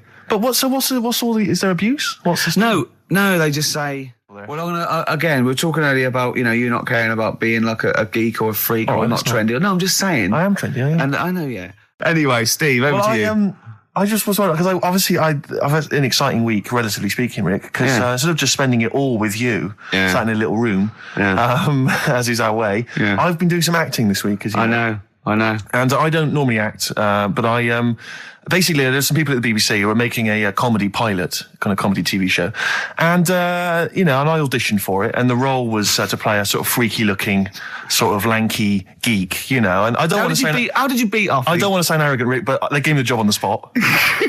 You know, so it was like, you know, obviously I'm, you know, because I'm not a bad actor, I'm not as good as Rick, but I'm, you know, What is it? It's I play a really tall guy, like a sort of. That's the part. That's the part, though, isn't it? About you've got. I'm a character who's 6'7" tall, and I'm trying to win the world's tallest man. That's it. Yeah. But there's always a man that beats me every year because he's slightly taller. But this year, I think for some reason, because I've been training, I can beat him. That's the conceit. And Sally Phillips, I don't know if you know Sally Phillips, she's a very good comedy writer and actress, and she's written it. So it was good fun, and so I went down there, and it was good and everything. It was, you know, a little trailer and everything. It was like the proper deal. It was really good.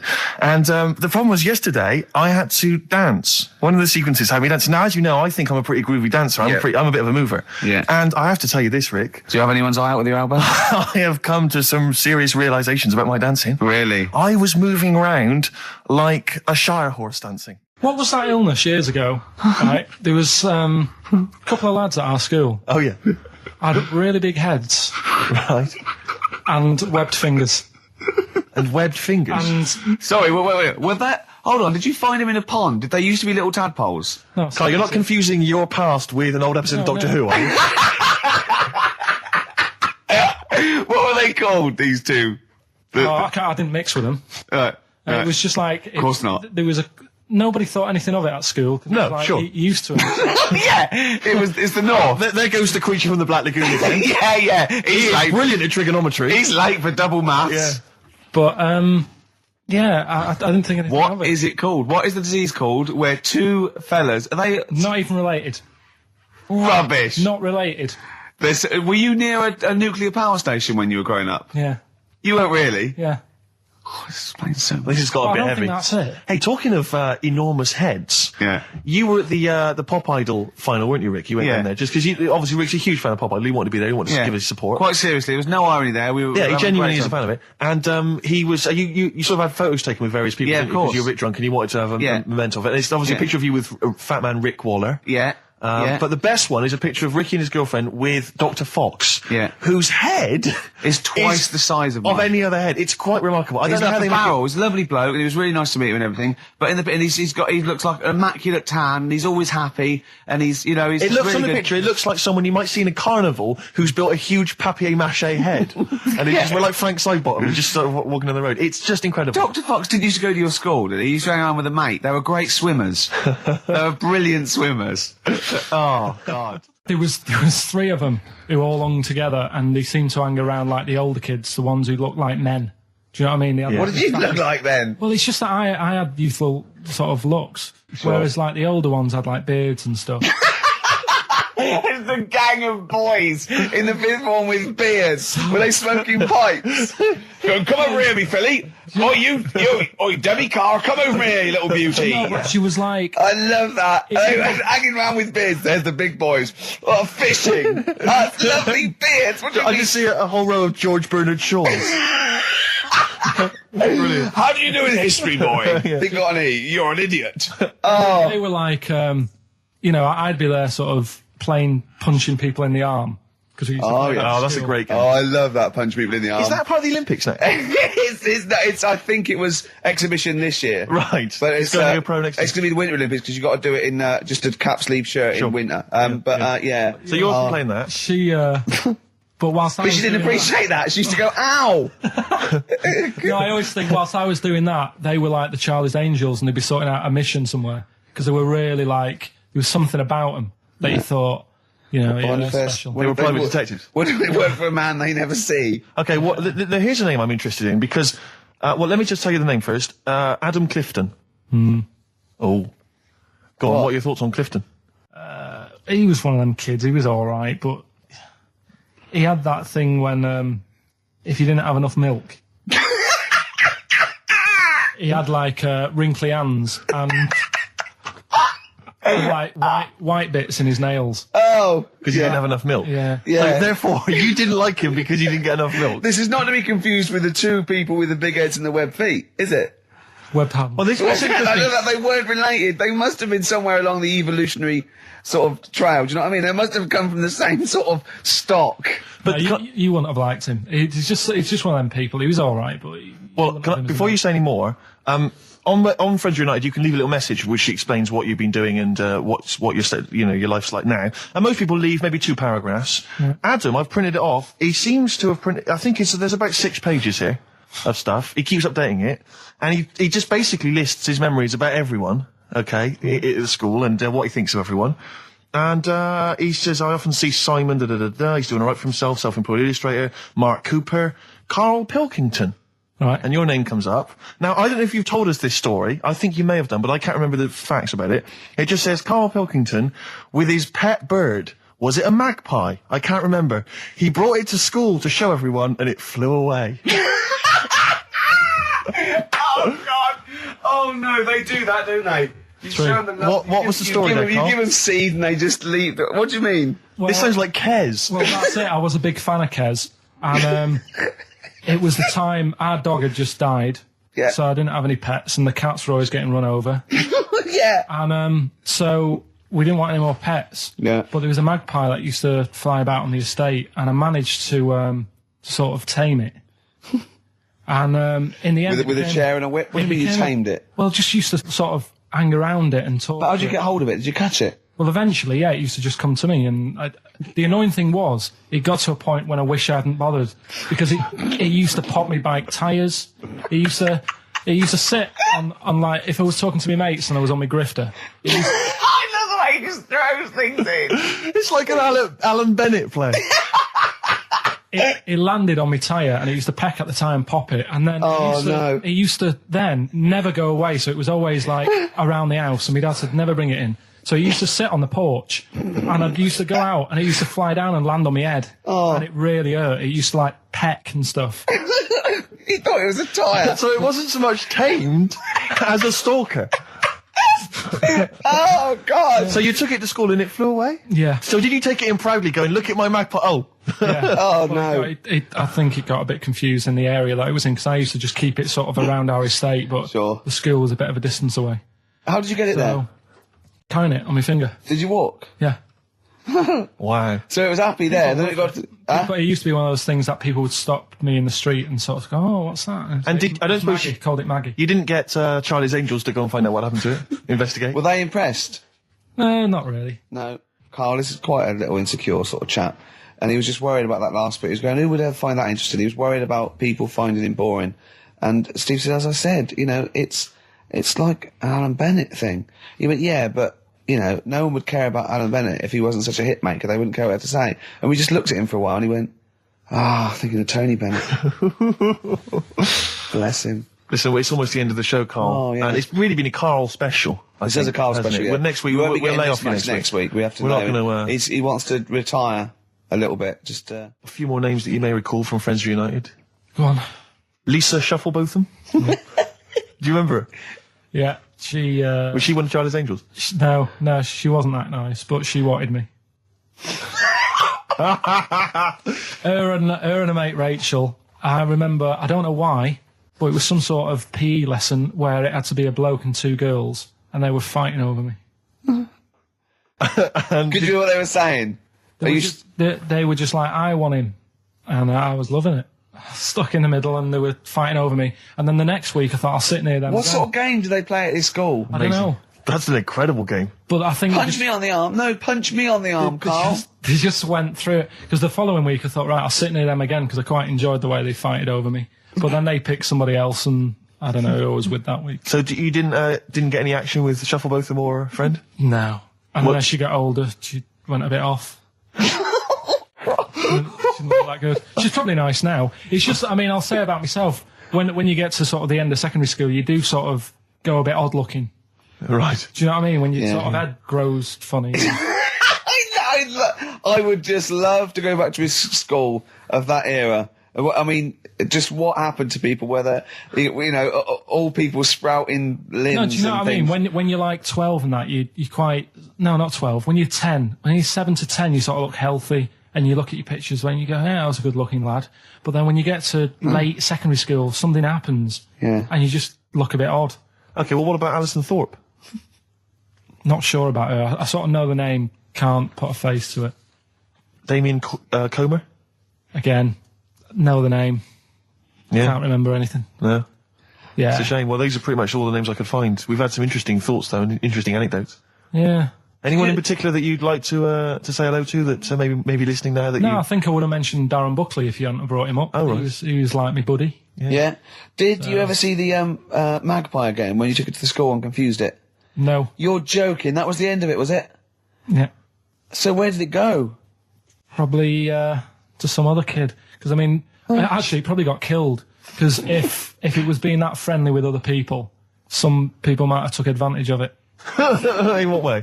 Well, there was a programme on the other week about... What, in the way that Shufflebotham was trying to take advantage of you? There was a programme on the other week about bear whisperers.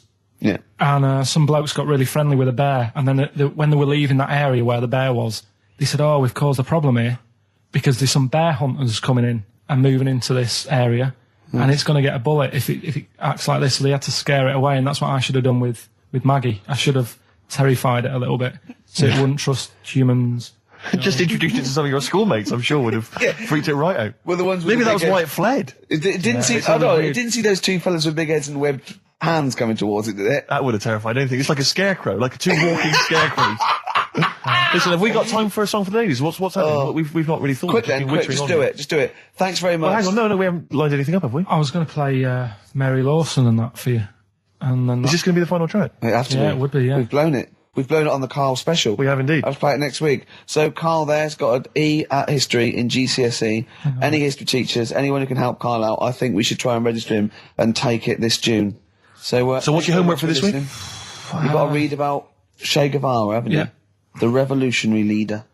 Yeah. Okay. Do you know anything about him at all? Have you got any basis? I just know that if you want to use his face on your business, it costs a lot of money.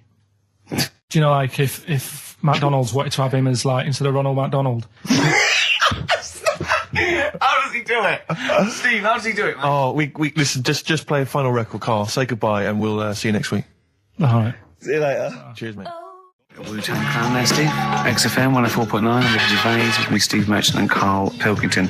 Now, I just reminded me of something else Carl's in the week. I know it's forbidden to talk to him, but I'll tell you this. He was very excited about the Friends Reunited. He was a bit nervous at first, wasn't he, last week? But then he was really getting into it.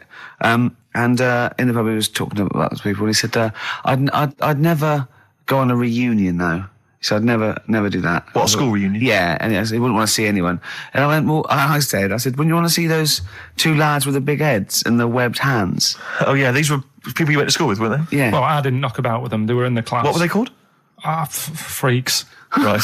Right. Okay. And he said, no, I wouldn't want to see them. He said, because what could you say? Oh, you haven't changed much. Right. And he said, and they wouldn't go anyway, would they? I said, why? He went, well, they didn't have any friends. Right. And I said, well, weren't they friends with each other? And he went, no, that would have been too obvious. Like, they passed each other and went, no, I know it's tempting, but let's not. Everyone would think that's just what we were going to do. Yeah. Let's not do it. Yeah. So they didn't even hang around with each other. No. See, I must say, in my head, I've got something like it's like some sort of extra thing from Blake 7 that they're like some sort of lagoon monster, but they just had slightly oversized heads, did they? See, does your head grow? Your eyes don't, does your head? Because maybe they've got to a point now that it's all sort of caught up with each other. Well, at the time, the eyes were very small and the head was huge. Just a very big head. And I mean, the fingers aren't going to change, that's not... They had webbed fingers? It was like the penguin in Batman. Really? Are you sure? No, honestly. Are you sure they weren't wearing mittens? No, seriously.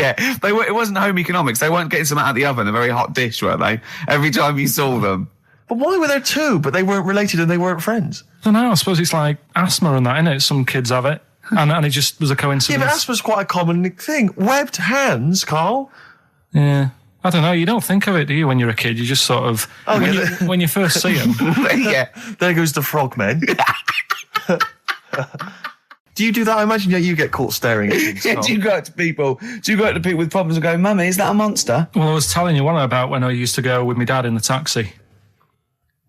Oh, yeah. Tell us this story.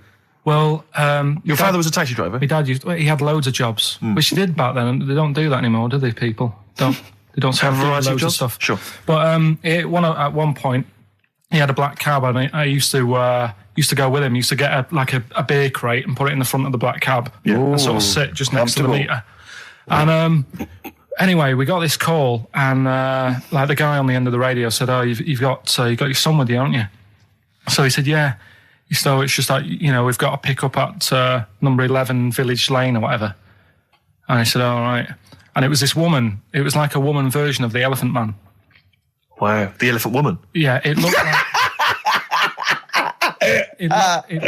it was really strange because I was in the front of the cab, and when you're a kid, if something looks odd, you're a bit scared of it, aren't you? Yeah. And my dad was like, look, be all right. And we're driving towards her. Don't worry, son, I've got loads of buns. And just I'll just throw one down the street if it's right after it. You're being mean, right? How old were you, 18? No, I was about 12 or something like that, 11, 12. And as we got closer to her, it looked like she was holding like a bag of spuds on her shoulder. For a snack. Right. And her head was all a bit mangled and messy and that. And my dad said, whatever you do, don't stare at her face. Yeah. And she got in the back. Because you turned into stone. Well, she got in the back, and I had like the mirror, the driver's mirror thing, and sort of having a look, trying to work out. And he said, don't stare at her face. I couldn't work out where her face was. It was that weird. Oh, God. So I'm not sure you're from Manchester. I think you're from like Narnia or something. Yeah, you got frog boys walking around. The Lord of the Rings. That got like the claws of a lobster and the head of a toad. Yeah. And you got women getting in with spuds for heads. I mean, what is this? This is not the place you grew up. This is madness. Oh, you can't believe it in London, can you? You come down and go, look, symmetry. It must be amazing. It must be a thing to do with upbringing now, mustn't it? And because, again, do you know, I've said to you before, years ago, when I was a kid and didn't have any worries, good-looking lad, you go through it a bit, have a few more worries, and you look knackered. Now, back there's a lot more worries and stuff, so you get a lot more freaks. Whereas in London, everyone's like happy, aren't they? I love the fact that stress can cause your fingers to fuse and your heads to grow. No, but if she must have been really stressed to have a head. Yeah. Was she an accountant or something? You know what I mean? But what did she do? What did she say? Where was she going, by the way? She couldn't speak. London Zoo, please. I think she was going to like the fair. Seriously, honest to God. On my mum's life, she was. Because at the end of the day, that's a good thing with animals. They don't judge you, do they? She's not an animal. She's a human being. She's not actually an elephant. No, but you know the elephant man was not actually an elephant. You understand that? He's got no elephant genes in him at all. No. That was just a cruel name people gave him. Yeah. No, it's the name of the disease, isn't it? Elephantitis. Look, so listen. So this woman, why was she going to a pet shop? She was going to a pet shop. To find her husband. Is this true? No, it is true, yeah. Oh, God. I'm not taking the mickey because it must be really bad for you. Of course it is. I'm going on to you today about cutting myself shaving. Yeah. I was going on about that. To think that she's probably not alive now, but to think... But you're saying that you're going to say this is a worse problem than a little cut shaving, aren't you? Yeah. Yeah. Do you know what I mean? The think things you're that right. you worry about. There's a couple of key questions I need to ask. One, if she couldn't talk, how did she tell your father where to drive it? Did she have it Probably written got on a some note? Did she helper at point home. with her nose? Yeah. Right, this has got silly. Pick your song. But and also, finally, where did you say she lived again? It was like in a village, a little small village. Right. Just hidden out of the way. All I'm saying is we could maybe get like some sort of coach, book some coaches, get a coach party up there to have a look at her. Take some photos. And now you can make some lemonade. The offspring of a woman and some spuds. Yeah. Please enter at your peril. Should it give me a shiny shilling? Carl, any more? Oh, tell that story that you were telling me about your dad when he was driving. Well, it's just that you were talking about. Well, I mentioned Forrest Gump. Yeah. And the Forrest Gump types. When my dad was when he was a taxi driver. Yeah. You used to have to sort of do your bit for the local area. Oh God! By taking the Forrest Gump people to Blackpool. Yeah. Is that what they're called now? The Forrest Gump people? Is that what the organisations that support them asked for them to be referred to? A minibus with life is a box of chocolates.com. Well, Forrest Gump types. It must have been, so you work with these people. It was the people with learning difficulties. Yeah. And I used to get 5. Coming home must have been a busman's holiday. So he got 5 of them in the cab. Yeah. And he had to go to Blackpool, and 4 of them were really good, behaving themselves, didn't mess about, weren't fighting and stuff. But there was one who was just causing loads of trouble, and he couldn't control him. Oh, and what you've got to be able to do with people like that, you don't want them to get stressed out because it's not good for them. It stresses them out, and you could end up with a bit. Thanks, Dr. Carl. You could end up with a bit of a riot on your hands. So he thought, I'll nip this one in the bud right now. And he pulled up just on the outskirts of Blackpool. And he took the one out that was causing problems and put it in a wheelie bin. Oh, no. Oh, I'm sorry. I apologise. He did what? Oh, he did it for the good of the others. He put it in a wheelie bin. He was having a good time. He thought it was one of the rides. Can you stop saying it? Him. Yeah. He was having a good time, and once he calmed down, my dad went back and picked him up, and he was fine. He had a good time. He left him in there the whole time the others were in Blackpool? No, he left him there, not the whole day, probably about an hour and a half. In a wheelie bin? In a wheelie bin. Why couldn't he get out? Because, his arms were trapped on the thing. One of those... he tied him up? No, do you know, because he was a big fella, and he managed to get him in so his arms were down the side like that, so he was a bit trapped. Wasn't he screaming and crying and stuff? He was making a bit of noise, but do you know what I mean? What you feel served him right? Well, but anyway, I didn't really want to talk about it. You just bbrought it up because of Forrest Gump. Did his family know about this? Is this the first time they'd have heard about this? He didn't get asked to do it again. Sure. Now, you went to school with a number of different interesting people, some of whom were which, freaks. I understand, had big heads and webbed toes. Is that right? Yet they were not related to each other, and they weren't friends with each other. Why weren't they friends with each other? Because that'd be obvious. Did they wear shoes, or did they walk around in their webbed? Were they good at swimming? I don't know. I don't think they ever went swimming. Did they ever talk? Did they ever look over at each other and think, "Yeah, we should hang out more"? I told you something in the week as well. There was another lad at school had a pigeon chest. He had a what? Can we come back to this? He had a pigeon I chest. think we should play a record, Carl, because I think we've hooked them now. Yeah. I think there's no one switching off now, Rick. No, play a record. We were talking about something before. The freaks used to go. You had people with big heads, 2 web feet, didn't hang around with each other. That would be too obvious. You had a fella with a pigeon chest. Yeah, what's the story with the pigeon chest? Don't know how it happened. It was like it looked like somebody sort of hit him on the back with a big hammer, and it had come out at the front. Yeah, and I've never seen it since. Could that have been the answer? Well, why he had it? Why had it? Possibly, I suppose, in your neck of the woods.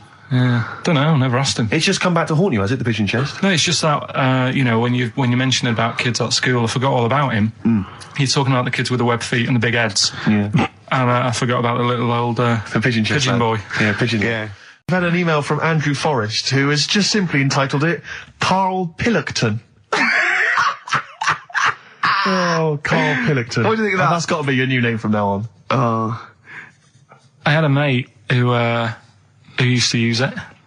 What, used to call you that? Yeah. Was that your nickname at school, Pilkington? No, it's not my nickname. It is now. No, it's not. It is now. Pilkington. Oi, Pilkington. Oi, Pilkington.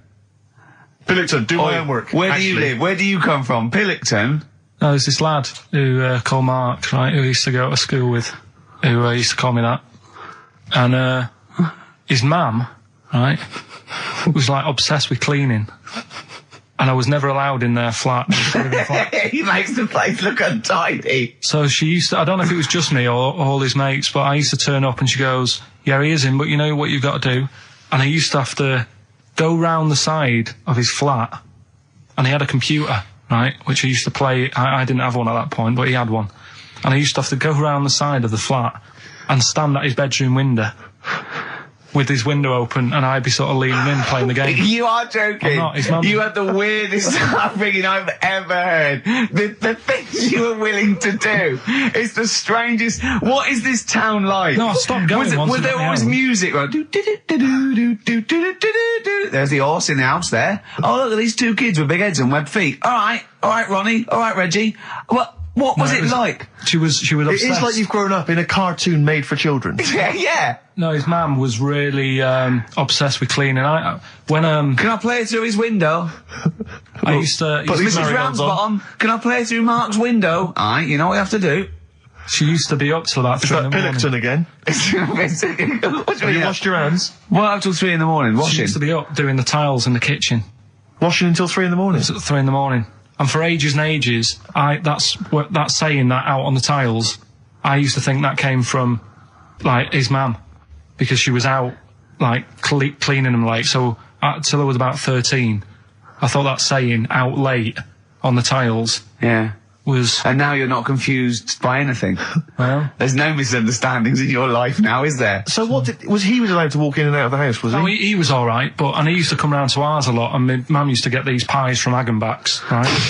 So... I don't know what that is. It's at that bakery where they used to chuck the cakes out the back, I'll tell you about. Yeah. And you ate six? He loved it, but I could never go round to theirs, or if I did, it was like, well, yeah, he is in, and I'd go, alright, and then I'd walk round the side of the flat. Stand outside. Why did you ever knock at the door? Why don't you just go around and knock on the window? Just to check he's in, because he wasn't always in his room. If he was in the lounge, he'd have to go to his bedroom, and then that's where he'd meet you. This is the strangest. And you'd play a computer game through the window. You say it was a flat. It wasn't like a 5th story one, and you had to get in one of those kind of cleaning contraptions and, like, winch your way up. I love the idea of that. So, oh, Pilkington. Go on. Women wearing trousers and that, right? On the estate that I grew up in, on, right? There was a woman about 4 houses down, right? Rough. She's the one. She was, or the estate? She was, right? Yeah. She's the one whose kid took a horse into her house. Yes. Right. Now, we won't go over that again. No. If you're a new listener, I think we covered. I think they get That's the all you idea need to know. Right? Yeah. Now, she used to wear leggings. Yeah. No, they're a bad idea. They are a terrible idea. I agree with you there, Carl. If you're a lady of What the colour? normo persuasion... Were they pink? No, they were sort of black, but with all bits on them. Oh, right. You know what I mean? What, toast and just horse bits. droppings? Yeah, go on, yeah. And she used to, she's quite a big woman. Sure. Pauline Quirk, I think we described her as. Look like a light bulb. It is those kind of women that are attracted to leggings. Yeah, I know, yeah. They are drawn to them like a moth. Yeah. She used to wear them, and that's what I remember when I read this piece. She used to work on one of those sex line things. Right. She used to do that. But what was she, an engineer? The weird thing with her was, she had big eyelids. Right. Go on. That were too big, and this is what I was thinking. What right? do you mean she had big eyelids? How big do eyelids have to be for you to go, they're big eyelids? What was she shoplifting with them? Would she come out of Dixon's with, like, radio stored in them? What do you mean she had big eyelids? It was another one of them popular things around our way. Do you know? Like, what do you mean popular things? They didn't go, oh, I'll say what, all the rage. Can I get some big eyelids, please? No. It was just like one of them things that people suffered with. Just big eyelids. They could hardly open their eyes. What do you mean? What do you mean? That's one of them popular things around where I grew up. People had big eyelids. They could hardly open their eyes. What does that mean? What sort of freak town were you born in? You had webbed feet people with big heads. You got women with big eyelids. What does big eyelids mean? Are you confusing her with the horse? Yeah. Did she have hooves? Look, what? Just too much skin. It was like the neck of a chicken. but on the eyes. What's your point? Anyway, so there's this big eyelided woman with the And leggings. that's what I'm saying to you, though. That's when I read that story with people with trousers. Yeah. I went from that. Yeah. To into a that. woman who used to have big eyelids. I still not the point. But then, and also the other bloke who had the eyelid problem was a mate of mine. Right. His dad had it, and same problem, massive eyelids. I don't know what that means. I don't know what that means. I used to say to my mum, I'm going round to Dave's house, and or to say, Drew, as you call him. that's all right, but make sure his dad doesn't take you out in the car because he could hardly see. He had to have his head. He gets to tilt his head back to keep his eyes Make open. sure! Did he have a couple of matches with him at all times? Oh. What a load of gobbledygook. This began as educating Ricky. I know, So it's what, like he was people thinking, with eyelids. But it's like you're supposed to make that leap as well. Yeah. If I mentioned the trousers, Ricky will probably be thinking about people with big eyelids and women wearing leggings. Play a record, Carl. Got nonsense. Adverts. No. No, all right. I love the fact that he was fascinated by the strangest village in Britain, but the stories he's told us about where he comes from, there's him going around with two fellas with big heads, webbed feet, a little pigeon-chested bloke, him on his grifter with Maggie pecking at him, his dad in the telephone box nicking groceries, and a horse in the house next door. I mean, how strange was his upbringing? And him hanging from his satchel. Unbelievable. There's another woman who I remembered. Actually, I'll tell you later. Go on, what? No, I'll tell you later about another woman who I remembered. Give us a teaser. It's just a woman who rode around on a three-wheeled bike with her husband in a basket. Right, I'll tell you that. Right, and the final You don't get clue. teasers like that on any other radio That's a hell of a funeral service. Right, listen. Right, tell us about this woman. Well, it was just because you were saying about the, our living. We are broadcasting now, aren't we? This is actually going out. This is live. This isn't us sort of like... Yeah, but you were just talking about how I lived in an odd village. Yeah. With kids with big heads and all that, right? And what I wanted to do... What is that again? There's two kids with big heads. Yeah, they just had sort of big heads and webbed hands and that. They went to my school. And when I spoke to my dad the other day, because I'm going out to see my mum and dad tomorrow. Oh, yeah. So I said, have we got any school photographs with the big-headed kids in? And he said, no, nobody bought those sort of school photos because they were in it, so it was always a bit ruined. But I said, well, no. He said sales were, because he obviously talked to other dads and stuff like that, and he just said, no one bought them. But anyway, so I would love them. Yeah, that's why I'd buy them. Yeah, but I wouldn't stand out, would I? If it's on the mantelpiece. Yeah, well. But anyway, so I was talking about, When you say they had big heads, what do you mean? Do they look like someone from Doctor Who? They were just quite big. But they weren't related? No. So why did two blokes with big heads and webbed feet? I lived in a weird area. There was a chemical plant close by. I can't believe you've never told us that before. That explains a lot. Not just the freaks in your neighbourhood, but... No, there was loads of weird stuff going on. There was this, like I said, there was this woman who used to live in one of the council flats, right? And she had a three-wheeled sort of big, what do you call it? Three-wheeled son. He was the weirdest bloke we ever knew. What do you call it? Like a big tricycle, but for an adult rather than one for a kid. It was a big one. It wasn't a motorbike though. It was a no. It was a push bike thing. Right. Yeah. And she used to sort of ride down the road with a fella sat in the basket on the back with his legs dangling over. And they'd be going to the pub and what have you. Was it a different fella each time or the same one? No, same little sort of bald-headed fella. So it wasn't collection for organs and things. Bring out your ill. And then people just throw Grandad just in the back and go, right, we get £4 for Grandad. But she's got a lovely pair of testicles on him. They're very low, but they're bring out your dead or nearly dead. She used to pick on her husband quite a lot. They'd be in the pub and what have you, and they'd be sat by themselves, but she'd always be sort of, having a go at him, moaning at him, sort of pushing him about and that. So my dad and his mate, right, they went round to their house, knocked on the door, she answered, and he said he was a copper, right? He said, Detective Pilkington, gonna come in and have a word. So I'm just going to make a note of impersonating a police officer. Yeah, but for the good, he went in and sort of now I've heard superhero. Yeah. I've heard you picking on your husband a lot. Yeah. We'll be keeping an eye on you. Do it again, and there'll be trouble. And she backed off after that. She was all right. And how was the husband? Was he still in the basket, though? Was he allowed to ever sort of, like, ride up front with her? Or was he just always in the basket? She'd sort of stopped picking on him in public places and stuff. That's like good. That. You can't get done, can you, just for doing that? I think impersonating a police officer. Well, you probably did. There was no gain. I think you can't impersonate a police officer full stop, but I think they'd probably be lenient on him that he was, you know. But let's face it, he's not going to be caught because why would anyone know about it? It's not like his son's going to say it on a radio station, is it? And stitch him right up. Is this something you did generally? Kind of a little bit of light vigilante work? Just whatever. Him and his mate, just, you know, if they saw something going on, they go, what can we do? Sure. What little scam can we do or whatever? Oh, that's fantastic. That is brilliant. Well, here we are again, XFM on a Saturday, just gone 1 o'clock, Steve, if I'm very much mistaken. But we're not here as such. We're away again, gallivanting around. We've got to do the special sort of best of again. Okay. Which we did a few weeks ago. So this is the best of the last 3 weeks. Which I think is, I think it's the best 3 weeks we've ever had. But I'd like it condensed into 2 hours. Yeah. Yeah, some great music as well in there. Yeah, there'll be some great music interspersed with fine chat that you've already heard. Yeah. Except this bit. This bit's new. We've actually, out of the kindness of our heart, we've come in last week. Yeah, yeah. And we've done a few clips just because we felt a bit guilty about shooting off. Yeah. And leaving. Even now, having heard this link, I'm beginning to wonder if it was worth our time. Yeah. Well, should we play a classic link? Let's play, what, from the last 3 weeks? After this is Feeder. All right, so here's the first bit. Ash, and Sometimes, lovely song.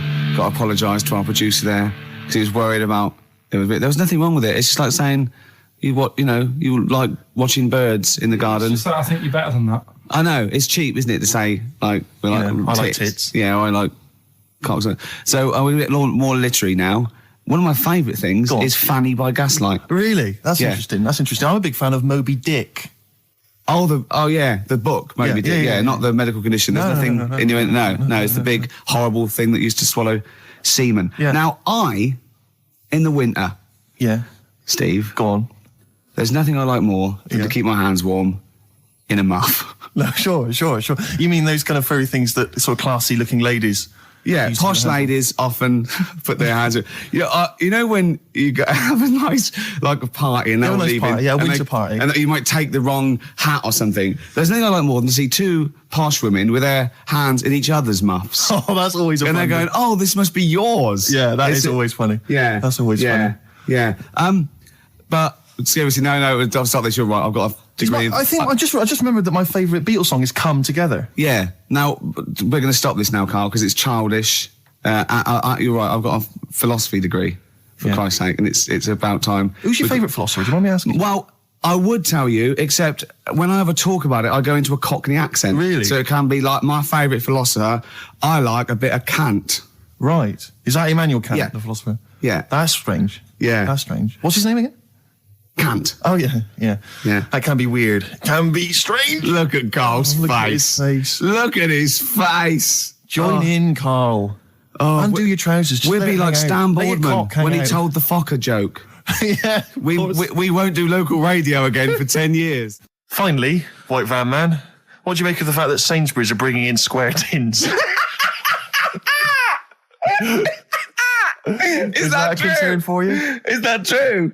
Apparently so. Why? Don't know. Like it's easy to stack. This is what the guy in the Sun has said. That should be interesting. That should be his comment on Sainsbury's are bringing in square tins. Is that should be interesting for meatballs.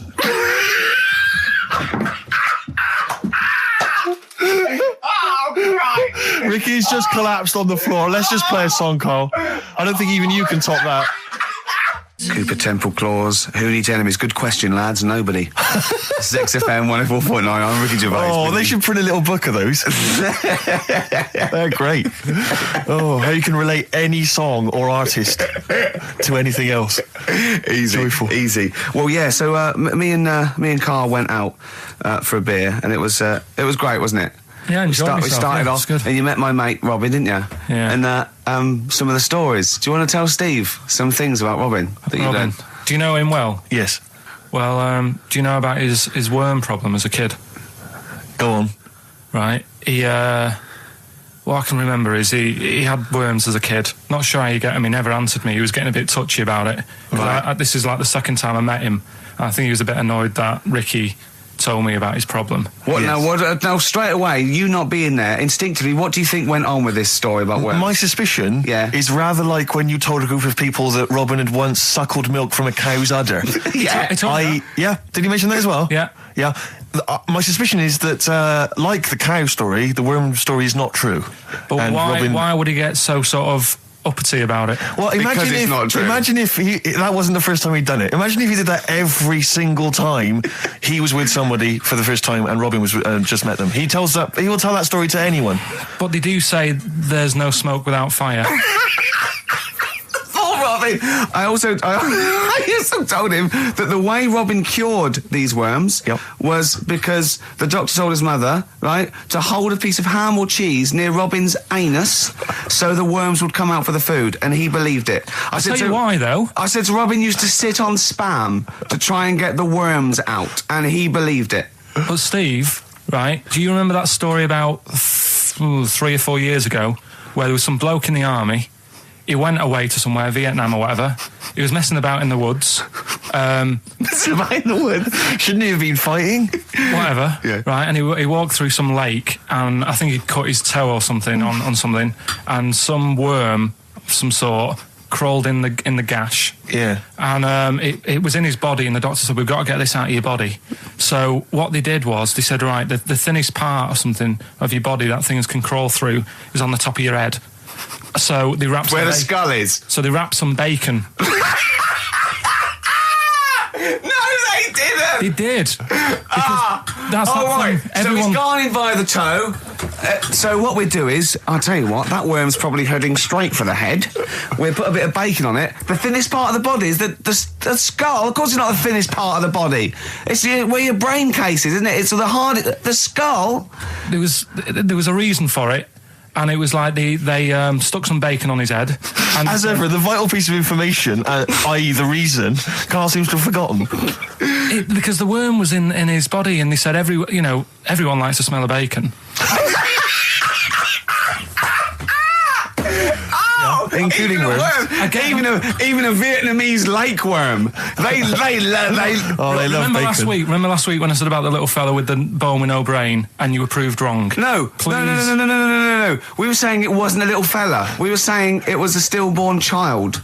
It wasn't a little fella. You're changing it now. You weren't having any of it last week. Right, hang on a minute. I'm getting confused. There was a Vietnamese snake that went inside of a soldier. A little, like, maggot or some sort that you have to get out of your body because it causes problems. Yes, and so in order to get it out of the body, they strapped bacon to his head. Yeah.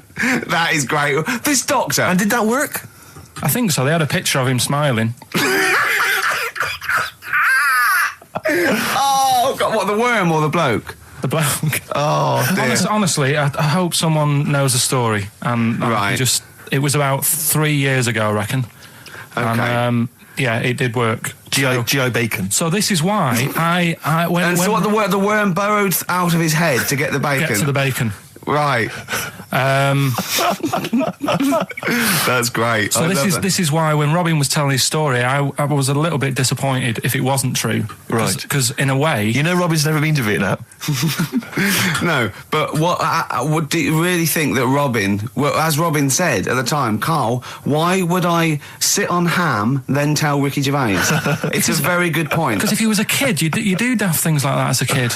Right. He is telling Ricky Gervais though. Yeah.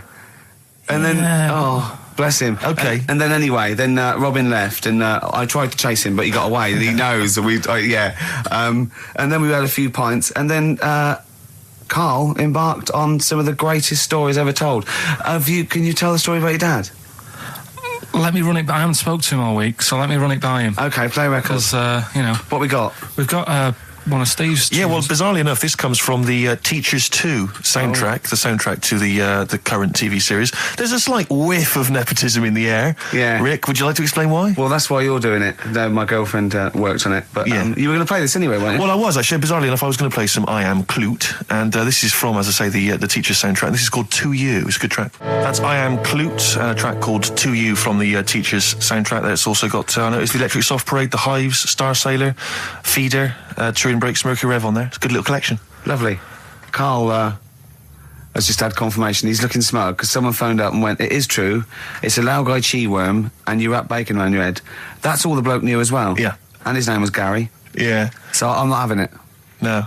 And he said, see, that's why the Robin thing isn't so weird. He said, but when you said he tried it with cheese, he said I was having none of it. He's got standards. Strokes, hard to explain. Like Carl, really? Yes, yes. So, Carl, concentrate. Yeah, go on. So, we'll leave the worm with the bacon wrapped round the head, shall we? Well, if you're ever caught in the jungle... Yeah, always carry some... bit of Danish. Good advice. Lovely. I'm Ricky Gervais, with me Stephen Merchant and Karl Pilkington, our producer. Right. In inverted commas, heat put. Yeah. They know. How are you doing, all right, Carl? Yeah, didn't they also write something about me, bald round head? Yes, perfectly round little bald man head, they said, so... Because you need to know that when you listen to the radio and that. Really matters what my hair's doing.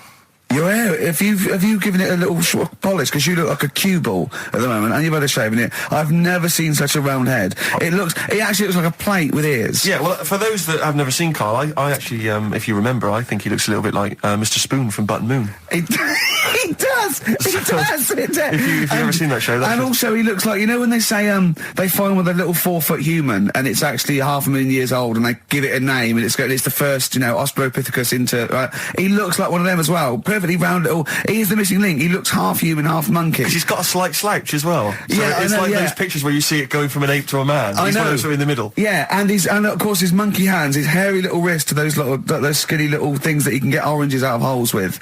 And it's unbelievable. Why are you so all shaved and polished and everything? Got a wedding. What? Got to go to a wedding today, so thought I'd, clean myself up a bit. Yeah. Shouldn't you be wearing a suit or something? No, I'll go home and put something on. Oh, okay. But, Suzanne said, make an effort. I sort of had a shave and that, and then I came out of the bathroom, she said, oh, your head looks a bit sort of eggish. She's right. She always worries about when I have a shave, because I just, That's your girlfriend, Carl. I know. Saying that. Just think, so don't worry about Heat saying it. The funny thing is, it's Boyd Hilton, I think, of Heat that wrote it.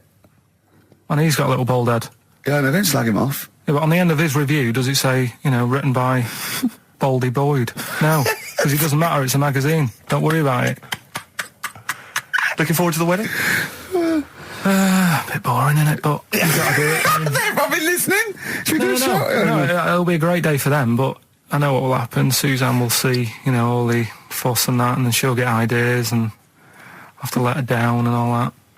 Why is it you don't want to get married again? I always forget. It's just... Who's it for at the end of the day? I've been with Suzanne for 11 years, right? Sure. We're happy. Well, I am. That's what counts. You're never happy. I am. I'm all right. Yeah, no, I know you're happy with Suzanne and everything, but apart from that, you're never happy. You are the most grumpy, moany thing in the world. I mean, I get annoyed, but I'm always happy. I was annoyed here. I was happy coming here, but there was a bloke behind me walking and scuffing his feet. He had a pair of those stupid skulls on, and he was clicking and scuffing. Wear some shoes. You don't have to click. Pick your feet up. Flip-flops annoy me. But I'm happy. I'm just annoyed. You are just like, oh, the world's on me. It's rubbish, this. I know the world's great. It's just sometimes people annoy me by being there, But Steve said I should be locked in one of those towers that princesses used to be locked in fairy tales, because everything annoys me. But you're grumpy. I'm not. I'm all right. XFM 104.9. We're not here. This next clip is one of my favourite clips. Look. It needs no introduction. Here it is. Right, okay, educating Ricky. What have we got? Airy Chinese kid, go on. Right, yeah. This is the... I didn't want to do this, What do you want to do it? Well, I wanted to give you 3, and I gave you one. It was like the alien man gets a beard or whatever. Yeah, and which was total rubbish, so this one should be better, maybe. Hairy Chinese kid. Right, well, we've talked about hairy people in the past. True enough. Aren't we? Yeah. You know, the little kids who grew up in woods and hung around with wolves and that. Yeah, again, you're confusing it. Yeah, they're not, there were some people that were born very hirsute. They were not the people who were brought up with wolves. Yeah. You just put that together in your Homer Simpson type mind. Right, well, this is like a sort of close to that sort of story. Yeah. But the weird thing is, right, Chinese people aren't that hairy as a nation. No, seriously, that's a well-known fact. They don't have that much body hair and stuff. Okay. So this little kid who was born over there, he was like covered in stuff. Was he? And it was only his nose that wasn't hairy. The rest of his body was caked in hair, right? And his hair sort of. What sort of hair was it? Was thick, it thick hair? No, what I mean is, was it sort of like a pony's mane? So he just looked like an Ewok. You know what I mean? Just like hanging down, sort of straight, dark hair. In the picture, it looked like it grows from his eyebrow. It grows from his eyebrows quite thick. And then it just goes all the way over his head. You don't think it was just really long eyebrows that he'd done a comb over? No, it was all over his body. It had a picture of like his back and that. Yeah. And had he styled it? Had he styled it at all? Did he have it a quiff or? No, it was just hanging all over him. Yeah. And they were like, you know, this is a bit weird happening in China, where we're not normally that hairy. That was the scientist speaking there. And the local press and that were getting him down, calling him Monkey Boy and all this. Oh. And thinking Chinese press. But the doctor, yeah. Oh, they're cruel, aren't they? The doctor, like those game shows. That's Japanese, isn't it? Yeah. That's what. Yeah. And the doctor said. I was Carl talking through all that time while we were just like talking to each other then? Because I turned round and I still saw he was talking. So anyway, the local press came in to see the hairy boy, the monkey boy. Yeah, and they were like being tight, taking the mickey out of him, and the doctor said... Throwing him nuts. Said he's only hairy. Said he's a healthy young kid. The only faults he's got is he's got a little bit of eczema and a boil. And he said everybody should just treat him the same, and I think he grew up a healthy kid. Yeah, so that's the end of the story. That's not a story. Why? But I've got nothing. I don't know what to say to that. So someone in China was born slightly hairier than the rest, and he was normal apart from eczema and a boil. That to me isn't a story. But if it is, I've got a million. I mean, it's sort of like bloke from Manchester went a bit bolder than the rest, got a job on radio. He was normal. I mean, that's not a story, is it? So we'll move on to this next one, right, which is brilliant. Dead short story. So, right, old woman, about 70 years old. She's normally fit and healthy and stuff. Nothing wrong with her. She's having a good life. And one day, she goes for a check to the doctor's, just to check herself out, because she's getting on a bit. Yeah. He says, take your clothes off and that. So she does. And checks her out. Says, yeah, you're looking good, you're looking good. Turn round. He said, oh, God. He said, you got a tumour on your buttock. Right? So she goes, oh, can you do anything to sort it out? So they go, yeah, we could book you in for an operation. It's best if we remove this. Books are in for an operation. Operation day comes, strip her down and that. They're all stood round, the doctors. Start to operate. It only turns out it's a pork chop that she sat on 5 years earlier, and it had stuck to her buttock. Right, Carl. I can forward you. No, listen. Serious. Right, okay, Carl, I'm telling you now, I'm leaving. I'm never doing this show again. No, I'm serious. Honestly, you're talking. I've never had such. What do you mean? You couldn't believe it? No, when I read it, I said I've got to tell Ricky that. This woman had a pork chop stuck to her arse for 5 years. You mental case. Of course she didn't. And Karl Pilkington with his brand new show, What's the Song? What song am I thinking? No, I mean... You're nervous about this, aren't you, Rick? I am. You're worried. Well, because I've heard some of these clues before. And they're ramblings... Sometimes they're close to ramblings of a fool. Right? And it really is like those what am I thinking? Yeah. I don't know, though. I actually was genuinely impressed by Born and Slippy. I have to give him the benefit of the doubt. That's one of the better ones. Because that was short, sweet, and it worked. Some of these, you say, they're not going to be quite as pissy. Some of them are like Emily Bronte novels. Now listen, we're just going to go for it then. You do it, and we just get people to call up because I want to see the general public's confusion of trying to work out. Well, why don't you give us your next clue, and then we'll play a track, and then we'll hopefully have people on the line after the track to try and answer it, and you can recap briefly. So give us your clue now for what song am I thinking of? Right, this one. It's about a woman. And she's just normal, nothing wrong with her, or so she thinks, right? But there's the twist. Is this like the Tales of the Unexpected? And she's got she's got her mates and she's having a normal life, having a good time and that. And then this thing happens, right? And she starts to stink. And she can't have a bath, right? And she really wants to have a bath. She's dead sweaty and stuff. She's going about her daily stuff. She can do everything else normal. She can eat, she can talk, everything. But for some reason, she can't have a bath. Is there a coal mining husband in the bath? Yeah. Is this born stinky? She can't have a bath. So a woman can't have a bath? Yeah. Even the rest of her or life. A shower. She can't. Okay, leave it there, Rick. Don't try and guess. It's not for us to guess. The general public can phone up and ask questions, so I just I'm go not for sure it. they can they? I think so. Otherwise, we don't want just people just phoning up and I'll tell you getting what about this? Why don't they can ask one question? Yeah. They can ask one question of Carl, then they have to make a guess. Okay. 08700 800 1234. Have we got someone on the line now? We'll just go. Let's do it. Let's go for one. Let's go for one. This is edgy radio. This is letting Carl dynamite stuff. live. Go on. Hello, XFM. Hello, I'm ringing about what's the song? Absolutely. What do you think? Well, I'm going for Dirty Diana. Dirty Diana. See, that works. That's a great guess. It does. Yeah, but it doesn't work because why can't she have a bath? Okay, so the answer is in I was there. going to ask you. Well, that's your one question. That'd be the answer. That would be the answer, I'm afraid. What was your name? Shelley. Shelley, thanks very much. Shelley, I should tell you that, that you should never take this personally because no one can really get into the mind of Carl. So don't beat yourself up about this. I don't expect anyone to get these clues. No. So well done. That is guess. a fine guess. Thank you. Thank you. Okay. Anyone else there? Let's hello, XFM. Who's that on the line? It's Chris. Hello, Chris. A question for Carl? Before you give us I haven't thought of a really good question or anything yet. You just want to go for the guess? No, what I thought was, I'm sure Simon Mayo used to do this when he did the breakfast show on Radio 1 years ago. No, he didn't. So you've just pinched this idea, Carl? If you're going to rip someone off, Carl, do not rip off Simon Mayo. I haven't ripped this off. I thought this was a new idea. I was going to do it with sound effects instead, but that's... he used to do that, and he used to get his team to play other characters. You idiot. Well, no, hang on.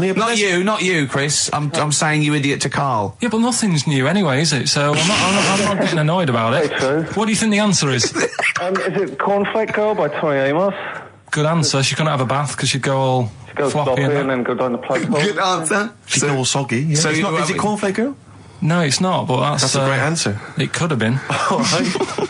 Okay. You're already seeing the error of this, aren't you? I think this is great radio. I'm really hooked on this. I'm genuinely excited This is really like that, those so-called lateral thinkers. A man got into a field and dies. Why? Yeah. He ran out of air. No. Yeah. Not the one I'm thinking He was of. shot. No. Yeah. That was a good answer, Well, but... couldn't, Simon Mayo, sue you or something for doing it? Will you stop? Don't mention that. Yeah. Listen, I think if you're going to steal ideas from someone, it should be a brain box like Mayo. I mean, he's the man who's The only example of one I can ever remember hearing on his show, because I was quite young then, was some people were pretending to, tap someone's phone or something, and then they got caught, and the answer was just bugging by whistle, because they were... Genius. That was absolute genius. That's absolute genius. See, Chris, Carl, that's the sort of standard you've got to come up against. Yeah. Thanks very much, Chris. The phone lines are hot. Hello, XFM. Hi, is it Candy Perfume Girl? Is it what? Candy Perfume Girl. Candy Perfume Girl? Yeah. Candy Perfume Girl. Is it? Well, who's that by? Madonna. No, That sounds like an obscure album track. No, it's one of her songs. Just think about it. She stinks and everything. She's a normal life. I didn't say she was a sweet or anything. But for some reason she can't have a bath or a shower. Is this a big song? Just to give him a clue, It's a bigger song than Candy Sweet Girl.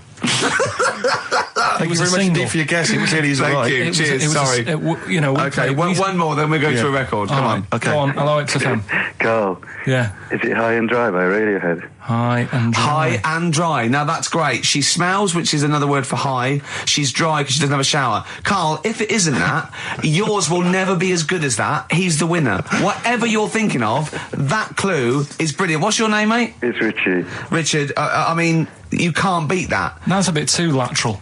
Don't be stupid. It's perfect. He's made yours into a clever clue. He's made high, she smells, dry, she never gets in the bath or shower. It's not that, is it, Carl? No, it's you not. don't even get that, do you? Not really. Have you ever heard of the word high being used to mean sort of smelly? No. No. Oh, what? That was where you went wrong there, mate.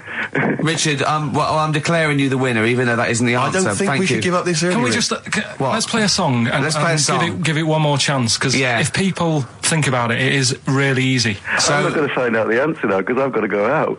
Okay, we'll do it very quickly. Stay in for 10 minutes. We're just going to play a new Coldplay track out. Okay, let's play Coldplay and then we'll come back with this. XFM 104.9. We're not here. It is a bit like being Dennis Norden, playing some great moments from the show. I was just imagining Dennis Norden one day, sort of just like waking up out of his stupor. He's doing this, and he'd go into the producer and go, I've just seen a couple of my programmes. I just saw It'll Be Right on the Night 18. It's shit. It is terrible. Why didn't someone tell me? Well, we didn't want to upset you because, you know. But I've been doing it way too long. Well, you could just let me go on forever. Well, until you died, yeah. Well, why can't my son take over? Well, he's 80, Dennis. And the jokes I'm doing, they're awful. Why have I got that clipboard? I've written these jokes, they're not funny. There's an audience, they're laughing. What are they laughing They're not at? laughing, they're not laughing, that's canned laughter. Who are those audience? Who goes to an audience for It'll Be Right on the Night? A lot of them are older than you. It can't be right. Do you know we have 15% fatality in one of your audiences? But I went home at Christmas, I watched one of the episodes. Yeah. I was with my family and friends. I said, watch this, you'll love it. Stony face, no one laughed. They all thought it was shit. Well, it is. Well, why didn't you tell me earlier? We didn't want to hurt your feelings. You're an old man. You may be upward of 102. I didn't realise. Yeah. A quick query for you. This is from Jay. He's got a problem here. He says, my parents won't let me ditch my studies. He's currently reading modern languages at London University. Sure. He wants to follow his dream, but his parents won't let him, of being a dancer. Carl. Worse than that, he says that they're trying to arrange a marriage to a bunch of minging daughters of people they know from good families. He doesn't know what to do, so he's got the arranged marriage coming along, and he's also got, he basically wants to be a dancer. His parents are forcing him into something more practical. Well, the first thing, right, I don't think Live your dreams? The arranged marriage thing is such a bad idea. Okay. Because I think too many people go on looks. Right. And then you soon get bored of that, and you find out the person who you're knocking about with is actually not your type. Right. Why don't you arrange marriages for people? Well, I'm just saying, right, so I'd say, Jay, go along with that. I wouldn't worry about it. Okay. I mean, if they're really ugly, then, don't go along with it. But if they're half bad, put up with it. That's Sure. all right.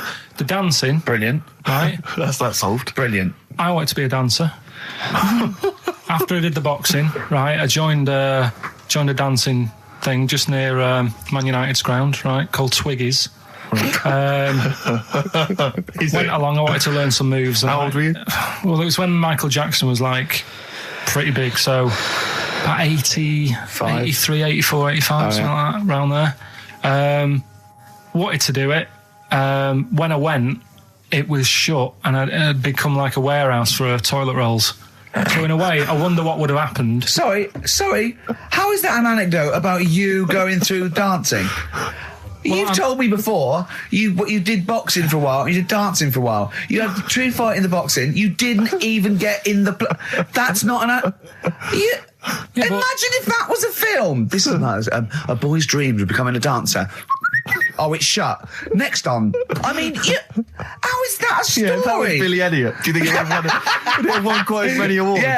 Yeah, brilliant. Footloose. All right, I'm fed up. They banned it. Let's go. Oh, it's shut. Flash dance. First, there was. It's a warehouse. Never mind. I'm just saying, you'll find something else. I think I got a go-kart after that. I bought a motorised go-kart and kept myself busy with that. So.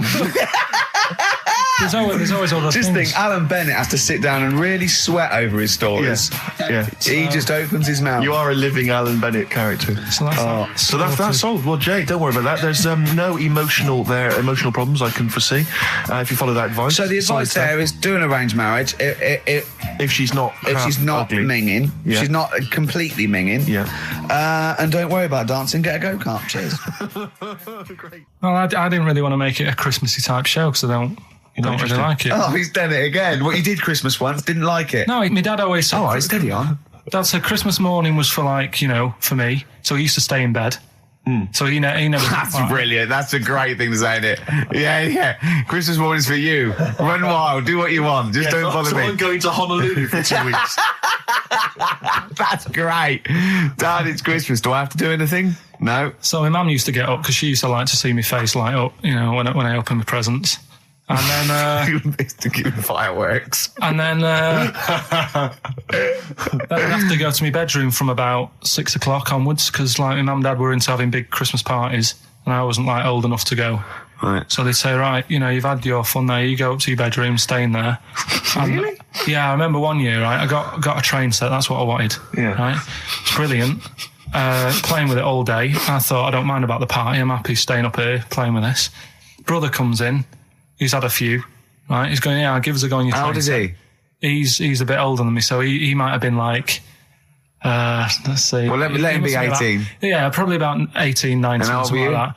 I had a train set, so I don't know, about 14. something like that. Yeah. Right, so I'm playing on that, loving it and stuff. And then he comes in and goes, oh, gives a go. He turns the transformer up to like 14. He went really fast for about 5 seconds, broke it, and then he went back downstairs.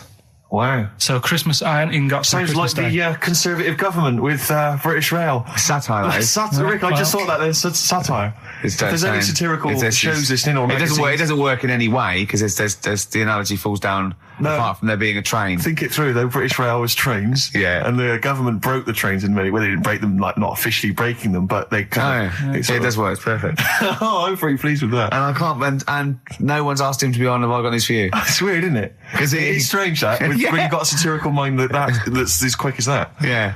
And he's broke your little train set. So what did you do? I just watched telly and had some sausages. I bet you were happy with that though, weren't you? Oh, it's just a bit annoying though, isn't it, when your main present of the year's been broke. And did it ever get it fixed? No, that was it. Put away. I'm intrigued why your parents wouldn't let you come and join in the festive fun. Was it like really debauched down there? Was it like eggnog everywhere? Well, no, but I mean, that's fair enough. 6 is a little bit early, but I just think, if you're a kid, he had his fun, put him to bed at 8 maybe. And Do you think so on Christmas Day? I thought that was a day for family. Well, not if there's a party going on. Well, don't have the party on the Christmas Day. Well, that's another option. Yeah. Your parents are weird, aren't they? A strange breed. Well, I think that was the year, right? You're talking about buying presents and stuff. I think I did treat my mum to... I didn't buy my dad anything. I think that was like when I got a bit older, he used to get me dad something because he wasn't that bothered anyway. No. So, got me mum. There was a cheap shop, right? Of course. Thank God for that. Called Snips. Right? So I went in there and I thought, let's see what I can get her. And remember Victoria Plum? I don't think so. Well, it's like a fairy character. Right. And my mum's into gnomes and stuff, right? So I thought, right. She must be pleased with you, then. Victoria Plum. I was thinking, is that one of the neighbours?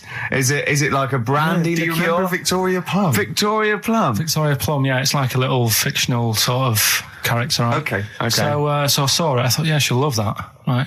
So I did my paper round, saved up for 2 weeks, right? Aww. Got that sorted, went to Snips, bought the Victoria Plum. Next day, I'm in town with her, right? So I think, I know what I'll do. I said, come in here a minute, right? So we go in and we're looking around and I tested her, right? I went, look at that there. That's all right, isn't it? And she goes, oh, it's bloody awful. Oh, Carl. Oh, Carl.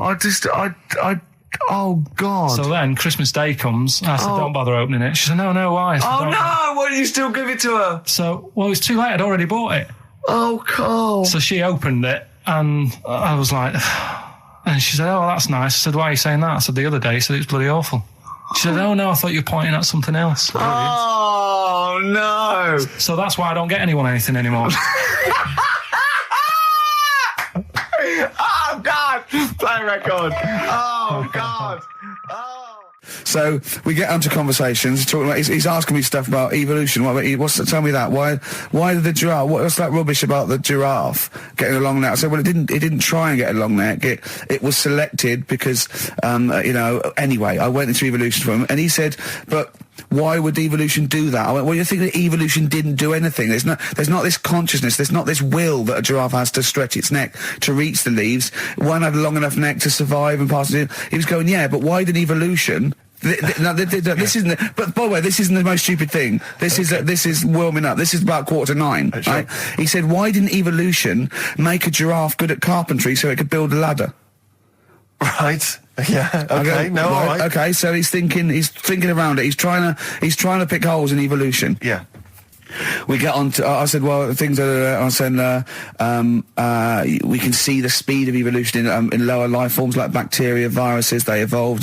That's why soon we won't have an antibiotic that can kill some certain bacterial strains. And he said, and this is about 11:30, and I said, I'm going to bed, right? He said, in the future, they reckon that you'll be able to wake up and eat a yogurt you can have a chat with. I don't know what that means. Let's put a song on, right? No, and we'll come back to it. So you're going to explain that? Yeah. You've got an explanation? The Verve and Sonic on XFM 104.9. I'm Ricky Gervais, with me Steve Merchant and Karl Pilkington. So let's just get this right. What did Karl say? He's just specifically giving those words again. He said, they reckon, and I said, I'm going to bed. He went, no, really? I said, no, I'm going to bed, Karl. There's no point now, because, it's just like you're talking gobbledygook. You know what I mean? I might as well talk to a pot plant. Yeah. He said, in the future, they reckon, I don't know who they are. Sure. I don't know, people who post things on the internet that he reads, I think. The Telegraph. Anyway, complete the sentence. They reckon that in the future you'll be able to wake up. I love it. There's a little scenario, an embellishment, like this little. Oh, hello, darling. It's your yogurt. Hello. You'll be able to wake up and eat a yogurt you can have a chat with. All right. Well, thanks for that, Rick. I'm looking at you. I'm going to throw that over to Karl. Right. It's when I was away on holiday, right? I got. I don't normally buy the Telegraph because it's too big and that, innit? So, but they were giving it away for free on the plane, so I thought, ding dong, might as well have it. Mm-hmm. And I saw a couple of things in it. I thought that would be interesting. I saw this thing about the future, and it was talking about evolution and what have you, right, which I always find weird, because I always think that maybe we've sort of done it wrong anyway. Do you know what I mean? I sometimes think you can't evolve. By definition, evolution can't get things wrong. Things change, that it's not successful, it can't pass on its genetic material, but if you're around, it's working. If you're around, it's working. Slugs are as evolved as they need to be. Slugs are as evolved as you and me. That's true enough. Yeah, no disrespect, but it works. It works. Sorry, they're around. Anyway, what's your point, Karl? No, I mean, I think we probably would have been better off staying as a fish. Just because there's more water than land, isn't there? Right. And you wouldn't drown. This is why I went to bed. No, I can imagine. I'm thinking of dozing off now. No, but it went. Do you know what I mean? From what was it? It was bacteria. It was fish, mermaid, man, onwards and what have you. So anyway.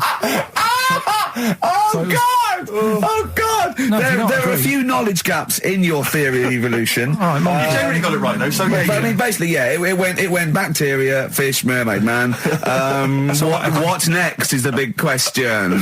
So it was telling you all about this and what have you, and saying how we shouldn't have interfered, because maybe if we wouldn't have invented planes and what have you, maybe we'd be able to fly and what have you, if we really needed to and stuff like that. Okay. So we've interfered with evolution, you see. Right. Well, then it was saying, well, what's the future got? Well, yes, in one way we have interfered with evolution. Yeah, the evolution of the human being in society is changing. It's no longer based on the strongest or the fittest, because medical science can keep us alive long enough. People can pass on their genetic material where without this civilization they wouldn't have been able to. So yeah, there are different parameters, there are different pressures, there are different things that say whether we're going to pass on our genetic material or not. Okay, so in that sense you're right. And that, Rick, as far as I'm aware, has led to a yogurt that you can eat and have a conversation with. So this is what it was saying. It was just saying, we're living in mad times and that. There's a lot of weird stuff going on. One of which is... And the fellow was just saying, with computers and stuff like that, the way it is, we'll be able to wake up. Go on.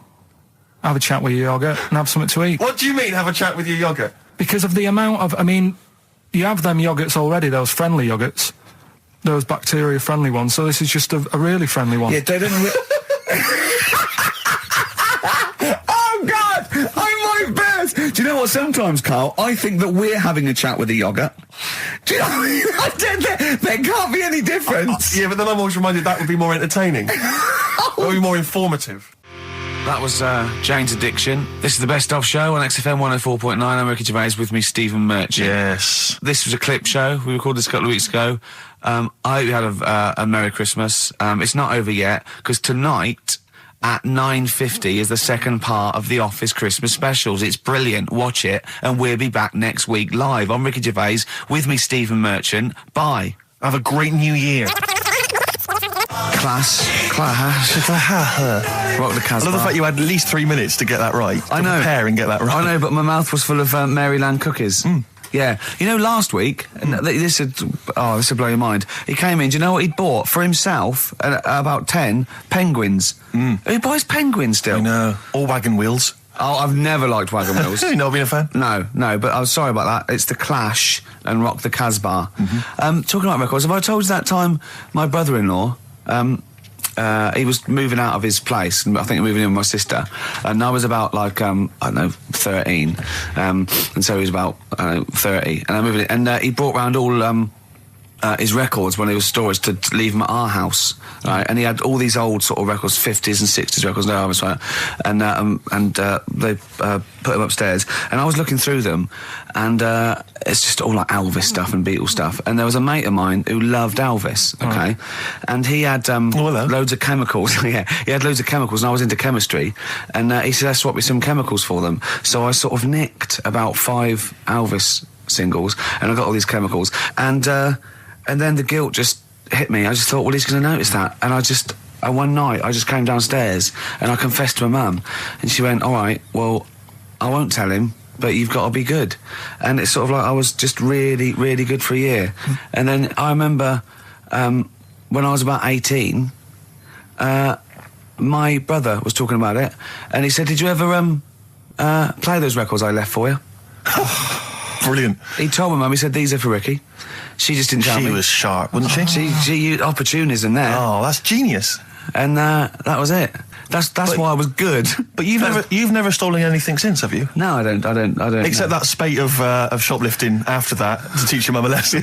yeah. Well, I went round and arson. No, I did. I just couldn't believe it. It was terrible. Like when you're born, you're a little baby, wrinkly and stuff. When you get older, you sort of morph into a baby again. And you go through the same phases. So when you're young, you buy singles. You get old, you got nothing to do all day. You got all your pension money. What will I buy? Cliff Richard's on the telly. Here's my video, buy me song. You see, that started off as quite a sensible point, because I actually think they do it. But what was all that alien stuff about when you're born, you go wrinkly and you go wrinkly again? Sometimes you mix like normal things that human beings say with I don't know what. Well, look, when you're a baby, you've got a little bald head, no teeth. You get old. What happens? Are you a philosopher? You're an official philosopher. Because, I mean, it sounds like it. Oh, Carl, play a record. You're a gem. You're a diamond. But we're talking about MTV, right? And I was feeling a bit nervous, wasn't I? About like, you know, the way I look. Right. And what have you. And then I watched a bit of Celebrity Big Brother and all the fuss that Mark Owen's getting. And he's not that good looking, is he? He's very. I want to be Mark Owen's mate. If anyone who knows Mark Owen or Mark Owen's listening, I want to be his mate. I think he's brilliant. I think he's a nice lad. But what I'm saying is, right, all the girls go mad over him. Yeah. And he's not that good looking, is he? Well, no, he's got to. He is in a certain way, isn't he? That sort of non-threatening. But he's not stunning, is he? Do you know what I mean? No. Well, what's your definition of a stunning? Yeah. Well, who do you like? Someone who you look at and you go, God, they're good. Which bloke do you fancy? What bloke do you think's attractive then? So if I was into men. Yeah. In fact, you can still say a bloke's a good looker without fancying him. Who do you think is attractive? Probably. I mean, it depends what you're looking for. No, just looks. Just looks. You think looks and looks as well. Of course, doesn't yeah. it? No, would you say it was attractive? Would you say it was like stunning in your definition? A good-looking lad. Yeah. Good-looking lad. Oh, look at him over there. He's... Ooh. Do you find, Robbie Williams, do you find him attractive? Boy next door, look. No, who do you... Carl, hurry up, because it's, we've only got 2 hours. Probably... do you know, I can't think of one offhand. Mark Owen is pretty good looking then, really. There's not... Just name one bloke that you think's an attractive guy. There must be one bloke that you've either met or that you've, seen in a pub Who do you think on a is poster. attractive? Tell you what. Go on. Tell you what. Works here. Young Alex Zane. Alex! Well, we know Alex, maybe we can fix you like that. Oh, I love you, Alex! You've got so I just like the way, the things that interest me, I remember. Things like snakes not having ears and stuff. Yes. I didn't have to read about that. No, you just learned that, yes. You saw it on the telly, didn't you? You saw it on that Ian Wright programme. Yeah. Yeah. And this is what Carl said to me. He said, it's actually, I called Carl up in the week, and Reese was with him. Reese used to be on XFM, and he took the phone, and he went, Carl's worried, I've seen that programme. He said, snakes don't have ears, right? He said, so you can creep up on them and pick them up. And he said, Carl's worried. He said, how would you ever put them down again? Because then they know you're there. I woke up the other night, quite late. Worried about that. And I said to my girlfriend, I said, how do you put a snake down? And she said, what are you talking about? I said, that Ian Wright thing, this guy managed to pick up a snake. And do you know that thing where they clamp its head on a jar to get the poison out? I do now. Right? They did that, but they didn't show you how they got rid of it. And I thought, it could really get nasty, because it's obviously annoyed that you've had its head pressed in the jar. Yeah. Right? They hate that. Now... Especially as it's in front of their mates. When you lift it off, yeah, right, you've got hold of it. Yeah. If you go to chuck it down, it's going to turn on you. It's going to go wild, isn't it? So, I just wondered. Well, what you do is you never put it down, Carl. Yeah, that's why that bloke has got about 11 or 12 just carrying him. Exactly. Yeah, you never put it down. You sling it. Who cares? You just throw it, don't you, really far. That's not that. I don't think you should throw. But Carl, listen, don't worry. We're not asking you to get involved with snakes. Rick, I sometimes get off at the Tube at Tottenham Court Road if I want to look at the record shops before I come into XFM, and I always cut through Chinatown. Oh yeah. And every time I come to Chinatown, the same thought always strikes me. I always feel like I want to just gather all the little locals, all the little Chinese fellas, just gather them round and just go, guys, in what way is this a town? It's not, is it? This is not, at best, what you've got here is a novelty street. Yeah, Gerrard Street is not a town, no, mate. It's not a town. You've had this since like 100 years. It's not expanding. Yeah, yeah. You can't just call it Chinatown and claim it's a town. If I was them though and you do that, I go, what are you talking about? It is a town. It is a town. It's our town. It is a town. It's our town. We got all lots of stuff. Where's your church? Where's your mayor? We got a betting shop. Not enough. It is. See, all you've got here is restaurants. No, No. Got a little supermarket with snacks. What does it sell? Snacks. Specifically, I would imagine crackers. Yeah. Do you want to buy a dragon? Do you want to buy an ornamental dragon? If I wanted to buy one, this is where I would. Do you want to buy a gold dragon? Is it made of gold? No, it's made of plastic, but it's sprayed gold. Do you want to buy that? It's not a town. It is a town. It's not a town. Yeah. And it annoys me because when I first came to London, I genuinely thought Chinatown was going to be this amazing, what they've got there is you'd hear a gong and every time you went in there, and there'd be rickshaws and people walking on those little sort of wooden shoes. You know those ones? They're brilliant. They are just comping around in them, but nothing. It's nothing. It's just. Yeah, exactly. Yeah. It just reminds me of, have you ever been to any of those sort of museums? You tend to have them up north where they've got you sort of sit in a little cart and it sort of rides you through kind of, I don't know, it might be Newcastle, the Victorian era. Yeah. Can I have half a pound of those sweets, please? Exactly. Of course you can. If there was some animatronic then, it would just be an exhibit. Yeah. Their concession to being 100 years ago is that there's some scales in the shop and there's a horse outside. Yeah. That's it. That's it. Exactly. Yeah. The traditional sounds and smells of old England. And the voice of going, of course, there was no television. Exactly. Amazing. Yeah. Amazing. Brilliant. Yeah. Welcome to Chinatown. Oh. Ding, ding, ding, ding, ding, ding. So it's not. Yeah, it's a good point. Is that a piece of traditional music? Ding, ding, ding, ding, ding. Yeah. Is that some traditional Chinese music, or is that music that someone in this country wrote, thinking it sounded like Chinese I music? think it was the. Was it the Vapors? Wasn't it? Oh, is that what it is? That? Because it sounds so, that's the music, isn't it? But are you sure they didn't take that from some other source? it's that pentatonic scale, isn't it? What is it called? It's the black notes on the piano. Right, that's the one I can play along with EastEnders. Yeah. Do you know what I don't get with it? Go on. Chinatown. Yeah, Chinatown, because I always walk through it on the way to work. A couple of things annoy me. First of all, I think it's bad business, just because if you've got a Chinese restaurant, put it somewhere where there isn't any others. It's a good point. Yeah, but it's also a community. They're not just a theme park for other people. I remember going out one night with Suzanne, some friends, and you got there and there's so much choice. It's that dilemma of, oh, forget it. Well, not really. Specifically, do you fancy Chinese? Well, no, but why don't you go to the one with the dead ducks hanging in the window? That's my favourite. That's the other thing as well. It's like, normally you put your good stuff in the window. If that's what's in the window. Yeah. Right? Yeah. And the other thing that annoys me, walking through it today, there's always lard on the floor. What, in the street? In the street. It is, honestly. I'm scared I'm going to slip over. It's because all the restaurants and that. But why is it? That's another point. Well, it's not oozing out of the restaurants. No, but why is it? Why is it? I don't know what they do. Careful. Listen, no, but why is That's why they used to wear those little wooden shoes. No, okay, we've got... No, but the thing is as well, they try and wash it with water, which doesn't work with lard, and it's like oil. Famously, yeah. Do you know what I mean? Even I know that. Yeah, you got to scrub it. So, you think sorted that out. Yeah. You think they'd know, wouldn't you? Yeah. Right. Anyway, thanks for your thoughts on Chinatown, Carl.